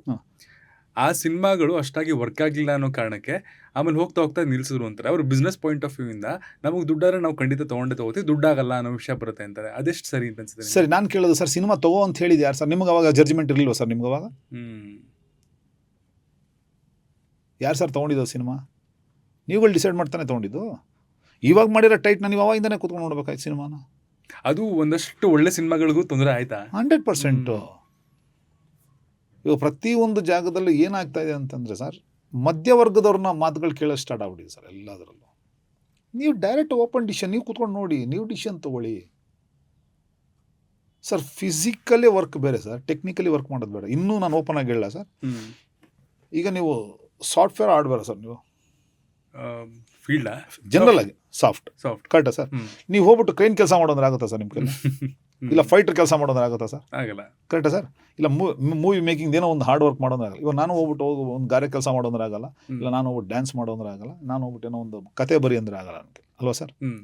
ಹಾಗೆ ಸಿನಿಮಾದಲ್ಲಿ ಅದಷ್ಟು ತಿಳ್ಕೊಳ್ಳೋಂಥ ಒಬ್ಬ ಟೆಕ್ನಿಕಲಿ ತಿಳಿದಿರೋಂಥ ಒಬ್ಬ ವ್ಯಕ್ತಿ ಕರೆಕ್ಟಾಗಿ OTT ಪ್ಲಾಟ್ಫಾರ್ಮಲ್ಲಿ ಕೂತ್ಕೊಂಡ್ರೆ ಯಾಕೆ ಸರ್ ಜಡ್ಜ್ಮೆಂಟ್ ಸಿಗಲ್ಲ? ಸಾಫ್ಟ್ವೇರ್ ಅವ್ರನ್ನ ಕರ್ಕೊಂಬಂದು ನೀವು ಕುಂಡಿಸ್ಬಿಟ್ಟು ಸಿನಿಮಾ ನೋಡು ಅಂತಾನೆ ಅವ್ರಿಗೇನು ಗೊತ್ತಿರುತ್ತೆ ಸರ್? ಬಟ್ ಬೇರೆ ಲ್ಯಾಂಗ್ವೇಜ್ ಅಲ್ಲಿ ಅದು ಆಗ್ತಿರಲ್ಲ ಸರ್, ಯಾಕೆ ಕನ್ನಡದಲ್ಲಿ ಮಾತ್ರ ಆಗ್ತದೆ? ಅದನ್ನೇ ನಾನು ಕೇಳ್ತಾ ಇರೋದು. ಇವಾಗ ನಾನೇ ಇವಾಗ ಹೇಳ್ತಾ ಇದ್ದೀನಲ್ಲ ಸರ್, ಏಕೋ ಥರದ ಒಂದು ಪ್ಲಾನ್ ಮಾಡಬೇಕು ಸಿನಿಮಾ ಅನ್ಕೊಂಡ್ಕೊಳ್ಳಿ ಸರ್. ಇವಾಗ ಪಾರ್ಕಿಂಗ್ ಅಂತ ಒಂದು ಸಿನಿಮಾ ಬಂದಿದೆ ಸರ್, ಕರೆಕ್ಟಾ ಸರ್? ನೋಡಿದ್ರೆ ತಮಿಳಲ್ಲಿ. ಈಗ ಆ ಥರದ ಸಿನಿಮಾಗಳೆಲ್ಲ ನಾವು ಮಾಡಿಲ್ಲೆಲ್ಲ ಪ್ಲಾನ್ ಮಾಡೋಣ ಅಂತೀವಿ. ಎಷ್ಟು ಜನ ನಂಗೆ OTT ಸಪೋರ್ಟ್ ಇದೆ ಸರ್? ಯಾವ ಧೈರ್ಯದ ಮೇಲೆ ಹೆಂಗೆ ಮಾಡೋಣ ಸರ್? ಇವಾಗ parking super cinema sir, no hero nothing ಯಾರೂ ಇಲ್ಲ ಸರ್, ಒಳ್ಳೆ ಸಿನಿಮಾ ಪಾರ್ಕಿಂಗ್. ಯಾವ OTT ಪ್ಲಾಟ್ಫಾರ್ಮ್ ಇದೆ? ಎಷ್ಟು ಜನ ಥಿಯೇಟ್ರಲ್ಲಿ ಬಂದು ನೋಡ್ತಾರ ಸಿನಿಮಾ? ಜನಗಳಿಗೆ ಇವಾಗ ಏನಾಗ್ಬಿಟ್ಟಿದೆ, ಗೊತ್ತಿಲ್ಲದೇ ಎಲ್ಲ ಮೊಬೈಲಿಗೆ ಬಂದ್ಬಿಟ್ಟಿದೆ. ಅಟ್ಲೀಸ್ಟ್ ನಮಗೆ ಆ ಥರದ್ದು ಒಂದು ಯಾವ್ದಾದ್ರು ಒಂದು ಪ್ಲಾಟ್ಫಾರ್ಮ್ಗಳು ಅಂದರೆ, ಅಫ್ಕೋರ್ಸ್ ತಪ್ಪು ಪ್ರತಿಯೊಬ್ಬರು ಮಾಡಿದ್ದಾರೆ ಸರ್, ನಮ್ಮ ಇಂಡಸ್ಟ್ರಿಯವರು ತಪ್ಪು ಮಾಡಿದ್ದಾರೆ. ಸಿನಿಮಾನು ಒಂದಷ್ಟು ಪ್ರೆಸೆಂಟೇಷನ್ ಕೊಡೋದ್ರಲ್ಲಿ ಒಂದಷ್ಟು ತಪ್ಪುಗಳಾಗಿದ್ದಾವೆ, ಇಲ್ಲ ಅಂತ ಹೇಳಲ್ಲ. ಬಟ್ ಆ ತಪ್ಪನ್ನ ಬೇಕು ಅಂತ ಯಾರೂ ಮಾಡಿಲ್ಲ ಸರ್. ಇವಾಗ ಎಕ್ಸಾಂಪಲ್ ಯಾವುದೋ XYZ ಒಂದು OTT ಪ್ಲಾಟ್ಫಾರ್ಮ್ ಸಿನಿಮಾ ನಾನು ಮಾಡಿದ್ದೀನಿ. ಇವಾಗ ನಾನು ನಿಮಗೆ ತಗೋ ಅಂತ ಬಂದು ಕೇಳಿದ್ರೆ ನೀವು ಜಡ್ಜ್ ಮಾಡಿ ನೀವು ತೊಗೊಂಡಿದ್ದೀರಾ ಅಂತ ಅಂದಮೇಲೆ ಇದನ್ನು ನಿಮಗೆ ತಾನೇ ಬಿಟ್ಟಿದ್ದಲ್ವ ಸರ್? ಅದನ್ನು ಬಿಟ್ಬಿಟ್ಟು ಪೂರ್ತಿ ಇಂಡಸ್ಟ್ರಿ, ಇವಾಗ ನೀವು ಮಾಡಿರೋ ಒಂದು ಮಿಸ್ಟೇಕಿಗೆ ಇಂಡಸ್ಟ್ರಿ ಪೂರ್ತಿ ಏನು ಸರ್ ಮಾಡಿತ್ತು? ಪಾಯಿಂಟ್ ಅರ್ಥ ಆಗ್ತಾ ಇದೆಯಲ್ಲ ಗೊತ್ತಿಲ್ಲ. ಇವಾಗ ನೀವು OTT ಪ್ಲಾಟ್ಫಾರ್ಮ್ ಅವರು, ನಾನು ಸಿನಿಮಾ ಮಾಡಿರೋ, ನೀವು ನನ್ನ ಸಿನಿಮಾ ತೊಗೊಂಡ್ರಿ, ಓಡಲಿಲ್ಲ, ಒಂದು ಕಳಪೆ ಸಿನಿಮಾ ಅಂತ ಅಂದ್ಕೊಳ್ಳಿ, ಓಡಲಿಲ್ಲ, ಏನೂ ಆಗಲಿಲ್ಲ. ಅದಕ್ಕೆ ನೀವು ಏಕಾಏಕಿ ಬಂದ್ಬಿಟ್ಟು ಅದಕ್ಕೆ ನಾವು ಕನ್ನಡದ ಸಿನಿಮಾ ನಾವು ತೊಗೊಳ್ಳಲ್ಲ, ಚೆನ್ನಾಗಿರೋದು ಬಂದರೆ ನಾವು ತೊಗೋತೀವಿ ಅಂತ ಏಕಾಏಕಿ ಅಂದ್ಬಿಟ್ರೆ ಡಿಸಿಷನ್ ತೊಗೊಂಡಿರೋದು ನೀವು ತಾನೆ, ಸಿನಿಮಾ ಮಾಡಿರೋದು ನಾನು ತಾನೆ. ಸರ್ ಇಂಡಸ್ಟ್ರಿ ಏನು ಮಾಡಿತ್ತು? ಎಲ್ಲರೂ ಆ ರೀತಿ ಇಲ್ವಲ್ಲ. ನಿಮ್ಮ ಜಡ್ಜ್ಮೆಂಟ್ ರಾಂಗ್ ಇರ್ಬೋದು, ನನ್ನ ಮೇಕಿಂಗ್ ರಾಂಗ್ ಇರ್ಬೋದು, ಬಟ್ ನಂಬ್ಕೊಂಡು ಕೆಲಸ ಮಾಡೋರು ಇನ್ನೂ ಒಂದಷ್ಟು ಜನ ಇದ್ದಾರಲ್ಲ ಸರ್. ಇವತ್ತಿನ ದಿನ ಒಳ್ಳೆ ಸಿನಿಮಾಗಳನ್ನ ಥಿಯೇಟ್ರಿಕಲಿ ಚೆನ್ನಾಗಾದ್ರೆ ತಗೋತಿದಾರಲ್ವಾ? ಅದೇನೇ, ಅದು ಏನು ಗೊತ್ತಾ ಸರ್, ಥಿಯೇಟ್ರೆಲ್ಲ ರಿಲೀಸ್ ಆಗಿ ಜನಗಳು ಒಪ್ಕೊಂಡ್ರೆ ಮಾತ್ರ ಸಿನಿಮಾ ತೊಗೊಳ್ಳೋದು. ಆ ಥರದ್ದು ಎಲ್ಲಿದೆ ಸರ್? ಇವಾಗ ಅದೇ ಮಲಯಾಳಮಲ್ಲಿದೆ. ಇವಾಗ ಮಲಯಾಳಂ ಹೋಗಿರುತ್ತೆ ಸಿನಿಮಾ. ಹೌದು ಸರ್, ಮಲಯಾಳಮಲ್ಲಿ ಸಿನಿಮಾ ನಿಮ್ಗೆ ಏಕಾಏಕಿ ಯಾರು ಥಿಯೇಟ್ರಿಕಲ್ ರಿಲೀಸ್ ಆದ್ಮೇಲೆ ತೊಗೊತೀನಿ ಅನ್ನೋದೆಲ್ಲ ಇಲ್ವೇ ಇಲ್ಲ ಸರ್. ಡೈರೆಕ್ಟಾಗಿ ತೊಗೊಂತಾರೆ. ಇವಾಗ ಯಾವುದೋ ಚಟ್ಟಪಟ್ ಅಂತ ಯಾವುದೋ ಒಂದು ಸಿನಿಮಾ ಬಂತು ಸರ್, ಚತಾಪಚ ಅಂತ ಏನೋ ಹೆಸರು, ಅದು ಬಂತು ಸಿನಿಮಾ, ಫೈಟ್ ಸಿನಿಮಾ. ಬಟ್ ಎಲ್ಲ ಮುಗಿಬಿದ್ದು ತೊಗೊಂಡು ನೆಟ್ಫ್ಲಿಕ್ಸ್ ತೊಗೊಂಡ್ರಿ, ಎಷ್ಟು ಓಡ್ಬಿಡ್ತು ಸರ್ ಸಿನಿಮಾ ಅದು? ಇದೇ ತಾನೇ ಅಣ್ಣ ಬಾಂಡು. ಅವತ್ತಿನ ಸವಾಲೆ ಪುನೀತ್ ಸೂರ್ಯ ಅವರೆಲ್ಲ ಮಾಡಿದ್ರು, ಡ್ರಗ್ಸ್ ಇಟ್ಕೊಂಡು ಮಾಡಿದ್ರು ಅಷ್ಟೇ. ಇದು ಅದನ್ನೇ ಒಂದು ಗೇಮ್ ಅಂತ ಮಾಡಿದ್ರೆ. ಅಂಡ್ ಪ್ರೈಸಿಂಗ್ ಕೂಡ ಮ್ಯಾಟರ್ ಆಗುತ್ತೆ ಸರ್. ಬೇರೆ ಕಡೆ ತುಂಬಾ ಮಲಯಾಳಂ, ತೆಲುಗು, ತಮಿಳಲ್ಲಿ ಥಿಯೇಟರ್ಗೆ ಹೋಗಿ ನೋಡೋ ಕಲ್ಚರು ಪ್ರೈಸಿಂಗೂ ಅದು ಈಕ್ವಲಿ ಎಲ್ಲರೂ ಹೋಗಿ ನೋಡೋ ಅಷ್ಟು ಅವ್ರ ಪಾಕೆಟಲ್ಲಿರೋ ದುಡ್ಡು ಖರ್ಚು ಮಾಡಿ ನೋಡೋ ಅಷ್ಟಿದೆ. ಬಟ್ ಬೆಂಗಳೂರಲ್ಲಿ ನೀವು ಹೇಳೋದಕ್ಕೆ 1,000 ರೂಪಾಯಿ ಬೇಕು. ಹೌದು ಸರ್, ಯಾಕೆ ಸರ್ ಟಿಕೆಟ್ ಯಾಕೆ ಸರ್ ಅಷ್ಟಾಗ್ತಾ ಇದೆ? ಇಲ್ಲೇ ಎಕ್ಸ್ಪೆಷಲಿ ಇಲ್ಲಿ ಮಾಡ್ಕೊತಾ ಇದ್ದಾರೆ, ಅದನ್ನ ಹೇಳ್ತಾ ಇದ್ದೀನಿ ಸರ್, ಇಲ್ಲಿ ಮಾಡ್ತಾ ಇದ್ದಾರೆ. ಹೊರಗಡೆ ಅವ್ರದ್ದು ಸಿನಿಮಾ ತೊಗೊಂಬಂದು ಎಕ್ಸ್ಟ್ರಾ ದುಡ್ಡು ಕೊಟ್ಟಿದ್ದೀನಿ ಅಂದ್ಬಿಟ್ಟು ಇಲ್ಲಿ ನೀವು ರೈಸ್ ಮಾಡ್ಕೊಂಡು ಹೋದ್ರೆ ಟಿಕೆಟ್, ಇಲ್ಲಿರೋ ಸಿನಿಮಾದವ್ರಿಗೆ ಏನಾಗುತ್ತೆ, ಹೊಡ್ತಾ ಬೀಳ್ತಾ ಇದೆ ಅಂತ ಯಾರು ಯೋಚನೆ ಮಾಡ್ತಾ ಇಲ್ಲ ಸರ್. ಎಲ್ಲರೂ ಬಂದು ಒಂದೇ ಹೇಳೋದು, ಕನ್ನಡ ಇಂಡಸ್ಟ್ರಿಯಲ್ಲಿ ಸಿನಿಮಾ ಇಲ್ಲ, ಕನ್ನಡ ಇಂಡಸ್ಟ್ರಿಯಲ್ಲಿ ಸಿನಿಮಾ ಇಲ್ಲ, ಕನ್ನಡ ನೋಡಲ್ಲ. ಹೆಂಗೆ ಬರ್ತಾರೆ ಸರ್? ನಾನೇ ಸುಮಾರು ಜನ ಕೇಳ್ತೀನಿ, ಅಂದರೆ ಈ ಸಿನಿಮಾ ತುಂಬ ಚೆನ್ನಾಗಿದೆ ಹೋಗಿ ನೋಡಿ ಅಂತ. ಅಕಸ್ಮಾತ್ ನಾನು ಏನಾರು ಅದ್ರ ಬಗ್ಗೆ ರಿವ್ಯೂನೋ ಏನಾರು ಮಾಡ್ಬಿಟ್ಟು ಹಾಕಿದಾಗ ಇದು ಸಖತ್ತಾಗಿದೆ ಅಂತ ಯಾರು ಫ್ರೆಂಡ್ಸ್ ಕೇಳ್ತೀವಲ್ಲ. ಬಟ್ ಪ್ರೈಸ್ ತುಂಬ ಜಾಸ್ತಿ ಇದೆ ಅನ್ನೋ ಕಾರಣಕ್ಕೆ ಅದಕ್ಕೆ 1 ವರ್ಷದ OTT ಸಬ್ಸ್ಕ್ರಿಪ್ಷನ್ ತೊಗೋಬೇಕು, 30 ದಿನಕ್ಕೆ ಸಿನಿಮಾನೇ ಬರುತ್ತಲ್ಲ ಅಂತಾರೆ, 21 ದಿನಕ್ಕೆ ಸಿನಿಮಾನೇ ಬರುತ್ತಲ್ಲ ಅಂತಾರೆ. 100% ಸರ್. ಅದೇ ಇವಾಗ ಈಗ ಆನ್ಸರ್ ಕೊಡಿ, ಅದೇ ನಾವು ಹೇಳ್ತಾರಲ್ಲ, ಎಲ್ರಿಗೂ ಫ್ರೀ ಆಗ್ಬಿಟ್ಟಿದೆ. ನಾವು ಇದ್ರಲ್ಲಿ ಹೊಡ್ತಾ ತಿಂತಾರೆ ಕನ್ನಡ ಇಂಡಸ್ಟ್ರಿ ಅಷ್ಟೇ, ಇನ್ಯಾರೂ ಅಲ್ಲ ಸರ್ ಹೊಡ್ತಾ ತಿಂತಾರಲ್ಲ. ಇವಾಗ ನಾನು ಒಂದೇ ಒಂದು ಕೇಳಲ್ಲ ಸರ್, ಇವಾಗ ನಿಮ್ಮನ್ನು ನಂಬ್ಕೊಂಡು ನಿಮ್ಮದೇ ಒಂದಷ್ಟು ಜನ ಸಂಸ್ಥೆ ಇಲ್ಲಿ ಕೆಲಸ ಮಾಡ್ತಾಯಿದ್ದಾರೆ. ಯಾರಿಂದ ಸಂಸ್ಥೆ ಕೆಲಸ ಮಾಡ್ತಾಯಿದ್ದಾರೆ ಸರ್? ಇಂಡಸ್ಟ್ರಿ, ಸಿನಿಮಾ ಸುದ್ದಿಗಳು ಒಂದಷ್ಟೆಲ್ಲ ಹೇಳ್ಕೊಂಡೇ ಮಾಡಿದೆ. ನಾಳೆ ಸಹ ಇಂಡಸ್ಟ್ರಿನೇ ಇಲ್ಲ ಅಂದರೆ ಹೆಂಗೆ? ನಾನು ಅದನ್ನೇ ಹೇಳ್ತಾ ಇರೋದು, ನಾವುಗಳು ಬೆಳೆಸ್ಕೋಬೇಕು, ಸ್ಟ್ರಾಂಗ್ ಯೂತ್ ನೀವುಗಳು ಬೆಳೆಸಿ. ನನ್ನ ಫೈಟ್ ಅದೊಂದೇ ಸರ್. ಇವತ್ತೊಂದು ದಿವಸಕ್ಕೆ ನಾವು ಸಮಯಕ್ಕೆ ತಕ್ಕಂಗೆ ನಾವು ಹೊಟ್ಟೋಗ್ಬಿಡ್ತಾ ಇದ್ವಿ, ಅದೆಲ್ಲ ನಿಮ್ಮಗಳ ಕೈಲಿದೆ. ಎಷ್ಟು ಜನ ಕನ್ನಡ, ಇವಾಗ ಎಲ್ಲರೂ ಕನ್ನಡ ಕನ್ನಡ ಕನ್ನಡ ಕನ್ನಡ ಅಂತೀರ ಸರ್, ಎಷ್ಟು ಜನ ಕನ್ನಡದಲ್ಲಿ ಮಾತಾಡ್ತೀರಿ ಸರ್? ಅದೇ ಬರೀ ಒಂಥರ ಈ ಸ್ಟೇಟಸ್ಗೆ, ಇಲ್ಲ ಅಂದರೆ ಕನ್ನಡ ರಾಜ್ಯೋತ್ಸವಕ್ಕೆ ಮಾತ್ರ ಸೀಮಿತ ಆಗ್ಬಿಟ್ಟಿದೆ. 100% ಅದನ್ನೇ ನಾನು ಹೇಳ್ತಾರ ಸರ್. ಇವಾಗ ಮೊನ್ನೆ ಕೂಡ ನನ್ನ ವಾಟ್ಸಪ್, ನನ್ನ ಇದು ಇನ್ಸ್ಟಾಲ್ ಹಾಕ್ಕೊಂಡಿದ್ದೀನಿ ನೋಡಿ ಸರ್, ಸಲ್ಮಾನ್ ಖಾನ್ ಅವ್ರು ಸಿನಿಮಾ ಮಾಡ್ತಾಯಿದ್ದೀನಿ ಸರ್. ನನ್ನ ವ್ಯಾನಿಟಿ ಮೇಲೆ ಒಂದು ಬೋರ್ಡ್ ಇದೆ sir, Bangalore fight master Ravi Varma ಅಂತ ಹೆಸರಿದೆ ಸರ್. ಅಲ್ಲಿ ನಾನು ಬೇಕಂದ್ರೆ ಇಂಡಿಯನ್ ಫೈಟ್ ಮಾಸ್ಟರ್ ಅಂತ ಹಾಕ್ಸ್ಕೊಬೋದಾಯಿತು, ಇಲ್ಲ ಓನ್ಲಿ ಫಾರ್ ಆ್ಯಕ್ಷನ್ ಡೈರೆಕ್ಟರ್ ಅಂತ ಹಾಕ್ಸ್ಕೊಬೋದಾಯಿತು. ಬ್ಯಾಂಗ್ಳೂರ್ ಅಂತ ಪರ್ಟಿಕ್ಯುಲರಾಗಿ ಬರೀತೀನಿ ಸರ್ ನಾನು, ಬೇಕು ಅಂತ. ಬಾಲಿವುಡ್ಗೆ ಹೋಗಲಿ ಎಲ್ಲೇ ಹೋಗಲಿ ನಾನು ಪರ್ಟಿಕ್ಯುಲರ್ ಆಗಿ ಕರ್ನಾಟಕದವನು ಕನ್ನಡದವನು ಅಂತಲೇ ನಾನು ಹೇಳ್ಬಡಿಸ್ತೀನಿ. ಬಟ್ ಇಲ್ಲಿ ಆಗ್ತಾ ಇಲ್ಲ ಸರ್. ನನಗೆ ಎಷ್ಟೋ ಸರಿ ಒಬ್ಬನಿಗೆ ಎಷ್ಟು ಅಂತ ಮಾತ್ರ, ಇನ್ನು ಮುಂದಕ್ಕೆ ಏನಾಗುತ್ತೋ ಗೊತ್ತಿಲ್ಲ ಸರ್. ಓಪನ್ ಆಗಿ ಹೇಳ್ತಾ ಇದ್ದೀನಿ ಸರ್, ನಿಮ್ಮ ಮೀಡಿಯಾ ಮುಖಾಂತರನೇ ಹೇಳ್ತೀನಿ. ಇನ್ನು ಹಿಂಗೆ ನಾವುಗಳೇ ಗಲಾಟೆ ಮಾಡಿಕೊಂಡು, ನಾವೇ ನಮ್ಮ ಇಂಡಸ್ಟ್ರಿನ ನಾವು ತುಣ್ಕೊಂಡು, ನಾವೇ ನಮ್ಮ ಇಂಡಸ್ಟ್ರಿಯವ್ರ ಕಾಲು ಹೇಳ್ಕೊಂಡು ಹೀಗೆ ಹೋಗ್ತಾಯಿದ್ರೆ ಸರ್, ಮತ್ತು ನಾವು ಮರಾಠಿಗರು ಆದಂಗೆ ಆಗ್ತದೆ ಸರ್. ಮರಾಠಿ ಇಂಡಸ್ಟ್ರಿ ಬಾಂಬೆಲಿ ಏನು ನಡೀತಾ ಇದೆ ಆ ರೀತಿ ಖಂಡಿತ ಬರುತ್ತೆ ಸರ್. ಹುಡುಕಬೇಕು ಸರ್, ಕನ್ನಡ ಎಲ್ಲಿದೆ, ಕನ್ನಡ ಇಂಡಸ್ಟ್ರಿ ಎಲ್ಲಿದೆ, ಕನ್ನಡ ಪಿಕ್ಚರ್ ಎಲ್ಲಿದೆ ಅನ್ನೋದು ಹುಡುಕಬೇಕು. ಆ ರೀತಿ ಆಗ್ಬಿಡುತ್ತೆ. ನನಗೆ ಭಯ ಆಗ್ತದೆ, ಯಾಕಂದರೆ ತುಂಬ ಜನ ಸಾಧಕರು ಕಷ್ಟಪಟ್ಟು ಕನ್ನಡ ಇಂಡಸ್ಟ್ರಿ ಕಟ್ಟಿರೋರು. ಪುಟ್ಟಣ್ಣ ಕಣಗಾಲಿಂದ ಹಿಡಿದು ಅಣ್ಣವರಿಂದ ಹಿಡಿದು ಪ್ರತಿಯೊಬ್ಬರು ಅಷ್ಟು ಜನನು, ಶಂಕರ್ ನಾಗ್ ಸರಿಂದ ಹಿಡಿದು, ರವಿ ಸರಿಂದ ಇರ್ಬೋದು, ವಿಷ್ಣು ಸರಿಂದ ಇರ್ಬೋದು, ಎಲ್ಲರೂ ತುಂಬ ಪ್ರೀತಿಯಿಂದ ಕಟ್ಟಿರೋಂಥ ಒಂದು ಇಂಡಸ್ಟ್ರಿ. ಮುಂದಿನ ಪೀಳಿಗೆಗೆ ಇರಲ್ವಾ ಅನ್ನೋದೊಂದು ಭಯ ಆಗ್ತದೆ ಸರ್, ಅಷ್ಟೇ. ಅಲ್ಲ, 31 ವರ್ಷದಿಂದ ಇಂಡಸ್ಟ್ರಿಲಿದ್ದು ನೀವೇ ಹಂಗಂದ್ರೆ ಈಗ ಇಂಡಸ್ಟ್ರಿಗೆ ಬರಬೇಕು ಅಂತ ತುಂಬ ಹಾತೊರಿತಾರವರು, ಈಗ ನಮ್ಮಂಥ ಸಿನಿ ಫೈಲ್ಸು ಅಥವಾ ಸಿನಿ ಪ್ರೇಮಿಗಳು ಸಿನಿಮಾನೇ ಮಾಡಬೇಕು ಅಂತ ಅಂದ್ಕೊಂಡಿರೋರು, ಅವ್ರ ಕನಸು ಇಷ್ಟನಾ? ಅಂದರೆ ಇಲ್ಲೇನೂ ಇಲ್ಲ, ಇಲ್ಲಿ ನಿಮಗೆ ಗ್ರೋತೇ ಇಲ್ಲ, ಭವಿಷ್ಯನೇ ಇಲ್ಲ ಅಂತ ಹೇಳ್ದಂಗೆ ಆಗ್ಬಿಡಲ್ವಾ? ಈಗ ಅದಕ್ಕೆ ನಾನು ಹೇಳ್ತಾ ಇರೋದು ಸರ್, ನಿಮ್ಮಂಥ ಯೂತ್ಗಳ ಕೈಲೇ ಇವಾಗ ಇವತ್ತಿನ ಸೇರೋದು. ಕನ್ನಡ ಆಗಿರ್ಬೋದು, ಕನ್ನಡ ಇಂಡಸ್ಟ್ರಿ ಆಗಿರ್ಬೋದು. ಸರ್ ಮಾತಾಡಬೇಡಿ. ಇವಾಗ ನಾನು ಹೇಳೋದು ಸರ್, ಇವಾಗ ಯಾರೋ ಒಬ್ರು ಇವಾಗ ಮೊನ್ನೆ ಯಾವುದೋ ಒಂದು ಶಾಪಲ್ಲಿ ಕನ್ನಡ ಮಾತಾಡಲ್ಲ ಅಂತ ಹೋಗಿ ಗಲಾಟೆ ಮಾಡೋದು, ಅವ್ರು ಯಾರೋ ಒಂದು ಲೇಡಿ ಬೈದರು ಅಂತ. ಸರ್ ನಾನು ಒಂದು ಹೇಳೋದು, ಅವತ್ತಿನ ಸಹ ಪಾಪ 4 ಜನ ಹೋಗ್ತೀರಾ, ಅವ್ರು ಸಪೋರ್ಟ್ ಮಾಡ್ತೀರಾ, ಮಾತಾಡ್ಕೊಂಬರ್ತೀರಾ. ನೆಕ್ಸ್ಟ್ ಅಲ್ಲೇನು ನಡೀತಂದು ಮತ್ತೆ ಹೋಗಿ ನೋಡ್ತೀರಾ? ಇಲ್ಲ. ನಾನು ಅವತ್ತಿನ ಸಹ ಅವ್ರು ಹಾಕಿದ್ನಲ್ಲ, ಅವ್ನಿಗೆ ನಾನು ಒಂದೇ ಒಂದು ರಿಕ್ವೆಸ್ಟ್ ಮಾಡ್ಕೊಳ್ಳೋದು, ಗುರು ನೀನು ಕನ್ನಡದಲ್ಲಿ ಮಾತಾಡು ಗುರು, ಅವ್ರು ಯಾವ ಭಾಷೆ ಆದರೂ ಮಾತಾಡ್ಕೊಳ್ಳಿ, ನನಗೆ ಗೊತ್ತಿಲ್ಲ ಸ್ವಾಮಿ ಅಂತಂದು. ಸರ್ ನನಗೆ ಎಷ್ಟೋ ಜನ ಫೋನ್ ಮಾಡ್ತಾರೆ ಸರ್, ಇನ್ಶೂರೆನ್ಸು ಆಳು ಮುಳು ಅಂದ್ಬಿಟ್ಟು. ಕೆಲವು ತಮಿಳವ್ರು ಮಾತಾಡ್ತಾರೆ, ಕೆಲವು ಹಿಂದಿಯಿಂದ ಮಾತಾಡ್ತಾರೆ. ಸರ್ ನಾನು ಬೆಂಗಳೂರಿಂದ ಮಾತಾಡ್ತಾ ಇರೋದು, ಕನ್ನಡ ಬಂದರೆ ಮಾತಾಡಿ ಸರ್ ಅಂತೀನಿ. ಇಲ್ಲ ನಾವು ಕನ್ನಡದವ್ರಿಗೆ ಕನೆಕ್ಟ್ ಮಾಡ್ತೀವಿ, ಪ್ಲೀಸ್ ಕನೆಕ್ಟ್ ಮಾಡ್ಬಿಟ್ಟು ಆಮೇಲೆ ಮಾತಾಡಿ, ಕಟ್.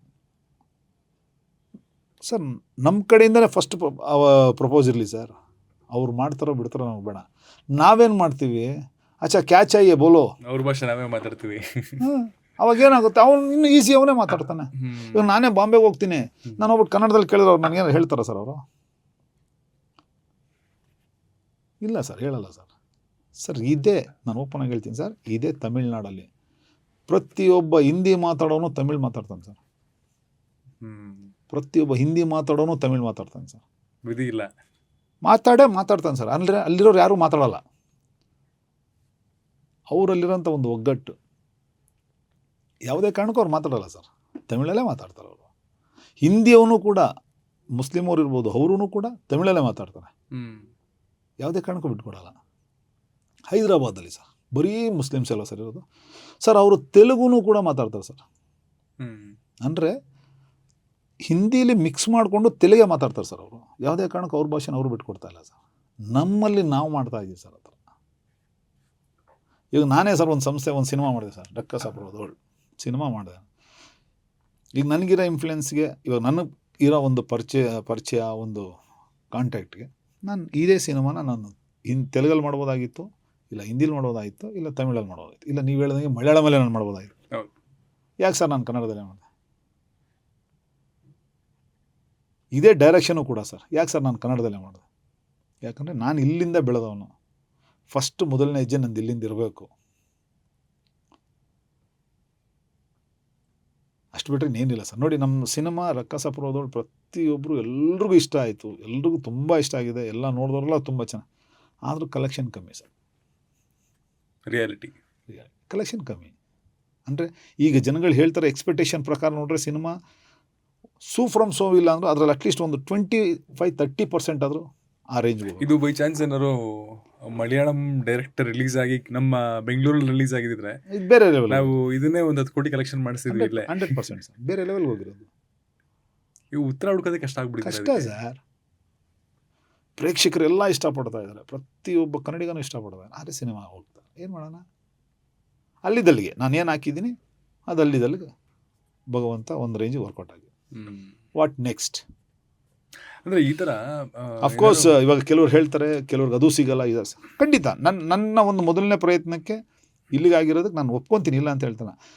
ಬೆಳೆಸಿ, ಆ ಥರ ಸಿನಿಮಾಗಳನ್ನ ಬೆಳೆಸಿ. ಯಾಕೆ ನೋಡಲ್ಲ? ದಯವಿಟ್ಟು ಬೆಳೆಸಿ. ಪ್ರತಿಯೊಬ್ಬರು ಕನ್ನಡಿಗಳು ನಾನು ಕೇಳ್ಕೊಳ್ಳೋದು ಇಷ್ಟೇ, ನಾವುಗಳು ಫಸ್ಟ್ ಪ್ರಯತ್ನ ಮಾಡೋಣ. ಎಕ್ಸ್ಪೆಷಲಿ ಯೂತು ಸರ್, ಎಲ್ಲೋ ಕನ್ನಡ ಹಾಳಾಗ್ತಾಯಿಲ್ಲ ಸರ್. ನಮ್ಮ ಯೂತ್ ಅವರಿಂದನೇ ಒಂದಷ್ಟು ಜನ, ದಯವಿಟ್ಟು ತಪ್ಪು ತಿಳ್ಕೊಬೇಡಿ ಯಾರೂ. ಏನಂತಿಕೆ ಅಂದರೆ ನಿಮ್ಮಗಳ ಕೈಲಿದೆ ಕನ್ನಡ ಬೆಳೆಸ್ಬೇಕಾ ಬೆಳೆಸಬಾರ್ದು ಅನ್ನೋದು. ಮೇ ಬಿ ನಾನು ರಾಂಗೋ ಸುಳ್ಳು ನನಗೆ ಗೊತ್ತಿಲ್ಲ, ನನ್ನ ಅನ್ಸಿರೋದು, ನನ್ನ ಪರ್ಸ್ಪೆಕ್ಟಿವಿಂದ ಹೇಳ್ತಾಯಿದ್ದೀನಿ ನಾನು. ನೀವು ಅಫ್ಕೋರ್ಸ್ ನಿಮ್ಮ ಸ್ನೇಹಿತರು ಇರ್ಬೋದು, ನಿಮಗೆ ಯಾರೋ ಹೊರಗಡೆ ಅವರು ಒಂದಷ್ಟು ಜನ ಸ್ನೇಹಿತರಾಗಿರ್ತಾರೆ, ಕಾಲೇಜಿಂದನೋ ಕೊಲೀಗ್ಸು, ಕೆಲಸದವರೆಲ್ಲ ಆಗಿರ್ತಾರೆ. ಅವ್ರ ಜೊತೆ ಸೇರಿಕೊಂಡು ನಮ್ಮ ಕನ್ನಡನ ಬಿಟ್ಬಿಡ್ತಾ ಇದ್ದೀರಾ ಅಂತ ನನ್ನ ವಾದ.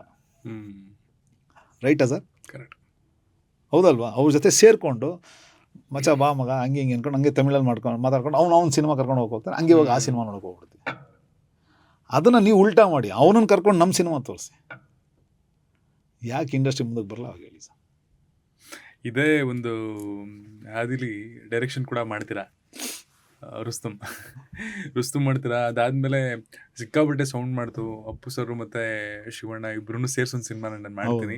ಅದೊಂಥರ big budget historical fantasy cinema ಮಾಡಬೇಕು ಅನ್ನೋ ಕನಸಿದೆ ಅಂತ ಅವ್ರಿಬ್ರು ಒಪ್ಪಿಸ್ತೀರಾ ಕೂಡ. ಹೌದು, ಬಟ್ ಅದು ಅನ್ಫಾರ್ಚುನೇಟ್ಲಿ ಆಗಲಿಲ್ಲ. ಗೊತ್ತಿಲ್ಲ ಸರ್, ಆಗುತ್ತಾ ಮುಂದೆ ಯಾವಾಗಾರು ಬೇರೆ ಕಾಸ್ಟಿಂಗ್ ಇಟ್ಕೊಂಡು? 100% ಆಗುತ್ತೆ. ಆ ಸ್ಕ್ರಿಪ್ಟ್ ಅದನ್ನೇ ಹೇಳ್ತಾನಿಲ್ಲ ಸರ್, ನಾನು ಓನ್ಲಿ ಫಾರ್ ಸ್ಕ್ರಿಪ್ಟ್ ಬ್ಯಾಂಕಿಂಗ್ ಮಾಡ್ಕೊತಾ ಇದ್ದೀನಿ ಅಷ್ಟೇ, ಏನಿಲ್ಲ. ಕತೆಗಳು ಬರೀತಾ ಇದ್ದೀನಿ, ಆ್ಯಕ್ಚುಲಿ ಹೇಳ್ಬೇಕಂದ್ರೆ ಸರ್, ಅವತ್ತಿನ ದಿವಸ ಮಗಧೀರ ಅಷ್ಟೇ ರಿಲೀಸ್ ಆಗಿತ್ತು. ಹ್ಮ್ ಈಗ ಬಾಹುಬಲಿಲಿ ಏನು 3 ಬಾಣ ಹೊಡೆಯೋದೆಲ್ಲ ಇತ್ತು, ಅವಾಗಲೇ ನಾವು ಬರೆದಿಟ್ಟಿದ್ವಿ. ಹ್ಮ್ ಶಿವಣ್ಣನ ಕ್ಯಾರೆಕ್ಟರ್ ಬೆಸ್ತ, ಅವ್ರು ಇತ್ಕೊಂಡು ಬಾಣ ಆ್ಯರೋ ಹೊಡೆದ್ರೆ, ಒಂದು ಸರಿ ಎಗ್ರಿ ಹೊಡೆದ್ರೆ 3 ಬಾಣ ಹೊಡೆಯೋದು, ಅದೆಲ್ಲ ಶಾರ್ಟ್ಸ್ಗಳೆಲ್ಲ ಅವತ್ತಿಗೆ ನಾವು ಬರೆದಿಟ್ಬಿಟ್ಟಿದ್ವಿ. ಹ್ಮ್ ಶಿವಣ್ಣ ಅಪ್ಪು ಸರ್ ಅಂದರೆ ಒಂದು ಬೇರೆ ಲೆವೆಲ್ಗಿತ್ತು. ಬಟ್ ಬಜೆಟು ಕೂಡ ಚೆನ್ನಾಗಿತ್ತು. ಜಯಣ್ಣ ಅವರು ರೆಡಿ ಇದ್ದರು, 35-40 crores ಅವತ್ತಿನ ದಿವಸಕ್ಕೆ ಹಾಕಕ್ಕೆ ರೆಡಿ ಇದ್ದರು. ಹ್ಮ್ ಎಲ್ಲ ಕಡೆಯಿಂದನೂ ಓಕೆ ಇತ್ತು. ಬಟ್ ಏನು ತಿಕ್ಕದು ಟೇಕ್ ಆಫ್ ಆಗಲಿಲ್ಲ, ಭಗವಂತನೊಬ್ಬನಿಗೆ ಗೊತ್ತು ಅಷ್ಟೇನೇನಿಲ್ಲ. ಕಾರಣಾಂತರದಿಂದ ಅದು ಆಗಲಿಲ್ಲ. ನೋ ಪ್ರಾಬ್ಲಮ್, ಅದಕ್ಕೊಂದು ಟೈಮ್ ಕೂಡ ಬಂದಿಲ್ಲ ಅಂತ ಅನ್ಕೊತೀನಿ. ಅದಾದಮೇಲೆ ತಿರ್ಗಾ ಫ್ರಸ್ಟ್ರೇಷನ್ಲ್ಲಿ ಹೋಗಿ ತಿರ್ಗಿ ಓಕೆ ಒಂದು ಕಮರ್ಷಿಯಲ್ ಒಂದು ಸಿನಿಮಾ ಮಾಡೋಣ. ಹ್ಮ್ ಸರಿ, ಕಮರ್ಷಿಯಲ್ ಒಂದು ಸಿನಿಮಾ ಯಾವುದಾಗ್ಬೋದು ಅಂದ್ಬಿಟ್ಟು ಶಿವಣ್ಣನ ಬಾರ್ ಯಾವುದೊಂದು ಮಾಡೋಣ ಅಂತಂದು ರುಸ್ತುಮ್ ಒಂದು ಕತೆ, ತೆಲುಗಿಂದ ಒಂದು ಕತೆ ಬರುತ್ತೆ, ಆ ಕತೆ ತೊಗೊಂಡು ರುಸ್ತುಮ್ ಅಂತ ಒಂದು ಸಿನಿಮಾ ಮಾಡೋಣ ಅಂದ್ಕೊಂಡು ಅದನ್ನು ಮಾಡಿದ್ವಿ. ಬಟ್ ನಿಮಗೂ ಫುಲ್ ಸ್ಯಾಟಿಸ್ಫ್ಯಾಕ್ಷನ್ ಕೊಟ್ಟಿಲ್ಲ ಸಿನಿಮಾ? ಏನು ಮಾಡೋಕ್ಕಲ್ಲ, ನನ್ನ ಡ್ರೀಮ್ ಪ್ರಾಜೆಕ್ಟ್ ಅದಲ್ವಾ. ಹೌದು. ಸರಿ, ಇದು ಒಂದು ಡೈರೆಕ್ಷನ್ ಮಾಡೋಣ ಅಂತಂದ್ಬಿಟ್ಟು ಇದಾದ ಒಂದು ಸಿನಿಮಾ ಬಂತು. ಸರಿ, ಮಾಡೋಣ ಅಂತ ಅಂದ್ಕೊಂಡು ನೋ ಪ್ರಾಬ್ಲಮ್. ಇದು ಒಂದಷ್ಟು ಮಿಕ್ಸ್ ರಿಪೋರ್ಟ್ ಬಂತು. ಬಟ್ ಹಾಕಿದ ದುಡ್ಡು ಅವ್ರಿಗೆ ಎಲ್ಲಿದ್ದಲ್ಲಿ ಚೆನ್ನಾಗಿ ಬಂತು, ಎಲ್ರಿಗೂ ಒಳ್ಳೆದಾಯಿತು. ಈಗ ನೆಕ್ಸ್ಟ್ ಒಂದು ಹಿಂದಿಲಿ ಒಂದು ಡೈರೆಕ್ಷನ್ ಮಾಡಿದ್ದೀನಿ. ಹಿಂದಿ ಮಾಡಿದ್ದೀರಾ ಆಗಲೇ? ಮಾಡಿದ್ದೀನಿ. ಹಾಂ, ಬ್ಲೈಂಡ್ ಬಾಬು ಅಂತ, okay. Nawazuddin Siddiqui hero, Zee productions. ತುಂಬ ಅದ್ಭುತವಾಗಿ ಬಂದಿದೆ. ಪೋಸ್ಟ್ ಪ್ರೊಡಕ್ಷನ್ ನಡೀತಾ ಇದೆ. ಸರ್, ಈಗ ಕನ್ನಡದಲ್ಲೂ ಸಿನಿಮಾ ಮಾಡಿದ್ರಿ ಆಯ್ತಾ, ರಕ್ಕಸಪುರದೊಡೆ ಅನ್ಕೊಳ್ಳೋಣ ಪ್ರೊಡಕ್ಷನ್. ಈಗ ಹಿಂದಿಲಿ ಡೈರೆಕ್ಷನ್ ಮಾಡಿದಿರಾ, ಇಲ್ಲಿಗಿಂತ ಅಲ್ಲಿ ಸಿನಿಮಾ ಮಾಡೋದು ಇಷ್ಟು ಈಸಿ ಅಂತ ಅನಿಸ್ತು? 100%. ಅದಕ್ಕೆ ನಾನು ನಿಮ್ಗೆ ಹೇಳ್ತಾ ಇನಲ್ಲ ಸರ್, ನಾನು ಯಾಕೆ ಅಲ್ಲಿ ಮಾಡಲಿಲ್ಲ, ಇಲ್ಲಿ ಯಾಕೆ ಬಂದೆ ಅಂತ ನಾನು ಹೇಳಿದ್ದು ಅಂದರೆ, ನನ್ನ ಕನ್ನಡ ಅಂತ ನಾನು ಬಂದಿರೋದು, ನಾನು ಹುಟ್ಟಿದ್ದು, ನಾನು ಬೆಳೆದಿದ್ದು, ನಾನು ಕಲ್ತಿದ್ದು, ನಾನು ಮೊದಲನೇ ಹೆಜ್ಜೆ ಇಟ್ಟಿದ್ದು ಅಂತ ನಾನು ಇಲ್ಲಿ ಬಂದು ನಾನು ಸಿನಿಮಾ ಮಾಡಿದ್ದು ಸರ್. ಈಗ ಅದೇ ಸಿನಿಮಾ ನನ್ನ ಪ್ರೊಡಕ್ಷನ್ಲೇ ಮಾಡ್ಬೋದಲ್ಲ, ಝೀ ಸಪೋರ್ಟ್ ಇದ್ದೇ ಮಾಡ್ಬೋದಾಗಿತ್ತಲ್ಲ. ಕರೆಕ್ಟ್. ಆದರೂ ಆ ಹಿಂದಿ ಸಿನಿಮಾನು ಕರ್ಕೊಂಬಂದು ಮೈಸೂರಲ್ಲೇ ಶೂಟ್ ಮಾಡಿದ್ದೀನಿ ಸರ್. ಕರ್ನಾಟಕದಲ್ಲೇ ಮ್ಯಾಕ್ಸಿಮಮ್ ಶೂಟಿಂಗ್ 33 ದಿವಸ ಬೆಂಗಳೂರಲ್ಲೇ ಕರ್ಕೊಂಬಂದು ಮೈಸೂರಲ್ಲೇ ಶೂಟ್ ಮಾಡಿಸಿದ್ದೀನಿ ಸರ್. ಓಕೆ. ಫುಲ್ ಬ್ಯಾಂಗ್ಳೂರಲ್ಲೇ ಇದು ಮೈಸೂರಲ್ಲೇ ಶೂಟ್ ಮಾಡಿ ಮುಗಿಸ್ಕೊಂಡು ಹೋಗಿ ಪೋಸ್ಟ್ ಪ್ರೊಡಕ್ಷನ್ ವರ್ಕ್ ಅಲ್ಲಿ ಮಾಡ್ತಾಯಿದ್ದೀವಿ. ಹೇಗೆ ಬಂದಿದೆ ಸಿನಿಮಾ? ಚೆನ್ನಾಗಿ ಬಂದಿದೆ. ಡಾರ್ಕ್ ಕಾಮಿಡಿ, ಅದು ಥ್ರಿಲ್ಲರ್ ಮೂವಿ, ಚೆನ್ನಾಗಿದೆ, ತುಂಬ ಚೆನ್ನಾಗಿದೆ. ಅದು ಒಂದು ಫುಲ್ ಎಂಟರ್ಟೈನ್ಮೆಂಟ್ ಸಿನಿಮಾ, ತುಂಬ ಚೆನ್ನಾಗಿದೆ. ಕನ್ನಡಕ್ಕೂ ಡಬ್ಬಾಗಿ ಬರುತ್ತಾ? ಇಲ್ಲ, ಅದು ಆಗಬೇಕಾಗಿತ್ತು, ಕಾರಣಾಂತರದಿಂದ ಆಗಲಿ. Actually Ramesh Aravind and Nawazuddin sir ಮಾಡಬೇಕಾಯ್ತು ಇಬ್ಬರು. ಓಕೆ, ಬೈಲಿಂಗ್ವಲ್ಲೇ ಮಾಡೋಣ. ಎರಡೂ. ಬಟ್ ರಮೇಶ್ ಸರ್ದು ಒಂಚೂರು ಡೇಟ್ ಇಶ್ಯೂ ಆಗಿ ಅವ್ರಿಗೋಸ್ಕರ ಒಂದಷ್ಟು ದಿವಸ ಕಾದಿ ಮಿಸ್ ಆಗಿ, ತಿರ್ಗಾದಾದ್ಮೇಲೆ ತಿರ್ಗಿ ಯಾರು ಅಂತ ಯೋಚನೆ ಮಾಡಿ, ತಿರ್ಗಾದಾದ್ಮೇಲೆ ಕಿಶೋರ್ ಅಂತ ಅಂದ್ಕೊಂಡ್ವಿ. ಕಿಶೋರ್ ಅವ್ರದ್ದು ಡೇಟ್ ಸಮಸ್ಯೆ ಆಯಿತು. ತಿರ್ಗಿ ಇದೆಲ್ಲ ಆಗಿ ಹಿಂಗೆ ಡಿಲೇ ಆಗ್ಬಿಡುತ್ತೆ, ಬೇಡ ಅಂತ ಅಂದ್ಬಿಟ್ಟು ಇವಾಗ ಸದ್ಯಕ್ಕೆ ಹಿಂದಿದ್ದು ಮಾಡ್ಬಿಡು ಅಂದ್ಬಿಟ್ಟು ಹಿಂದಿದ್ದು ನಾವು ಮಾಡಿ. ಬಟ್ ತುಂಬ ಚೆನ್ನಾಗಿ ಬಂದಿದೆ, ಅದ್ಭುತವಾಗಿದೆ. ಅದೇ ಹೇಳ್ತಾರಲ್ಲ, ಎತ್ತವ್ರಿಗೆ ಗಣ ಮುದ್ದು ಅನ್ನೋಂಗೆ ನನಗೆ ಚೆನ್ನಾಗಿದೆ ಸಿನಿಮಾ. ಒಟ್ಟಿನಲ್ಲಿ ಚೆನ್ನಾಗಿ ಒಂದು ಒಳ್ಳೆ ಪ್ರಯತ್ನ ಪಟ್ಟಿದ್ದೀವಿ. ನಿಮ್ಗೆ ನೋಡಿ ನಿಮಗೂ ಒಂದು ಇಷ್ಟ ಆಗುತ್ತೆ ಖಂಡಿತ. ನೆಕ್ಸ್ಟು ಕನ್ನಡದಲ್ಲೂ ಡೈರೆಕ್ಷನ್ ಮಾಡ್ತೀರಾ ಅತಿ ಶೀಘ್ರದಲ್ಲಿ? ಹೌದು, ಕಥೆಗಳೆಲ್ಲ ರೆಡಿ ಮಾಡ್ಕೊತಾ ಇದ್ದೀನಿ. ಪ್ಯಾರಲಲಿ ಡೈರೆಕ್ಷನ್ನು ಪ್ರೊಡಕ್ಷನ್ನು ನಡೆಯುತ್ತೆ. ಅಂದರೆ ನಾನು ಹೇಳ್ತಾರಲ್ಲ ಸರ್, ಸುಮ್ಮನೆ ಏನೋ ಹೆಜ್ಜೆ ಇಟ್ಬಿಡೋದಲ್ಲ. ನನಗೆ ಅದೇ ಹೇಳಿದ್ನಲ್ಲ, ಇವಾಗ ಪಾರ್ಕಿಂಗ್ ಥರದೊಂದು ಸಿನಿಮಾ ಮಾಡಬೇಕು ಅಂತಂದರೆ ನನಗೆ ಅದೇ ಥರದೊಂದು ಸಪೋರ್ಟ್ ಯಾರು ಒಬ್ಬರು ಪ್ಲಾಟ್ಫಾರ್ಮ್, ಒಳ್ಳೆ ಕಥೆಗಳು, OTT ಸಪೋರ್ಟ್ ರೆಡಿ 100%. ಆಲ್ರೆಡಿ ಒಂದು 3-4 ಸಿನಿಮಾ ಕೇಳಿದ್ದೀನಿ, ತುಂಬ ಚೆನ್ನಾಗಿದೆ. ಯೂತ್ಗಳು ಎಲ್ಲ ಹೊಸಬ್ರು ಯೂತ್ ಬಂದು ಒಂದೆರಡು ಕಥೆ ಹೇಳಿದ್ದಾರೆ ಹುಡುಗರು, ತುಂಬ ಚೆನ್ನಾಗಿ ಮಾಡಿದ್ದಾರೆ. ಅವ್ರು ನಿಂತ್ಕೊಂಡು ಬ್ಯಾಕ್ ಸೈಡಲ್ಲಿ ನಿಂತ್ಕೊಂಡು ನಾನು ಸಪೋರ್ಟ್ ಮಾಡಿದೆ ಅಷ್ಟಂತ ಹೇಳಬಲ್ಲೆ. ಯಾಕಂದರೆ ಯಾರೋ ಒಬ್ಬರು ನನಗೆ ಸಪೋರ್ಟ್ ಮಾಡಿದ್ರೆ ನಾನು ಇಲ್ಲಿ ಗಂಟ ಬಂದಿರೋದು. ಕರೆಕ್ಟ್. ಎಕ್ಸಾಂಪಲ್, ಅವತ್ತಿನ ಸಹ ದರ್ಶನ್ ಅವ್ರು ಸಪೋರ್ಟ್ ಮಾಡಿದ್ದಕ್ಕೆ ನಾನು ಫೈಟ್ ಮಾಸ್ಟರ್ ಆಗಿ ಹೆಸರು ಮಾಡೋಕ್ಕಾಯಿತು. ತಿರ್ಗಿ ಅದಾದಮೇಲೆ ಪ್ರಭುದೇವ ಅವ್ರು ಸಪೋರ್ಟ್ ಮಾಡಿದ್ದಕ್ಕೆ ನಾನು ಒಂದು ಹಿಂದಿ ಸಿನಿಮಾ ಕೆಲಸ ಮಾಡಿದ್ದಂಗೆ ಆಯಿತು. ತಿರ್ಗಿ ಅದಾದಮೇಲೆ ಡೈರೆಕ್ಷನ್ಗೆ ಶಿವಣ್ಣ ಸಪೋರ್ಟ್ ಮಾಡಿದ್ದಕ್ಕೆ ಡೈರೆಕ್ಷನ್ ಮಾಡ್ದಂಗೆ ಆಯಿತು. ತಿರ್ಗಿ ಆದಮೇಲೆ ಪ್ರೊಡಕ್ಷನ್ ಮಾಡೋದಕ್ಕೆ ರಾಜ್ವಿ ಶೆಟ್ಟಿ, ಪ್ರೇಮ್ ಅವರು ಮತ್ತು Venkat sir, KVN Venkat sir ಅವ್ರು ಇರ್ಬೋದು, ಸುಪ್ರೀತ್ ಅವ್ರು ಇರ್ಬೋದು, ಇವರೆಲ್ಲ ಸಪೋರ್ಟ್ ಮಾಡಿದ್ದಕ್ಕೆ ಒಂದು ಪ್ರೊಡಕ್ಷನ್ ಹೌಸ್ ಮಾಡಿದ್ದಾಯಿತು. ಹಾಗೆ ನನಗೆ ಯಾರೋ ಒಬ್ಬರು ಸಪೋರ್ಟ್ ಮಾಡಿದ್ದಾರೆ, ನನ್ನ ಕೈಲಾಗಿದ್ದು ನಾನು ಒಂದಷ್ಟು ಜನಕ್ಕೆ ಏನೋ ಒಂದು ಮಾಡಬೇಕು ಅನ್ನೋದೇ ಒಂದು ಆಸೆ, ಅಷ್ಟು ಬಿಟ್ಟರೆ ಏನಿಲ್ಲ. ಸರ್, ಈ ಹಿಂದಿಲಿ ಕಾನ್ಸ್ಗಳ ಜೊತೆ ಎಲ್ಲ ವರ್ಕ್ ಮಾಡಿದ್ರಲ್ಲ, ಅಂದರೆ ಎಲ್ಲ ದೊಡ್ಡ ಸೂಪರ್ ಸ್ಟಾರ್ಸು, ನಾವೆಲ್ಲ ಅವ್ರ ಸಿನಿಮಾಗಳನ್ನು ನೋಡ್ಕೊಂಡ್ಬರ್ತಿದ್ವಿ. ಸೊ ಇವಾಗ ನೀವು ಇಲ್ಲಿಂದ ಬ್ಯಾಂಗ್ಳೂರಿಂದ ಕನ್ನಡದ ಒಬ್ಬ ಟೆಕ್ನಿಷಿಯನು ಅಲ್ಲಿ ಹೋಗಿ ವರ್ಕ್ ಮಾಡ್ಬೇಕಾದ್ರೆ ಅಲ್ಲಿ ಕಲ್ಚರಲ್ ಡಿಫ್ರೆನ್ಸ್ ಇತ್ತಾ? ಅಂದರೆ ನಾವು ಕನ್ನಡ ಸಿನಿಮಾಗಳಿಗೆ ಹೆಂಗೆ ವರ್ಕ್ ಮಾಡ್ತಿದ್ವೋ ಸ್ಟಂಟ್ ಕೊರಿಯೋಗ್ರಫಿ ಇದೆಲ್ಲ ಸೇಮ್ ಪ್ಯಾಟ್ರನ್ನಲ್ಲೇ ಇತ್ತಾ, ಅದು ಕಲ್ಚರಲ್ ಡಿಫ್ರೆನ್ಸ್ ಇರುತ್ತಾ? ನಮ್ಮ ಸ್ಯಾಂಡಲ್ವುಡಲ್ಲೇ ಬೇರೆ ಥರ ವರ್ಕ್ ಮಾಡ್ತಾರೆ, ಬಾಲಿವುಡಲ್ಲೇ ಬೇರೆ ಥರ ಇಲ್ಲ, ಆ ಥರ ಏನಿಲ್ಲ ಸರ್. ಬಟ್ ಒಂದೇ ಅದೇ ಹೇಳಿದ್ನಲ್ಲ ನಾನು, ಅಲ್ಲಿ ಏನಂತಂದರೆ ಡಿಪಾರ್ಟ್ಮೆಂಟ್ ವೈಸ್ ಅವ್ರ ಕೆಲಸ ಅವ್ರೇನು ಅನ್ನೋದು ನೀಟಾಗಿ ಅಚ್ಚುಕಟ್ಟಾಗಿ ಕೆಲಸ ಮಾಡ್ತಾರೆ. ಅಂದರೆ ಎಲ್ಲ ಫೈನಲಿ ಬರೋದು ಏನು ಅಂತಂದರೆ ಸರ್, ಸ್ಯಾಲ್ರಿಗೆ ಬರುತ್ತೆ. ನಾವು ಯಾವ ರೀತಿ ಕಾಸು ಕೊಟ್ಟಂಗೆ ಕಜಾಯ ಅಂತೀವಲ್ಲ, ಹಂಗೆ ಯಾವ ರೀತಿ ನಾವು ಎಕ್ಸ್ಪೆಕ್ಟ್ ಮಾಡ್ತೀವಿ ಆ ರೀತಿ ಕೆಲಸಗಳು ನಡೀತದೆ. ಇಲ್ಲೂ ಅಷ್ಟೇ ಸರ್, ನಾವು ಕರೆಕ್ಟಾಗಿರೋ ಟೀಮ್ ಇಟ್ಕೊಂಡು ಅವ್ರು ಕರೆಕ್ಟಾಗಿ ಅವ್ರಿಗೆ ಏನು ಬೇಕದು ಒದಗಿಸ್ಕೊಂಡು ಕೊಟ್ಕೊಂಡು ಹೋದರೆ ಕರೆಕ್ಟಾಗಿ ಮೇಂಟೈನ್ ಮಾಡೋದು ಸರ್. ಫ್ರೀಡಮು ಮತ್ತೆ ಬೇಕಿರೋ 100%. ಇವಾಗ necessity ಅಲ್ಲಿ correct ಆಗಿ ಏನಂತಂದರೆ fulfill ಎಲ್ಲ ಕೆಲಸನೂ ಎಲ್ಲ ಅವ್ರದ್ದೇ ಆದಂಥ ಒಂದು ಡಿಪಾರ್ಟ್ಮೆಂಟ್ಗಳೆಲ್ಲ ಮಾಡ್ಕೊಳುತ್ತೆ. ಇವತ್ತಿನ ಸಹ ನನ್ನ ಪ್ರೊಡಕ್ಷನಲ್ಲಿ ನಾನು ಮಾಡಿದ್ದು ಒಂದೇ ಸರ್, ಓಪನ್ ಆಗಿ ಹೇಳ್ತೀನಿ ಸರ್. ಇವಾಗ ನೀವು ₹10 ಸ್ಯಾಲ್ರಿ ತೊಗೋತೀರ ಅಂದರೆ, ನೋಡಿ ಸ್ವಾಮಿ ನನ್ನ ಹತ್ರ ₹7 ಇದೆ, ₹7 ನಾನು ಕೊಡ್ತೀನಿ. ಇವಾಗ ಕೊಡ್ತೀನೋ ಮುಗಿದ್ಮೇಲೆ ಕೊಡ್ತೀನೋ ಅದಿಲ್ಲ, ನಿಮ್ದು ₹7 ಮಾತ್ರ ಪಕ್ಕಾ ಕೊಡ್ತೀನಿ. ಮಾಡ್ತೀರಾ ಬಂದ್ ಮಾಡಿ, ಇಲ್ವಾ ನಿಮ್ಗೇನು ಅನ್ಸುತ್ತೆ ಅದು ಮಾಡಿ.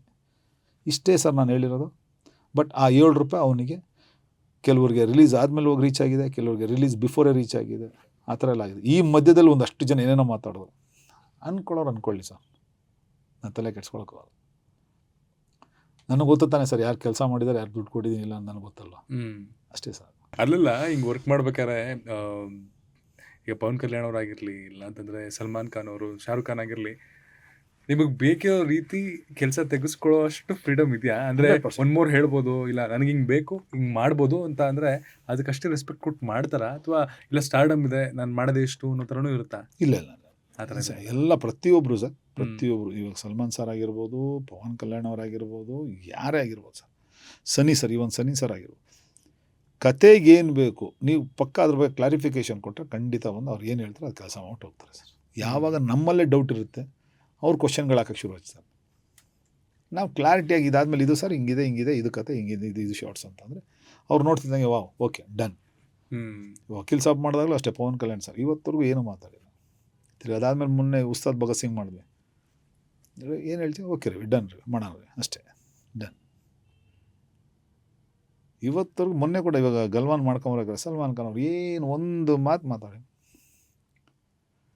ಅವ್ರಿಗೆ ಆಮೇಲೆ ಕೊರಿಯೋಗ್ರಾಫ್ ಮಾಡಿ ಇದು ಏನೋ ಪ್ರಿವಿಯಸ್ ಮಾಡಿ ತೋರಿಸ್ಬೇಕು, ರವಿ ಮೇಲೆ ನಂಬಿಕೆ ಇದೆ ನಾ ಮಾಡ್ತೀನಿ ನಡಿ, ಅದೇನ ಒಂದು ಬ್ಯಾಡ್ ವರ್ಡ್ ಯೂಸ್ ಮಾಡ್ತಾರೆ fucking I believe in Ravi go do it, ಆ ಥರ ಒಂದು ಅವರು ಒಂದು ಆ ನಂಬಿಕೆಗಳೇ ನಾನು ಉಳಿಸ್ಕೊಂಬಂದಿರೋದು. Even Sunny sir Border cinema ಮಾಡೋಕ್ಕಂದ್ರೆ ಯಾವುದೇ ಥರದ್ದು ಅಂದರೆ ಒಂದೊಂದು ಥರ. ಇವನ್ ನನಗೆ ಜೀವನದಲ್ಲೇ ಟರ್ನಿಂಗ್ ಪಾಯಿಂಟ್ 2 ಸಿನಿಮಾ ನನ್ನ ಲೈಫಲ್ಲೇ ಅಚೀವ್ ಮಾಡೋದಂಥ ಒಂದು cinema as a stunt director. ಒಂದು ಸಂಗೊಳ್ಳಿ ರಾಯಣ್ಣ, ಒಂದು ಬಾರ್ಡರ್ 2. ಈಗ ರೀಸೆಂಟಾಗಿ 2,000 ಜನ ಇಟ್ಕೊಂಡು ಬ್ಯಾಟಲ್ ಗ್ರೌಂಡ್. ಹೌದು, 2 ಸಿನಿಮಾನು ನನ್ನ ಲೈಫಲ್ಲಿ 2 ಥರದ ಒಂದು ಟರ್ನಿಂಗ್ ಪಾಯಿಂಟ್. ಒಂದು ಪೂರ್ತಿ ಹಿಸ್ಟಾರಿಕಲ್ ವಾರು, ಒಂದು ನ್ಯೂ ಜನ್ರೇಷನ್ ಮಿಲ್ಟ್ರಿ ವಾರು, ಆ ಥರದ್ದು. ಬಟ್ 2 ಒಂದು ನನಗೊಂದು ದೊಡ್ಡ ಒಂದು ಪಾಠ ಕಲಿಯೋಂಥ ಒಂದು ಅವಕಾಶ. ತುಂಬ ಅದ್ಭುತವಾಗಿ ಸಿನಿಮಾ. ಅವರೆಲ್ಲ ಯಾರೂ ಅಂದರೆ ಸ್ಮಾಲ್ ಇಂಡಸ್ಟ್ರಿ, ಬೆಂಗಳೂರಿಂದ ಬಂದಿದ್ದಾರೆ, ಕನ್ನಡ ಇಂಡಸ್ಟ್ರಿ ಇಲ್ಲೋ ಟೆಕ್ನಿಷಿಯನು ಅಂತ ಯಾವತ್ತೂ ಭೇದ ಭಾವ ಸರ್ ನಾನು ಒಂದೇ ಹೇಳೋದು ಸರ್, ಇವಾಗ ಮೊನ್ನೆ ಕೂಡ ನಿಮ್ಗೆ ಹೇಳಿರ್ಬೋದು, ರಾಜ್ ಬಿ ಶೆಟ್ಟಿ ಸರ್ ಹೇಳಿದ್ರು ಒಂದು ಮಾತು.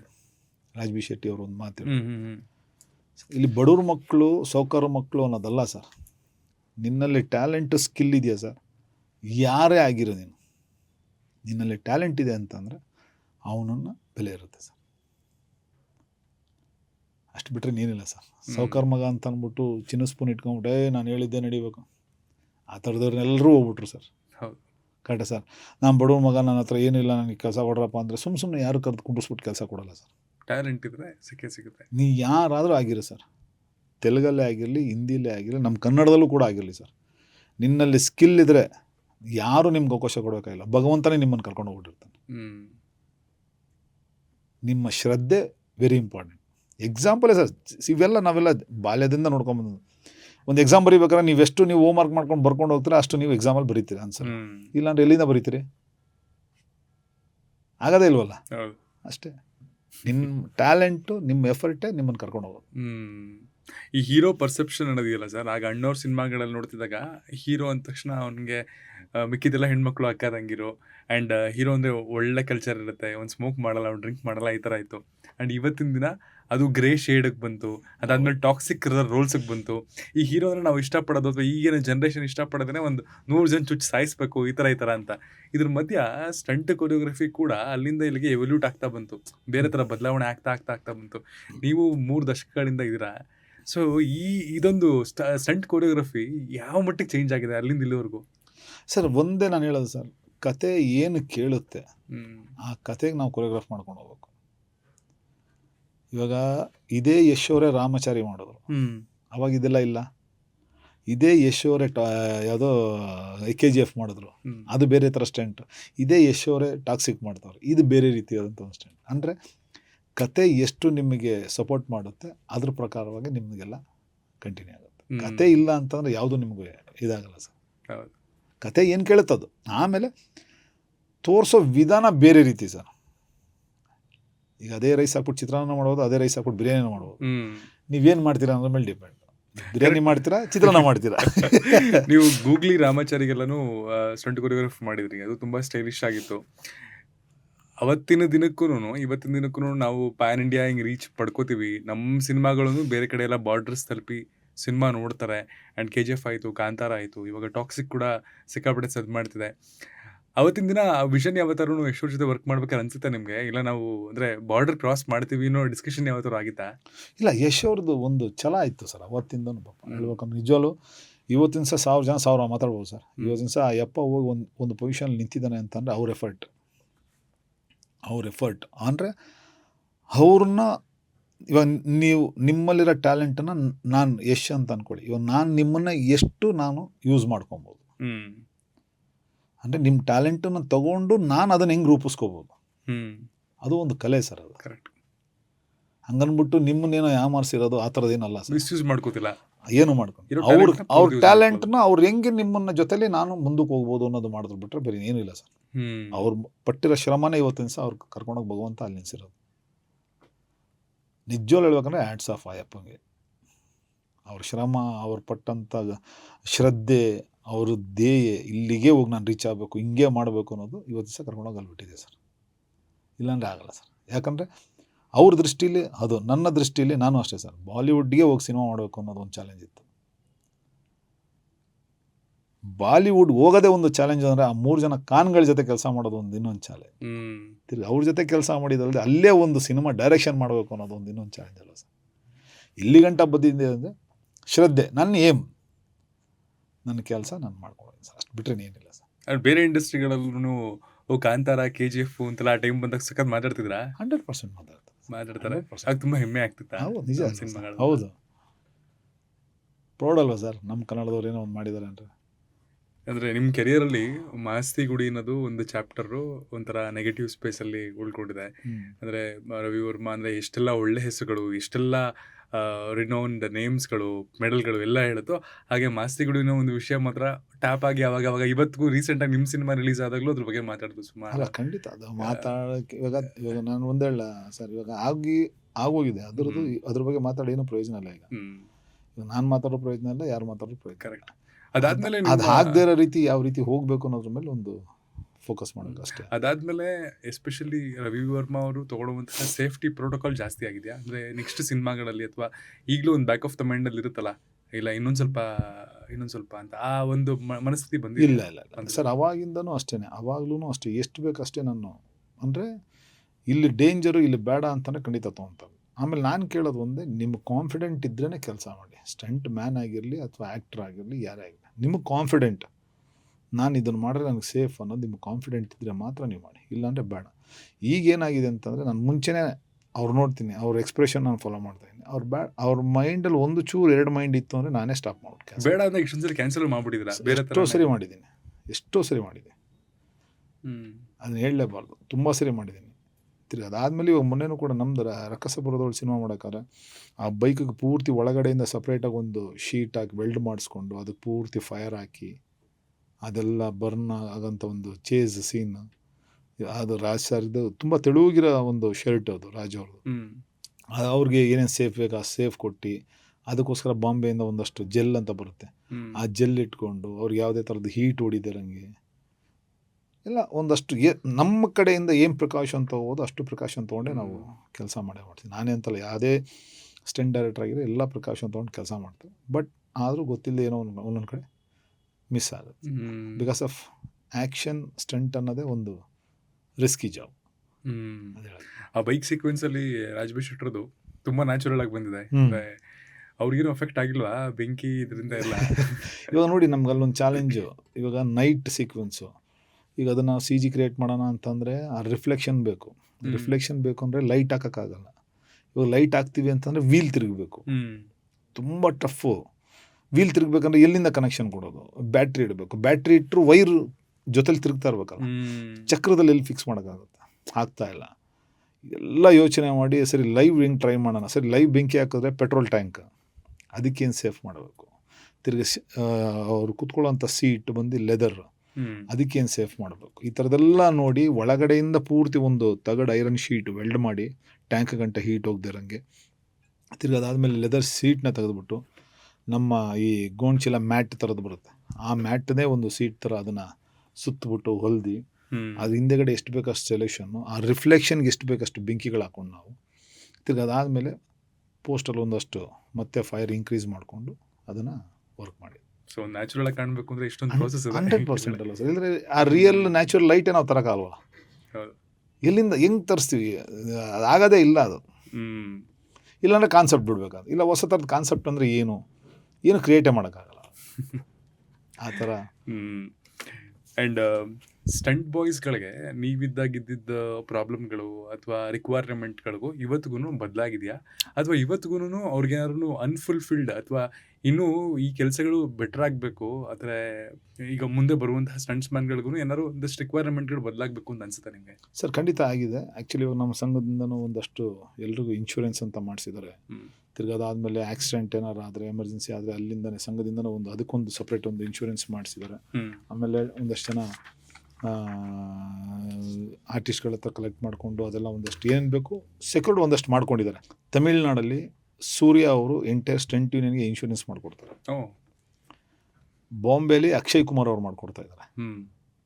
ಆ ಥರ ಇಲ್ಲಿ ಅಂದರೆ ಅವರ ಒಂದು ಇದು, ಬಟ್ ಇಲ್ಲಿ ಆ ಥರ ಯಾರಾದರೂ ಒಂದು ಹೆಲ್ಪ್ ಮಾಡೋದು ತುಂಬ ಹೌದು. ಅಫ್ಕೋರ್ಸ್ ನಮ್ಮ ಕನ್ನಡದಲ್ಲಿ ನನಗೆ ಸುದೀಪ್ ಸರ್ ತುಂಬ ಹೆಲ್ಪ್ ಮಾಡಿದ್ದಾರೆ. ನಮ್ಮ ಸ್ಟಂಟ್ಗೆ ಒಂದು ಸ್ವಂತ ಬಿಲ್ಡಿಂಗ್ ಕಟ್ಕೊಳ್ಳೋಕೆ ಒಂದು ತುಂಬ ಅವಕಾಶ ಮಾಡಿಕೊಟ್ರು, ತುಂಬ ಸಹಾಯ ಮಾಡಿದ್ರು.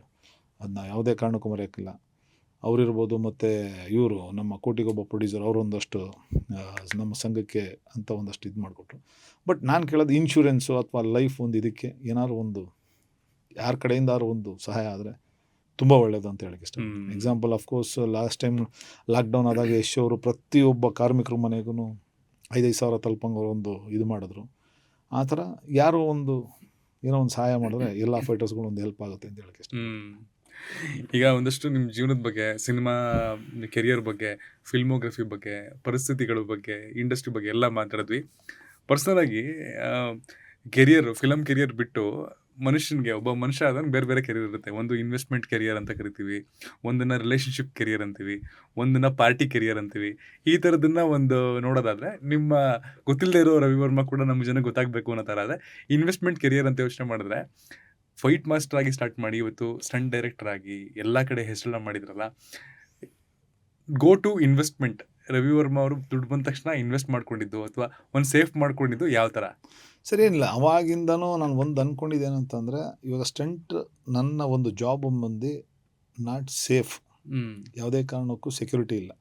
ತಿರ್ಗಿ ಅದಲ್ಲದೆ ಯಾವುದು ಅಂದರೆ ಪಕ್ಕ ಇಲ್ಲ ಕೆಲಸ. ನಿನ್ನ ಟ್ಯಾಲೆಂಟ್ ಇರೋ ಗಂಟೆ ಇರ್ಬೋದು, ಅಥವಾ ನಿಮ್ಮ ಕೈ ಕಾಲುಗಳು ಕರೆಕ್ಟಾಗಿ ಇರೋ ಗಂಟೆ, ಶಕ್ತಿ ಇರೋ ಗಂಟೆ ಒಂದಷ್ಟು ಇರ್ಬೋದು, ಅಷ್ಟು ಬಿಟ್ಟರೆ ಬೇರೆನೇ ಇಲ್ಲ. ಅದರಿಂದ ನಾನೇನು ಮಾಡಿದೆ, ನನಗೇನು ಬೇಕು, ನನ್ನ ಕುಟುಂಬಕ್ಕೆ ಏನು ಬೇಕು, ಅದ್ರದ್ದು ಏನು ಬೇಕು ಅದು ಮಾತ್ರ ಒಂದು ಸೇಫ್ ಮಾಡಿದೆ. ಈಗ ಎಕ್ಸಾಂಪಲ್, ಇವಾಗ ನನ್ನ ಮಗಳಿಗೆ ಮದುವೆ ಮಾಡಬೇಕಾಯ್ತು, ನನ್ನ ಮಗಳಿಗೆ ಮದುವೆ ಆಯಿತು, ನನ್ನ ಮಗನಿಗೆ ಒಂದು ಉಳ್ಕೊಳಕ್ಕೆ ಒಂದು ಮನೆ ಇದೆ, ಅವ್ನಿಗೇನು ಬೇಕು ಒಂದು ಪ್ಲಾಟ್ಫಾರ್ಮ್ ರೆಡಿ ಮಾಡಿ ಕೊಟ್ಟಿದ್ದೆ. ಈಗ ಅದಾದಮೇಲೆ ನಾನೇನು ಮಾಡ್ತಾಯಿದ್ದೀನಿ, ಈಗ ಅದಕ್ಕೆ ಏಂತಿಕ್ಕೆ ಇಷ್ಟು ವರ್ಷ 31 ವರ್ಷ ಏಂತಿಕ್ಕೆ ಆಯಿತು ಒಂದು ಪ್ರೊಡಕ್ಷನ್ ಹೌಸ್ ಮಾಡೋಕ್ಕೆ. ಅಂದರೆ ಈಗ ಇದಿಷ್ಟು ನನ್ನ ನಂಬ್ಕೊಂಡು ಬಂದವ್ರಿಗೆ ಒಂದು ನಾನು ಮಾಡಿದಂಥ ಒಂದು ಇದು. ಈಗ ನಾನು ಸಿನಿಮಾದಿಂದ ಏನು ದುಡಿದಿದ್ದೀನಿ ಅದನ್ನು ನಾನು ಸಿನಿಮಾ ಮಾಡಬೇಕು ಅನ್ನೋದೇ ನನ್ನ ಪ್ಲ್ಯಾನ್. ಓಕೆ, ಇದು ಬಿಗಿನಿಂಗಿಂದನೂ ನನ್ನ ಪ್ಲ್ಯಾನ್ ಇದ್ದೇನೆ. ಆ ಥರ ಇವಾಗ ಪ್ರೊಡಕ್ಷನ್ ಹೌಸ್ ಮಾಡಿದ್ದೀನಿ. ಈ ಸಿನಿಮಾದಲ್ಲಿ ಏನು ಬಂತು, ಏನು ಹಾಕಿದ್ದೀನಿ ಅಷ್ಟು ಬಂತು, ತಿರ್ಗಿ ಮತ್ತೆ ಇನ್ನೊಂದು ಸಿನಿಮಾ ಮಾಡಿ.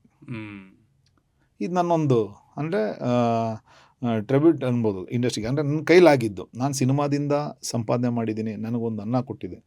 ಅಲ್ಲಿಂದ ನಾನು ಒಂದೆಷ್ಟು ಜನಕ್ಕೆ ನಾನು ಕೆಲಸ ಕೊಡ್ಬೋದು, ಎಷ್ಟು ಜನಕ್ಕೆ ನಾನು ಒಂದು ಕೆಲಸ ಇರ್ಬೋದು, ಅಥವಾ ಒಂದು ಇಂಡಸ್ಟ್ರಿಗೆ ನನ್ನ ಕೈಲಾಗಿದ್ದಂಥ ಏನೊಂದು ಕೊಡುಗೆ ಇರ್ಬೋದು ಅನ್ನೋದನ್ನು ನಾನು ಪ್ರಯತ್ನ ಪಡ್ತಾಯಿದ್ದೀನಿ. ಓಕೆ, ಅಕಸ್ಮಾತ್ ಈ ಸಿನಿಮಾ ಹೋಗದೇ ಇರಲಿ, ತಿರ್ಗಿ ಮತ್ತೆ ಹೋಗ್ತೀನಿ, ಒಂದಷ್ಟು ಸಿನಿಮಾ ಕೆಲಸ ಮಾಡ್ತೀನಿ, ತಿರ್ಗಿ ಬಂದಿದ್ದ ದುಡ್ಡನ್ನ ತೊಗೊಂಬಂದು ಮತ್ತೆ ಇನ್ನೊಂದು ಸಿನಿಮಾ ಮಾಡಿ. ಈಗ ಮತ್ತೆ ಸಿನಿಮಾಗೆ ಇನ್ವೆಸ್ಟ್ ಮಾಡಬೇಕು ಅನ್ನೋದೇ ಈ ಇನ್ವೆಸ್ಟ್ಮೆಂಟ್ ಅಷ್ಟು ಬಿಟ್ಟಿರಲಿಲ್ಲ ಸರ್. ಎಷ್ಟು ಕೊನೆ ಸರ್, ಆಸೆಗೆ ಕೊನೆ ಇಲ್ಲ, ಎಷ್ಟು ಅಂತ ತಿಂತೀವಿ ಒಬ್ಬ ಮನುಷ್ಯನ. ಈಗ 3 ಟೈಮ್ ತಿನ್ನೋ ಫುಡ್ಡೇ ಬಂದಿರೋದು 2 ಟೈಮ್ ಬಂದಿದೆ. ಇವಾಗ ಡಯಟ್ ಬಂದ್ಬಿಟ್ಟು ಒನ್ ಡೇ 1 ಮೀಲ್ ಅಂತ ಬಂದಿದೆ. Proper 3 time ತಿನ್ನೋಕ್ಕಾಗ್ತಿಲ್ಲ.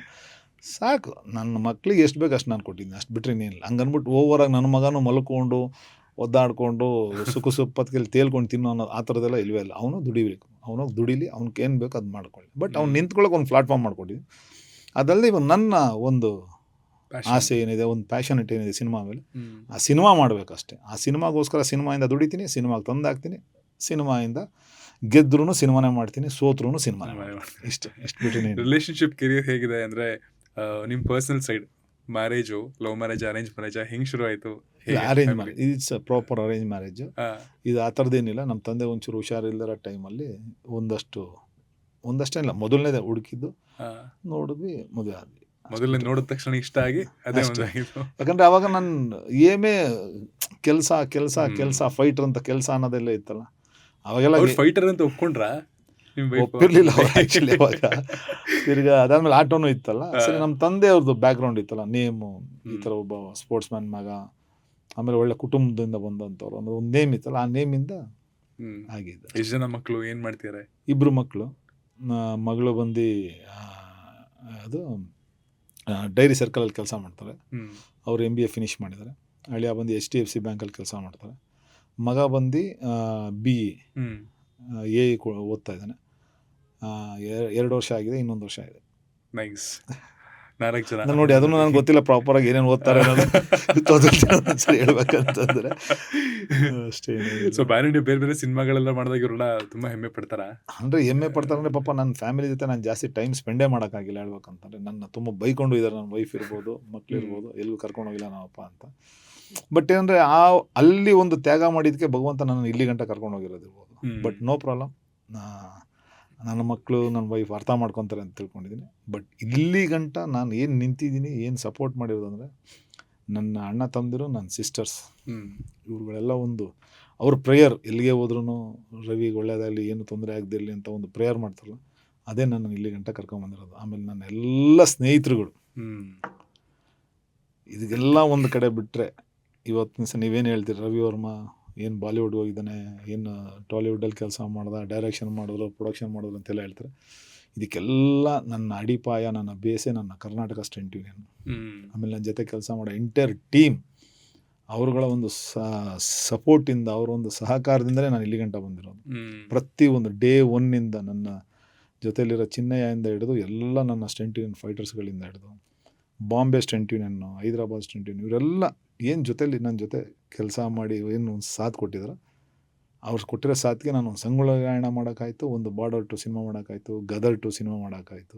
ಈ ಥರದೊಂದು ದೊಡ್ಡ ಸಿನಿಮಾ ಮಾಡೋಕ್ಕೊಂದು ಬೆನ್ನೆಲುಬು ಅಂತ ಹೇಳಕ್ಕೆ ಇಷ್ಟಪಡ್ತೀನಿ. ಇನ್ನು ನಮ್ಮ ಬಾಯ್ಸ್ಗೆ ಪಾರ್ಟಿ ಕೆರಿಯರ್ ಹೇಗಿದೆ ರವಿ ವರ್ಮಾ ಅವ್ರದ್ದು? ಇಲ್ಲ, I am not drink anything. ಇವತ್ತರೆಗೂ ನಾನು ಡ್ರಿಂಕ್ ಮಾಡಲ್ಲ, ಕುಡಿದು ಇಲ್ಲ ನಾನು. ಓಕೆ, ಫುಲ್ ಟೋಟ್ಲರಾ? ಏನಿಲ್ಲ, ಮನೇಲಿದ್ರೆ ಫ್ಯಾಮಿಲಿ ಜೊತೆ ಯಾವಾಗಾರು ಒಂದ್ಸರಿ ರೆಡ್ ವೈನ್, ಒಂದು ಸಣ್ಣದ ಒಂದು ಗ್ಲಾಸ್, ಅಷ್ಟು ಬಿಟ್ಟರೆ ಬೇರೆ ಏನಿಲ್ಲ. Okay, foodie. ನಾನ್ ವೆಜ್ ಇಷ್ಟ? ಅದಿಲ್ಲ, ಕೆಲಸನೇ ಆಗಲ್ಲ. ಆಲ್ಮೋಸ್ಟ್ ನಾನ್ ವೆಜ್ ಅಲ್ಲ, ವೀಕ್ಲಿ ಟ್ವೈಸ್ ಇಲ್ಲ, ಮಂಡೇ ಟ್ಯೂಸ್ಡೇ ಇರಲ್ಲ, ಮಿಕ್ಕಿ ದಿವಸ ಅಲ್ಲ. ನೈಸ್. ಓಕೆ, ಒಂದು ಕ್ವಿಕ್ ಫೈರ್ ರೌಂಡ್ ಇದೆ, ಸಿಂಪಲ್ ಆಗಿದೆ, ಕಷ್ಟ ಏನೂ ಇಲ್ಲ, ಕಾಂಟ್ರವರ್ಸಿನೂ ಏನೂ ಇಲ್ಲ, ತುಂಬ ಸಿಂಪಲ್ ಆಗಿದೆ. ಫೇವ್ರೇಟ್ ಆಕ್ಷನ್ ಕೊರಿಯೋಗ್ರಾಫರು ನಿಮ್ಮನ್ನು ಬಿಟ್ಟು ಬೇರೆ ಯಾರನ್ನಾರು ನೋಡಿ ಅವ್ರ ಕೆಲಸನ ತುಂಬ ಅಡ್ಮೈರ್ ಮಾಡ್ತೀರಾ ಅಂದರೆ ಯಾರು? ಜಾನು. ಯಾವ ಫಿಲಮ್ ಮಾಡಿದಾರೆ ಅವರು? ಯಾವುದು? ವ್ಯಾಂಡಮ್ದು ಮಿಷನ್ ಇಂಪಾಸಿಬಲ್ 2. ಓಕೆ. ಆಮೇಲೆ ಫೇಸ್ ಆಫ್ ಅವರು. Okay, nice. ಹಾರ್ಡೆಸ್ಟ್ ಸ್ಟಂಟ್ ಅಂದರೆ ಕಷ್ಟವಾಗಿರೋ ಒಂದು ಸ್ಟಂಟು, ಇದು ನಾನು ಮಾಡಲ್ಲ ಅಂತ ನೀವು ದೂರ್ಗೂ ಹಿಡಿಯೋದು? ಅದ್ಯಾವುದೂ ಇಲ್ಲ. ಯಾವುದೂ ಇಲ್ವಾ? ಯಾವುದನ್ನ ಹೇಳಿದ್ರು ಮಾಡಲ್ಲ ಅಂತ ಹೇಳಿ ಸ್ವಿಮ್ಮಿಂಗ್ ಬರಲ್ಲ, ಆದರೂ ಬೆಂಕಿ ಹಚ್ಕೊಂಡು ಜಂಪ್ ಮಾಡಿದ್ದೀನಿ. ಯಾವುದು ನಾನು ಹತ್ರ ಹೇಳೇ ಇಲ್ಲ. ಓಕೆ, ಇದುವರೆಗೂ ಯಾವ್ದಾದ್ರು ಡೈರೆಕ್ಟರ್ ಕೇಳಿದಾಗಲೂ ಈ ಥರ ಒಂದು ಮಾಡ್ಬೋದಾ ಅಂದಾಗ ಇಲ್ಲ ಸರ್ ಇದನ್ನ ಮಾಡೋಕ್ಕಾಗಲ್ಲ ಅಂತ ಹೇಳಿಲ್ಲ? ಇಲ್ಲ. ಒಂದೇ ಟೇಕಲ್ಲಿ ಆ್ಯಕ್ಷನ್ ಕೊರಿಯೋಗ್ರಾಫ್, ನೀವು ಕೊಟ್ಟಿರೋ ಆ್ಯಕ್ಷನ್ ಕೊರಿಯೋಗ್ರಾಫ್ನ ಈಸಿಯಾಗಿ ಮಾಡುವಂತಹ ಒಬ್ಬ ನಟ ಇದ್ದಾರೆ ಅಂದರೆ ಯಾರು ನಿಮಗೆ ತುಂಬ ಇಷ್ಟ? ತುಂಬ ಜನ ಇದ್ದಾರೆ, ಆದರೂ ತುಂಬ ಇಷ್ಟ ಅಂತಂದರೆ ಇಬ್ಬರೇ ವ್ಯಕ್ತಿನ ಹೇಳಕ್ಕೆ ಇಷ್ಟಪಡ್ತೀನಿ. ಒಂದು ದರ್ಶನ್ ಇರ್ಬೋದು, ಒಂದು ಪುನೀತ್ ಅವ್ರು ಇರ್ಬೋದು. ಓಕೆ, ಒನ್ ಟೇಕಲ್ಲಿ almost almost most of the time 100%. Okay, super star but ಇವ್ರ ಹತ್ರ ನನ್ನ ಕೆಲಸ ತೆಗೆಸೋದು ಸ್ವಲ್ಪ ಕಷ್ಟ ಅಂತ ನಿಮ್ಗೆ ಅನ್ಸಿರೋದು ಇದುವರೆಗೂ? ಸೂಪರ್ ಸ್ಟಾರ್ ಕೆಲಸ ತೆಗೆದು ಸ್ವಲ್ಪ ಕಷ್ಟ ಅಂತ ಅನ್ಸಿರೋದು ಆ ಥರ ಯಾರ್ದು ಅನ್ಸಿಲ್ಲ? ಎಲ್ಲರೂ ಸ್ಮೂತ್ ಓಕೆ ಅಂತ ಅನ್ಸಿಲ್ಲ? ಅಥವಾ ಚಾಲೆಂಜ್ ಅಂತ ಅನ್ಸಿದ್ದು? ನನಗೆ ಚಾಲೆಂಜ್ ಅಂತ ಅನ್ಸೋದೆ ಸುದೀಪ್ ಸರ್ ಜೊತೆ. ಯಾಕಂದರೆ ಇವಾಗ ನಾನೇನೋ ಒಂದು ಕೊರಿಯೋಗ್ರಾಫ್ ಮಾಡ್ಬೋದು, ನಾನೇನೋ ಒಂದು ಕೊರಿಯೋಗ್ರಾಫ್ ಮಾಡಿಬಿಟ್ರೆ ಅದಕ್ಕೆ ಪರಿಪೂರ್ಣವಾಗಿ ಪರ್ಫಾರ್ಮ್ ಮಾಡೋವಂಥ ವ್ಯಕ್ತಿ ಬೇಕು. ಕೆಲವರು ಅಫ್ಕೋರ್ಸ್ ನೀವು ಹೇಳ್ದಂಗೆ ಜಿಮ್ನಾಸ್ಟಿಕ್ ಮಾಡೋಂಥವ್ರು ಅಪ್ಪು ಹ್ಮ್. ಅವ್ರು ಇರ್ಬೋದು ಅಥವಾ ಹ್ಮ್. ದರ್ಶನ್ ಅವ್ರು ಇರ್ಬೋದು ಆ ಥರ. ಹ್ಮ್. ಬಟ್ ಅದರಲ್ಲಿ ಇಂಪ್ಯಾಕ್ಟ್ ಕೊಟ್ಟು ಒಳಗಡೆ ಆ್ಯಕ್ಟಿಂಗ್ ಅನ್ನೋ ಒಂದು ಸ್ಕಿಲ್ ತುಂಬಿ ಮಾಡೋಂಥದ್ದು ಸುದೀಪ್ ಅವರು. ಹ್ಮ್. ನನ್ನ ಅಂದರೆ ಅವ್ರ ಜೊತೆ ಹೋದಾಗೆಲ್ಲ ನನಗೇನು ಅಂತಂದರೆ ಏನಾದ್ರು ಒಂದು ವಸ್ತು ಮಾಡಬೇಕು ಅನ್ನೋದೇ ನನಗೆ ಒಂದು ಚಾಲೆಂಜ್. ಹ್ಮ್. ಯಾವಾಗಲೂ ನನಗೆ ಚಾಲೆಂಜ್, ಅವ್ರಿಗೆ ಚಾಲೆಂಜ್ ಅಲ್ಲ, ನನಗೆ ಚಾಲೆಂಜು. ಅವ್ರು ಒಂದೇ ಮಾತಾಡೋದು, ರವಿ ಇದನ್ನು ನಾನು ತಲೆ ಕೆಡಿಸ್ಕೊಳ್ಳಲ್ಲ, ರವಿ ಇದ್ಮೇಲೆ okay done, I can do anything ಅಂತಾರೆ. ಆ ಒಂದು ನಂಬಿಕೆ ಉಳಿಸ್ಕೊಳ್ಳೋದೇ ಒಂದು ದೊಡ್ಡ ನನಗೆ ಚಾಲೆಂಜಿಂಗ್ ಅನ್ನಿಸ್ತಾ ಇರ್ತದೆ. ಎಕ್ಸಾಂಪಲ್ ಮೊನ್ನೆ ಮಾರ್ಕ್ ಮಾಡಿರೋದು ಅಷ್ಟೇ, ಆ ಟೆಂಪಲ್ ಫೈಟ್. ಕರೆಕ್ಟ್. ಅದು ಹೆಂಗೆ ಮಾಡಿದೀವಿ ನಮಗೆ ಗೊತ್ತದು ಹೇಳ್ಬೇಕಂತ. ನೀನು ಮಾಡ್ತೀನಿ ಮಾಡು ಅಷ್ಟೇ, ನನಗೆ ಗೊತ್ತಿಲ್ಲ ಅದಂತಾರೆ. ಮಳೆ ಬರ್ತಾ ಇದೆ ಡೈಲಿ 6 days 7 days ಮಾಡಿದ್ವಿ, ಡೈಲಿ ಮಳೆ ಬರ್ತಾ ಇದೆ. ಹ್ಮ್. ಪ್ಲಾಟ್ಫಾರ್ಮ್ ಹಾಕಿದ್ದಾರೆ, ಬಂಡೆಗಳು ಜಾರ್ತಾ ಇದೆ, ಅಷ್ಟು ಜನ ಡ್ಯಾನ್ಸರ್ಸು ಜೂನಿಯರ್ಸು. ಬಟ್ ಒಟ್ಟಿನಲ್ಲಿ ಅವ್ರಿಗೊಂದು ಕೊರಿಯೋಗ್ರಾಫ್ ಮಾಡ್ಬೇಕಂತಂದರೆ ಒಂದು ಪರಿಪೂರ್ಣವಾಗಿ ಅಂದರೆ ಅವ್ರು ಮಾಡೋ ಒಂದು ಪರ್ಫಾರ್ಮಿಂದ ಹಿಡಿದು ಅದಕ್ಕೆಲ್ಲೋ ಒಂದು ಜೀವ ತುಂಬಿದಾಗ ಒಂದು ಖುಷಿ ಆಗುತ್ತೆ. ಸ್ಪೇಸ್ ಇಟ್ಕೊಂಡೆ ಎಸ್ ಕೊರಿಯೋಗ್ರಾಫ್ ಮಾಡ್ತೀರಾ. ಎಸ್ ಹೌದು. ನೈಸ್. ಯಾವ್ದಾದ್ರು ಒಂದು ದೊಡ್ಡ ಇಂಜುರಿ ಮನೆಯವರಿಂದ ನೀವು ಅವಾಯ್ಡ್ ಮಾಡಿ ಅವ್ರು ಬೇಜಾರು ಮಾಡ್ಕೋತಾರೆ ಅಂತ ಇದುವರೆಗೂ ಹೇಳ್ದೇ ಇರೋದಿದ್ಯಾ? ತುಂಬ ಇದೆ. ಒಂದಲ್ಲ ತುಂಬ ಇದೆ. ಯಾವ್ದಾದ್ರು ಒಂದು ರಿವೀಲ್ ಮಾಡ್ಬೇಕು ಈಗ ಅಂದ್ರೆ? ತುಂಬ ಇದೆ ಹೇಳ್ಬೇಕಂತಂದರೆ. ಒಂದು ದರ್ಶನ್ ಅವ್ರದ್ದೇ ನಿನಗೋಸ್ಕರ ಅಂತ ಒಂದು ಸಿನಿಮಾ, ಹ್ಮ್. ಮೋಟ್ರ್ ಬೈಕ್ ಜಂಪ್ ಮಾಡಿದೆ. ಮೋಟ್ರ್ ಬೈಕ್ ಜಂಪ್ ಮಾಡ್ಬಿಟ್ಟು ಫುಲ್ ಆ್ಯಂಕಲ್ ಹತ್ರ ಇಷ್ಟಾಗಲ್ಲ ಸ್ಕಿನ್ ಬೋನ್ ಸಮೇತ ಹಿಂಗೆ ಆಚೆ ಬಂದ್ಬಿಟ್ಟಿತ್ತು. ಹ್ಮ್. ಅದ್ರೊಳಗಡೆ ಎಲ್ಲ ಮಣ್ಣು ಹೋಗ್ಬಿಟ್ಟಿತ್ತು, ಕೆರೆ ಒಳಗಡೆ ಜಂಪ್ ಮಾಡಿದ್ದು, ಕೆಸರು ಮಣ್ಣು ಸೇರಿಬಿಟ್ಟು ಇಮಿಡಿಯೇಟ್ ಆಚೆ ಹೋಗ್ಬಿಟ್ಟು ಅಲ್ಲೇ ಪಕ್ಕದಲ್ಲೇ ಕನಕಪುರ ಹತ್ರ ಆರೋಹಳ್ಳಿ ಹತ್ರ ಹೋಗ್ಬಿಟ್ಟು ಕ್ಲೀನ್ ಮಾಡಿಸಿದ್ರು. ಆ ವ್ಯಕ್ತಿ ಕ್ಲೀನ್ ಮಾಡಿದ್ರೆ ಹಂಗೆ ಸ್ಟಿಚ್ ಹಾಕ್ಬಿಟ್ಟಿದ್ರು ಒಳಗಡೆ. ಅದು ಫುಲ್ ಸೆಪ್ಟಿಕ್ ಆಗಿ ನೀ ಗಂಟ ಪೂರ್ತಿ ರೆಡ್ಡಾಗಿ ಇಷ್ಟು ದಪ್ಪ ಆಗ್ಬಿಟ್ಟಿತ್ತು. ನಾನು ಹೇಳೇ ಇರಲಿಲ್ಲ, ನಮ್ಮ ಅಕ್ಕನ ಹತ್ರ ಹೇಳ್ಕೊಂಡಿದ್ದೆ. ಆವಾಗ ನಮ್ಮ ಅಕ್ಕ ಹೋಗಿ ಹನುಮಾನ್ ನಗರದಲ್ಲಿ ಒಬ್ಬರು ಡಾಕ್ಟ್ರ್ ಇದ್ದಾರೆ, ಗಣಪತಿ ಅಂದ್ಬಿಟ್ಟು, ಹ್ಮ್. ಅವ್ರ ಹತ್ರ ಹೋಗ್ಬಿಟ್ಟು ಡೈರೆಕ್ಟ್ ಡೈಲಿ ನರ್ವ್ಸ್ಗೆ ಡೈರೆಕ್ಟ್ ಇಂಜೆಕ್ಷನ್ ತೊಗೊತಾ ಇದೆ. ಸುಮಾರು 1.5 ತಿಂಗಳು ತೊಗೊಂಡಿದ್ದೀನಿ. ಅದು ನನ್ನ ಮನೇಲಿ ಎಲ್ಲೂ ಹೇಳಿರಲಿಲ್ಲ. ಹ್ಮ್. ಹೋಗಿ ತೊಗೊಂಡು ಹಂಗೆ ಕೀಲಾಗಿ ಆಮೇಲೆ ಅದನ್ನು ತೆಗೆದು ಅವ್ರ ಮಣ್ಣೆಲ್ಲ ಕ್ಲೀನ್ ಮಾಡಿ ಮತ್ತು ಹಂಗೆ ಪ್ಯಾಚ್ ಅಂಟಿಸಿದ್ರು. ಇದು ಮಾರ್ಕ್ ಕಾಣಬಾರ್ದು ಅಂದರೆ ಪ್ಲಾಸ್ಟಿಕ್ ಸರ್ಜರಿ ಮಾಡೋಣ. ಅಲ್ಲಿ ಗಂಟ ದುಡ್ಡಿಲ್ಲ ಸರ್, ಇಷ್ಟು ಮಾಡಿಸಲ್ಲ ಥ್ಯಾಂಕ್ಸ್ ಅಂದ್ಬಿಟ್ಟು ಸುಮ್ಮನೆ. ಒಂದು ಆಕ್ಷನ್ ಮೂವಿ ನೀವು ಪದೇ ಪದೇ ನೋಡಿ ಇಷ್ಟಪಟ್ಟಿರೋದು ಅಥವಾ ತುಂಬಾ ಸಲ ನೋಡಿರೋದು ಸ್ಟಂಟ್ಗೋಸ್ಕರ? MI2 ತುಂಬಾ ಸಲ ನೋಡಿದ್ರಾ? ಎಷ್ಟು ಸಲ ನೋಡಿದ್ರ ಅಂದಾಜು? ಲೆಕ್ಕನೇ ಇಲ್ಲ ಹೇಳ್ಬೇಕಂತ. ತುಂಬ ಇಷ್ಟ. ಅದೇ ಹೇಳಿದ್ನಲ್ಲ, ಜಾನು ಅಂತ ಒಬ್ಬ ಕೊರಿಯೋಗ್ರಾಫರ್, ನಿಜವಾಗ್ಲೂ ಅವರು ಮಾಡಿರೋದು ಅವರೇ director. Actually first stunt action director, ಅದಾದಮೇಲೆ ಅವರು ಡೈರೆಕ್ಟರ್ ಆದರು ಹಾಲಿವುಡ್ಗೆ ಹೋದ್ಮೇಲೆ. ಒಂಥರ ಅವರೇ ಇನ್ಸ್ಪಿರೇಷನ್ ನಿಮ್ಗೂ? ಅಷ್ಟು ಸಿನಿಮಾ ನೀವು ನೋಡಿ, ಯಾವ್ದಾದ್ರು ಸಿನಿಮಾ, ಹಾರ್ಟ್ ಟಾರ್ಗೆಟ್ ನೋಡಿ, ಫೇಸ್ ಆಫ್ ನೋಡಿ, ಮಿಷನ್ ಇಂಪಾಸಿಬಲ್ ನೋಡಿ, ರೆಡ್ ಫೋರ್ಟ್ ಯಾವುದೋ ಒಂದು ಸಿನಿಮಾ ಇದೆ, ಅದೊಂದು ನೋಡಿ. ಬೇರೆ ಲೆವೆಲ್. ಮೊನ್ನೆ ರೀಸೆಂಟಾಗಿ ಒಂದು ಸ್ಟಂಟ್ ಮ್ಯಾನೋ ಯಾವುದೋ ಒಂದು ಸಿನಿಮಾ ಮಾಡಿದ್ರು, ಅದನ್ನು ನೋಡಿ. ಅವ್ರ ಕಟಿಂಗ್ ಪಾಯಿಂಟೇ ಬೇರೆ ರೀತಿ ಇದೆ. ಸಿನಿಮಾಗೆ ಬಂದ್ಮೇಲೆ ಇದೊಂದು ವಿಷಯ ನಂಗೆ ಮಾಡೋಕ್ಕಾಗಿಲ್ಲ ಅಂತ ಅದ್ರ ರಿಗ್ರೆಟ್ ಇದೆಯಾ? ಆರ್ಟಿಸ್ಟ್ ಆಗಬೇಕಾಯ್ತು, ಅದಾಗಿಲ್ಲ ಅಷ್ಟೇ. ಅಂದರೆ ನನಗೆ ಆಗಬೇಕು ಅಂತಿರಲಿಲ್ಲ, ಅವಕಾಶಗಳು ಬಂತು. ಬಟ್ ಆದರೆ ಅದನ್ನು ನಾನೇ ಬೇಡ ಅಂತ ಅವಾಯ್ಡ್ ಮಾಡಿ. ಯಾಕಂದರೆ ಇಂದ್ರಜಿತ್ ಸರ್ ನನ್ನ ಅವಾಗ ಕರೆದಿರೋ ಮೊದಲ ಸಲ ಒಂದು ಸಿನಿಮಾ ಬಂತಲ್ಲ, ಅದಾದ್ಮೇಲೆ ಇಮೇಟ್ ರವಿ ನೀನೇ ಹೀರೋ ಇದ್ದಂಗೆ ಮಾಡೋ ಹಂಗೆ ಹಿಂಗೆ ಅಂತ. ಬಟ್ ನಾನು ಅವ್ರ ಹತ್ರ ಹೋಗಲಿಲ್ಲ, ಮತ್ತೆ ಕೇಳಲಿಲ್ಲ, ಮಾಡಲಿಲ್ಲ. ಇವತ್ತಿಗೂ ಅವರೆಲ್ಲರೂ ಸಿಕ್ಕರೆ ನೀವು ಮಿಸ್ ಮಾಡ್ಕೊಂಡ ಅವಕಾಶ ಅಂತ ಬೈತಾರೆ. ಅನ್ಸುತ್ತೆ ಒಂದೊಂದ್ಸಲಿ ಟ್ರೈ ಮಾಡ್ಬಿಡು ಆಯ್ತಲ್ಲ ಅದನ್ನು. ಅಂದರೆ ಇವಾಗ ಅನ್ಸುತ್ತೆ ಏಂತಿಕೆ ಅಂತಂದರೆ, ಕೆಲವೊಂದು ಸರಿ ಎಲ್ಲೋ ಒಂದು ಕಡೆ ಈಗಷ್ಟೇ ನಿಮ್ಮವ್ರ ಹತ್ರ ಮಾತಾಡ್ತಾ ಇದ್ದೆ, ಈ ಬಣ್ಣ ಹಚ್ಚೋರ್ದು ಹಿಂಗಿರುತ್ತೆ ಹಿಂಗೆ ಅಂತ. ಅದೆಲ್ಲ ನೋಡಿದ್ರೆ ನಾವು ಬಣ್ಣ ಹಚ್ಕೊಂಡು ಸುಮ್ಮನೆ ಬಿಡ್ಬೇಕಾಯ್ತು ಅನ್ಸುತ್ತೆ. ಬಟ್ ಆದರೂ ಇದ್ರಲ್ಲಿ ನಾನು ಇಷ್ಟ ಆಗಿದ್ದೀನಿ ಅಷ್ಟೇ ಸರ್. ಅಂದ್ರೆ ಇನ್ನೊಂದಷ್ಟು ಬೆಟರ್ ಕಂಫರ್ಟ್ ಸಿಗ್ತಿರೋದು, ಕಂಫರ್ಟ್ 100% ಸಿಗುತ್ತೆ, ರೆಕಗ್ನಿಷನ್. ಬಟ್ ಈ ಚಾಲೆಂಜ್ ಇರಲ್ಲ ಲೈಫಲ್ಲಿ. ಲೈಫಲ್ಲಿ ಚಾಲೆಂಜ್ ಇರಲ್ಲ, ಕಂಫರ್ಟ್ ಆರಾಮಾಗಿ ಸಿಗುತ್ತೆ, ಅದಂತೂ ಗ್ಯಾರಂಟಿ. ಒಂದು ಬೆಸ್ಟ್ ಥಿಂಗ್ ಇದೆ, ಪ್ರತಿಯೊಂದು ಇಂಡಸ್ಟ್ರಿಯಲ್ಲಿ ನೀವು ವರ್ಕ್ ಮಾಡಿರೋದ್ರಲ್ಲಿ ಡಿಫ್ರೆಂಟ್ ಆಗಿ ಅಂದ್ರೆ ಯಾವುದು? ಕನ್ನಡ, ತಮಿಳು, ತೆಲುಗು, ಮಲಯಾಳಂ ಮತ್ತು ಹಿಂದಿ, ಒಂದೊಂದು ವಿಭಿನ್ನತೆ ಅಥವಾ ಒಂದೊಂದು ನಿಮ್ಗೆ ಇಷ್ಟ ಆಗಿರೋ ವಿಷಯ ಆ ಇಂಡಸ್ಟ್ರಿನಲ್ಲಿ?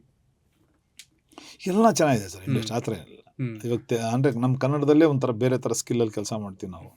ಮಲಯಾಳಮಲ್ಲಿ ಒಂಥರ, ಇವಾಗ ಏನಂತಂದರೆ ಕನ್ನಡದಲ್ಲಿ ನಾವು ಮಾಡ್ತೀವಿ, ಬಜೆಟ್ ಇಲ್ಲದೆ ಮಾಡ್ತೀವಿ. ಮಲಯಾಳಂ ಬಜೆಟ್ ಇರುತ್ತೆ, ಟೈಮ್ ಇರಲ್ಲ, ಟೈಮ್ ಲಿಮಿಟ್ ಇಷ್ಟೇ. 40 days ಒಂದು ಸಿನಿಮಾ ಅಂದರೆ 40 days ಫಿನಿಶ್ ಮಾಡಲೇಬೇಕು. 12 hours ಏನೋ ವರ್ಕ್. ಹೌದು, 100% ಅಷ್ಟು ಫಿನಿಶ್ ಮಾಡಲೇಬೇಕು. ಹೈದರಾಬಾದಲ್ಲಿ ರಿಚ್ನೆಸ್, ಕ್ವಾಲಿಟಿಗೆ ಏನು ಇದ್ರಲ್ಲ. ನಿನ್ಗೇನು ಸಮಸ್ಯೆ? ದುಡ್ಡು ಏನಂತಿಗೆ ಸಮಸ್ಯೆ? ಫ್ಯಾಮಿಲಿ ನೋಡ್ಕೋಬೇಕು, ಫ್ಯಾಮಿಲಿಗೆ ಏನು ಬೇಕು ಅದು ಕೊಟ್ಬಿಡ್ತಾರೆ, ನೀನು ಫುಲ್ ಫ್ಲೆಜ್ಜಾಗಿ ಕೆಲಸ ಮಾಡು. ಇದು ಬಾಲಿವುಡಲ್ಲಿ ಬಂದು ಏನಂತಂದರೆ, ಪ್ರತಿಯೊಬ್ಬ ವ್ಯಕ್ತಿ, ಪ್ರೊಡಕ್ಷನ್ ಬಾಯಿಂದ ಹಿಡಿದು ಪ್ರೊಡ್ಯೂಸರ್ ಗಂಟ, ಅವ್ರ ಜಾಬ್ ಅವ್ರು ಅಚ್ಚುಕಟ್ಟಾಗಿ ಕೆಲಸ ಮಾಡ್ತಾರೆ. ಆ ಒಂದು ಡಿಸಿಪ್ಲಿನ್ ನಂಗೆ ತುಂಬ ಇಷ್ಟ, ಪ್ರೊಫೆಷನಲ್ ಡಿಸಿಪ್ಲಿನ್ ತುಂಬ ಇಷ್ಟ. ಸಿನಿಮಾನ ಪ್ರೊಡ್ಯೂಸ್ ಮಾಡದ ಅಥವಾ 10 ಫ್ಲೋರ್ ಬಿಲ್ಡಿಂಗ್ ಮೇಲಿಂದ ಬೀಳದ, ಸ್ಟಂಟ್ ಮಾಡದ, ಯಾವ್ದು ರಿಸ್ಕ್ ಜಾಸ್ತಿ ಅನ್ಸುತ್ತೆ? ಬೀಳೋದು ನನಗೆ ರಿಸ್ಕ್ ಇಲ್ಲ, ಇದೇ ರಿಸ್ಕ್ ಅನ್ಸುತ್ತೆ. ಸಿನಿಮಾನು ಮಾಡ್ಬಿಡ್ಬೋದು, ಇಲ್ಲ ಅಂತ ಹೇಳ್ತಾ ಇಲ್ಲ. ಬಟ್ ಆದರೆ ಜನಗಳ ಗಂಟನೂ ತೊಗೊಂಡೋಗಿ ಬಿಟ್ಬಿಡ್ಬೋದು, ಇಲ್ಲ ಅಂತ ಹೇಳ್ತಾ ಇಲ್ಲ. ಆದರೆ ಯಾವಾಗ ಅದು ಕರೆಕ್ಟಾಗಿ ಜನಗಳಿಗೆ ರೀಚ್ ಆಗಿಲ್ಲ ಅಥವಾ ಜನಗಳು ಅದಕ್ಕೆ ಕರೆಕ್ಟಾಗಿ ಒಂದು ಸಪೋರ್ಟ್ ಇಲ್ಲ ಅಂತಂದಾಗ ಬೇಜಾರಾಗುತ್ತೆ, ಅಷ್ಟೇನೇನಿಲ್ಲ. ಸಪೋರ್ಟ್ ಅಲ್ಲೇ ಮೇನ್ ಬೇಕಾಗಿರೋದು. ಸಿನಿಮಾ ಯಾರು ಬೇಕಾದ್ರೂ ಮಾಡ್ಬೋದು, ಯಾರು ಬೇಕಾದ್ರೂ ನೀವು ನಾಳೆ ಪ್ರೊಡಕ್ಷನ್ ಮಾಡ್ಬೋದು, ಇಲ್ಲ ಅಂತ ಹೇಳ್ತಾರೆ. ಬಟ್ ಅದು ಕರೆಕ್ಟಾಗಿ ಸಾಥ್ ಕೊಡೋರು, ಜನಗಳ ಗಂಟ ರೀಚ್ ಮಾಡೋಂಥವ್ರು ಇದಾರಲ್ಲ, ಅದು ವೆರಿ ಇಂಪಾರ್ಟೆಂಟ್. ಅದು ಎಲ್ಲಿ ಗಂಟ ನಮ್ಮ ಆಡಿಯನ್ಸ್ ಅದನ್ನು ಬಿಟ್ಟು ಸಿನಿಮಾ ನೋಡಿ ಗೆಲ್ಲಿಸ್ತಾರೋ ಅಲ್ಲಿ ಗಂಟ ನಾವು ಅದ್ರ ಬಗ್ಗೆ ಫೈಟ್ ಮಾಡ್ತಾನೆ ಇರಬೇಕು. ಈ ಪಾಡ್ಕಾಸ್ಟ್ ನೋಡಿ ಕೊನೆಯದಾಗಿ ಯಾರು ಒಂದು 18, 19, 20 ವರ್ಷದ ಹುಡುಗ ನಾನು ಇವ್ರ ಥರ ಸಾಧನೆ ಮಾಡ್ಬೋದಲ್ವ ಅಂತ ಅಂದ್ಕೊಂಡ್ರೆ, ಸ್ಟಂಟ್ ವಿಚಾರದಲ್ಲಿ ಈ ಒಂದು ಫೀಲ್ಡಲ್ಲಿ ಟೆಕ್ನಿಷಿಯನ್ ಆಗಿ ಬೆಳಿಬೇಕು ಅಂತ ಅಂದ್ಕೊಳ್ಳೋರಿಗೆ ಒಂದು ಕಿವಿ ಮಾತು ಹೇಳಬೇಕು ಅಂದರೆ ಏನು? ಏನಿಲ್ಲ, ಎಲ್ಲಿ ಗಂಟ ನಿಮ್ಮ ಆಟ ಛಲ, ನಿಮ್ಮ ಕಾನ್ಫಿಡೆಂಟ್ ಇದೆ, ಅಲ್ಲಿ ಗಂಟ ನೀವು ಬೆಳೀತೀರ. ಆದರೆ ಎಲ್ಲೂ ಕುಗ್ಗಬೇಡಿ, ಆಗಲಿಲ್ಲ ಅನ್ಕೊಂಡು ಕೂತ್ಕೊಬೇಡಿ. ಯಾಕಂದ್ರೆ ನಾನು 2.5 2 ಮುಕ್ಕಾಲು ವರ್ಷ ನಾನು ಮಾಸ್ಟರ್ ಆಗಿ ನನಗೆ ಯಾರು ಕೆಲಸ ಕೊಟ್ಟಿಲ್ಲ ಅಂತ ಅಂದ್ಬಿಟ್ಟು ನಾನು ವಾಪಸ್ ಹೋಗ್ಬಿಟ್ಟಿದ್ರೆ ಇವತ್ತಿನ ಸಹ ನಾನು ಮಾಸ್ಟರ್ ಆಗ್ತಿರ್ಲಿಲ್ಲ. ನಾನು ಮಾಸ್ಟರ್ ಆಗಿಲ್ಲ ಅಂದರೆ ಡೈರೆಕ್ಟರ್ ಆಗ್ತಿರಲಿಲ್ಲ, ಡೈರೆಕ್ಟರ್ ಆಗಿಲ್ಲ ಅಂದರೆ ನಾನು ಪ್ರೊಡ್ಯೂಸ್ ಆಗ್ತಿರಲಿಲ್ಲ, ವಾಟ್ ಎವರ್. ಬಟ್ ಎಲ್ಲೂ ನನ್ನ ಒಂದು ಕೆಲಸದ್ದು ಆನೆಸ್ಟ್ ನಾನು ಬಿಟ್ಟುಕೊಟ್ಟಿಲ್ಲ. ದಯವಿಟ್ಟು ನೀವೆಷ್ಟು ಆನೆಸ್ಟಾಗಿ ನಿಮ್ಮ ಕೆಲಸ ನೀವು ಮಾಡ್ತೀರೋ ಅದು ನಿಮ್ಮನ್ನು ಆಟೋಮೆಟಿಕ್ಕಾಗಿ ನಿಮ್ಮ ಒಂದು ಗುರಿನ ಅದು ತಲುಪಿಸುತ್ತೆ. Thank you sir, wonderful conversation Khadak ಟಾಕ್ಸಲ್ಲಿ ನೀವು ಬಂದಿದ್ದಕ್ಕೆ. ಆ್ಯಂಡ್ ಸುಮಾರಷ್ಟು ವಿಚಾರಗಳನ್ನ ಹೇಳಿದ್ರಿ, ಬೇರೆ ಬೇರೆ ಇಂಡಸ್ಟ್ರಿಗಳು ಹೇಗೆ ವರ್ಕ್ ಆಗ್ತವೆ ಆ್ಯಂಡ್ ನಮ್ಮ ಇಂಡಸ್ಟ್ರಿಯ ಪರಿಸ್ಥಿತಿ ಮತ್ತು ಇಲ್ಲಿರುವಂತಹ ಒಂದಷ್ಟು ಒಳ್ಳೆ ವಿಷಯಗಳು ಹೇಗೆಲ್ಲ ಆಯಿತು, ಬದಲಾವಣೆಗಳೆಲ್ಲ ಹೇಗಾಗಿದೆ 31 ವರ್ಷದಲ್ಲಿ. ಆ್ಯಂಡ್ ಸಿನಿಮಾದ ಸ್ಟಂಟ್ ಮ್ಯಾನ್ ಆಗಿ ಜಾಯ್ನ್ ಆಗಿ ಅಲ್ಲಿಂದ ನಿಮ್ಮ ಜರ್ನಿ ಸ್ಟಂಟ್ ಮಾಸ್ಟರ್ ಆಗಿ, ಪ್ರೊಡ್ಯೂಸರ್ ಆಗಿ, ಡೈರೆಕ್ಟರ್ ಆಗಿ, ಈಗ ಬಾಲಿವುಡ್ ಸಿನಿಮಾ ಕೂಡ ಮಾಡಿದಿರ. Very all the best it. And ಇದೇ ಥರ ನಿಮ್ಮ ಒಂದು ಸಕ್ಸಸ್ ರೇಷಿಯೋ ಅಥವಾ ಕಾಂಟ್ರಿಬ್ಯೂಷನ್ ಫಿಲಮ್ಸ್ಗೆ ಮುಂದೆ ಹೋಗ್ತಾನೆ ಇರಲಿ. ಆ್ಯಂಡ್ ಕನ್ನಡಕ್ಕೆ ಹೆಚ್ಚಿನ ಕೊಡುಗೆ ಇರಲಿ, ಒಂದು ಸೆಲ್ಫಿಶ್ನೆಸ್ ಅಂತ ಕೇಳ್ಕೊತೀರಿ. ಖಂಡಿತ. ಏನಂತಂದರೆ ಇವಾಗ ನೋಡಿ, ಇವಾಗ ನೀವು ಇನ್ನೊಂದು ಕೇಳಿದ್ರಿ, ಇವಾಗ ಬರೋಂಥ ಯೂತ್ಗೆ ಏನೊಂದು ಮೆಸೇಜ್ ಅಂತ ಕೇಳಿದ್ರಿ. ಇವಾಗ ಒಂದು ಸಿನಿಮಾ ಮಾಡಬೇಕಂದ್ರೆ ರವಿ ವರ್ಮನ್ ಒಬ್ಬನಿಂದ ಆಗಲ್ಲ, ಅದಕ್ಕೆ ಆದಂಥ ಒಂದಷ್ಟು ಜನ ಸಪೋರ್ಟರ್ಸ್ ಇರ್ತಾರೆ. ಈಗ ನನಗೆ ಕರೆಕ್ಟಾಗಿ ಸಾಥ್ ಕೊಟ್ಟಂಥ ಪ್ರೇಮ್ ಅವ್ರು ಇರ್ಬೋದು, ಆಮೇಲೆ ಸುಪ್ರೀತ್ ಅವ್ರು ಇರ್ಬೋದು, KVN ಅವ್ರು ಇರ್ಬೋದು, ನನ್ನ ನಿರ್ದೇಶಕ ರವಿ ಸಾರಂಗ ಇರ್ಬೋದು, ನನ್ನ EP ಮಂಜುನಾಥ್ ಇರ್ಬೋದು, ಅಥವಾ ನನ್ನ ಮ್ಯಾನೇಜರ್ ನರಸಿಂಹ ಅವ್ರು ಇರ್ಬೋದು, ಇನ್ನೊಬ್ಬ ನನ್ನ ಆಫೀಸ್ ಮ್ಯಾನೇಜರ್ ದೀಪಕ್ ಇರ್ಬೋದು, ತಿರ್ಗಿ ಇನ್ನೊಬ್ಬ ಲೈನ್ ಪ್ರೊಡ್ಯೂಸರ್ ಇವರು ಯಾರೋ ನಮ್ಮ ಶ್ರೀಕಾಂತ್ ಇರ್ಬೋದು. ಅಂದರೆ ಇವರೆಲ್ಲ ಜೊತೇಲಿ ಸೇರಿ ಒಂದು ಪುಷ್ ಮಾಡಿದ್ದಕ್ಕೆ ನಾನೊಂದು ಪ್ರೊಡ್ಯೂಸರ್ ಆಗೋಕ್ಕಾಗಿದ್ದು, ಇಲ್ಲ ಅಂದರೆ ಆಗ್ತಿರ್ಲಿಲ್ಲ. ಆದರೆ ನಾನು ಹೇಳೋದು ನಿಮ್ಮಲ್ಲಿ ಒಂದೇ, ನಿಮ್ಮ ಆನೆಸ್ಟು, ನಿಮ್ಮ ಕೆಲಸ, ನಿಮ್ಮ ಜೊತೆ ಇರೋಂಥ ವ್ಯಕ್ತಿಗಳು ಯಾವ ರೀತಿ ಇರ್ತಾರೆ ಅನ್ನೋದನ್ನು ಸ್ವಲ್ಪ ನೋಡಿ ಫೋಕಸ್ ಮಾಡಿ, ಖಂಡಿತ ಮುಂದೆ ಹೆಜ್ಜೆ ಇಡಿ, ಖಂಡಿತ ಒಳ್ಳೆಯದಾಗಿ ಆಗುತ್ತೆ. ಥ್ಯಾಂಕ್ ಯು ಸರ್, ಒಳ್ಳೆಯದಾಗಲಿ. ನಿಮ್ಮ ಕಾಂಟ್ರಿಬ್ಯೂಷನ್ ಇದೇ ಥರ ಇರಲಿ KFI ಮೇಲೆ. Thank you so much. Thank you sir.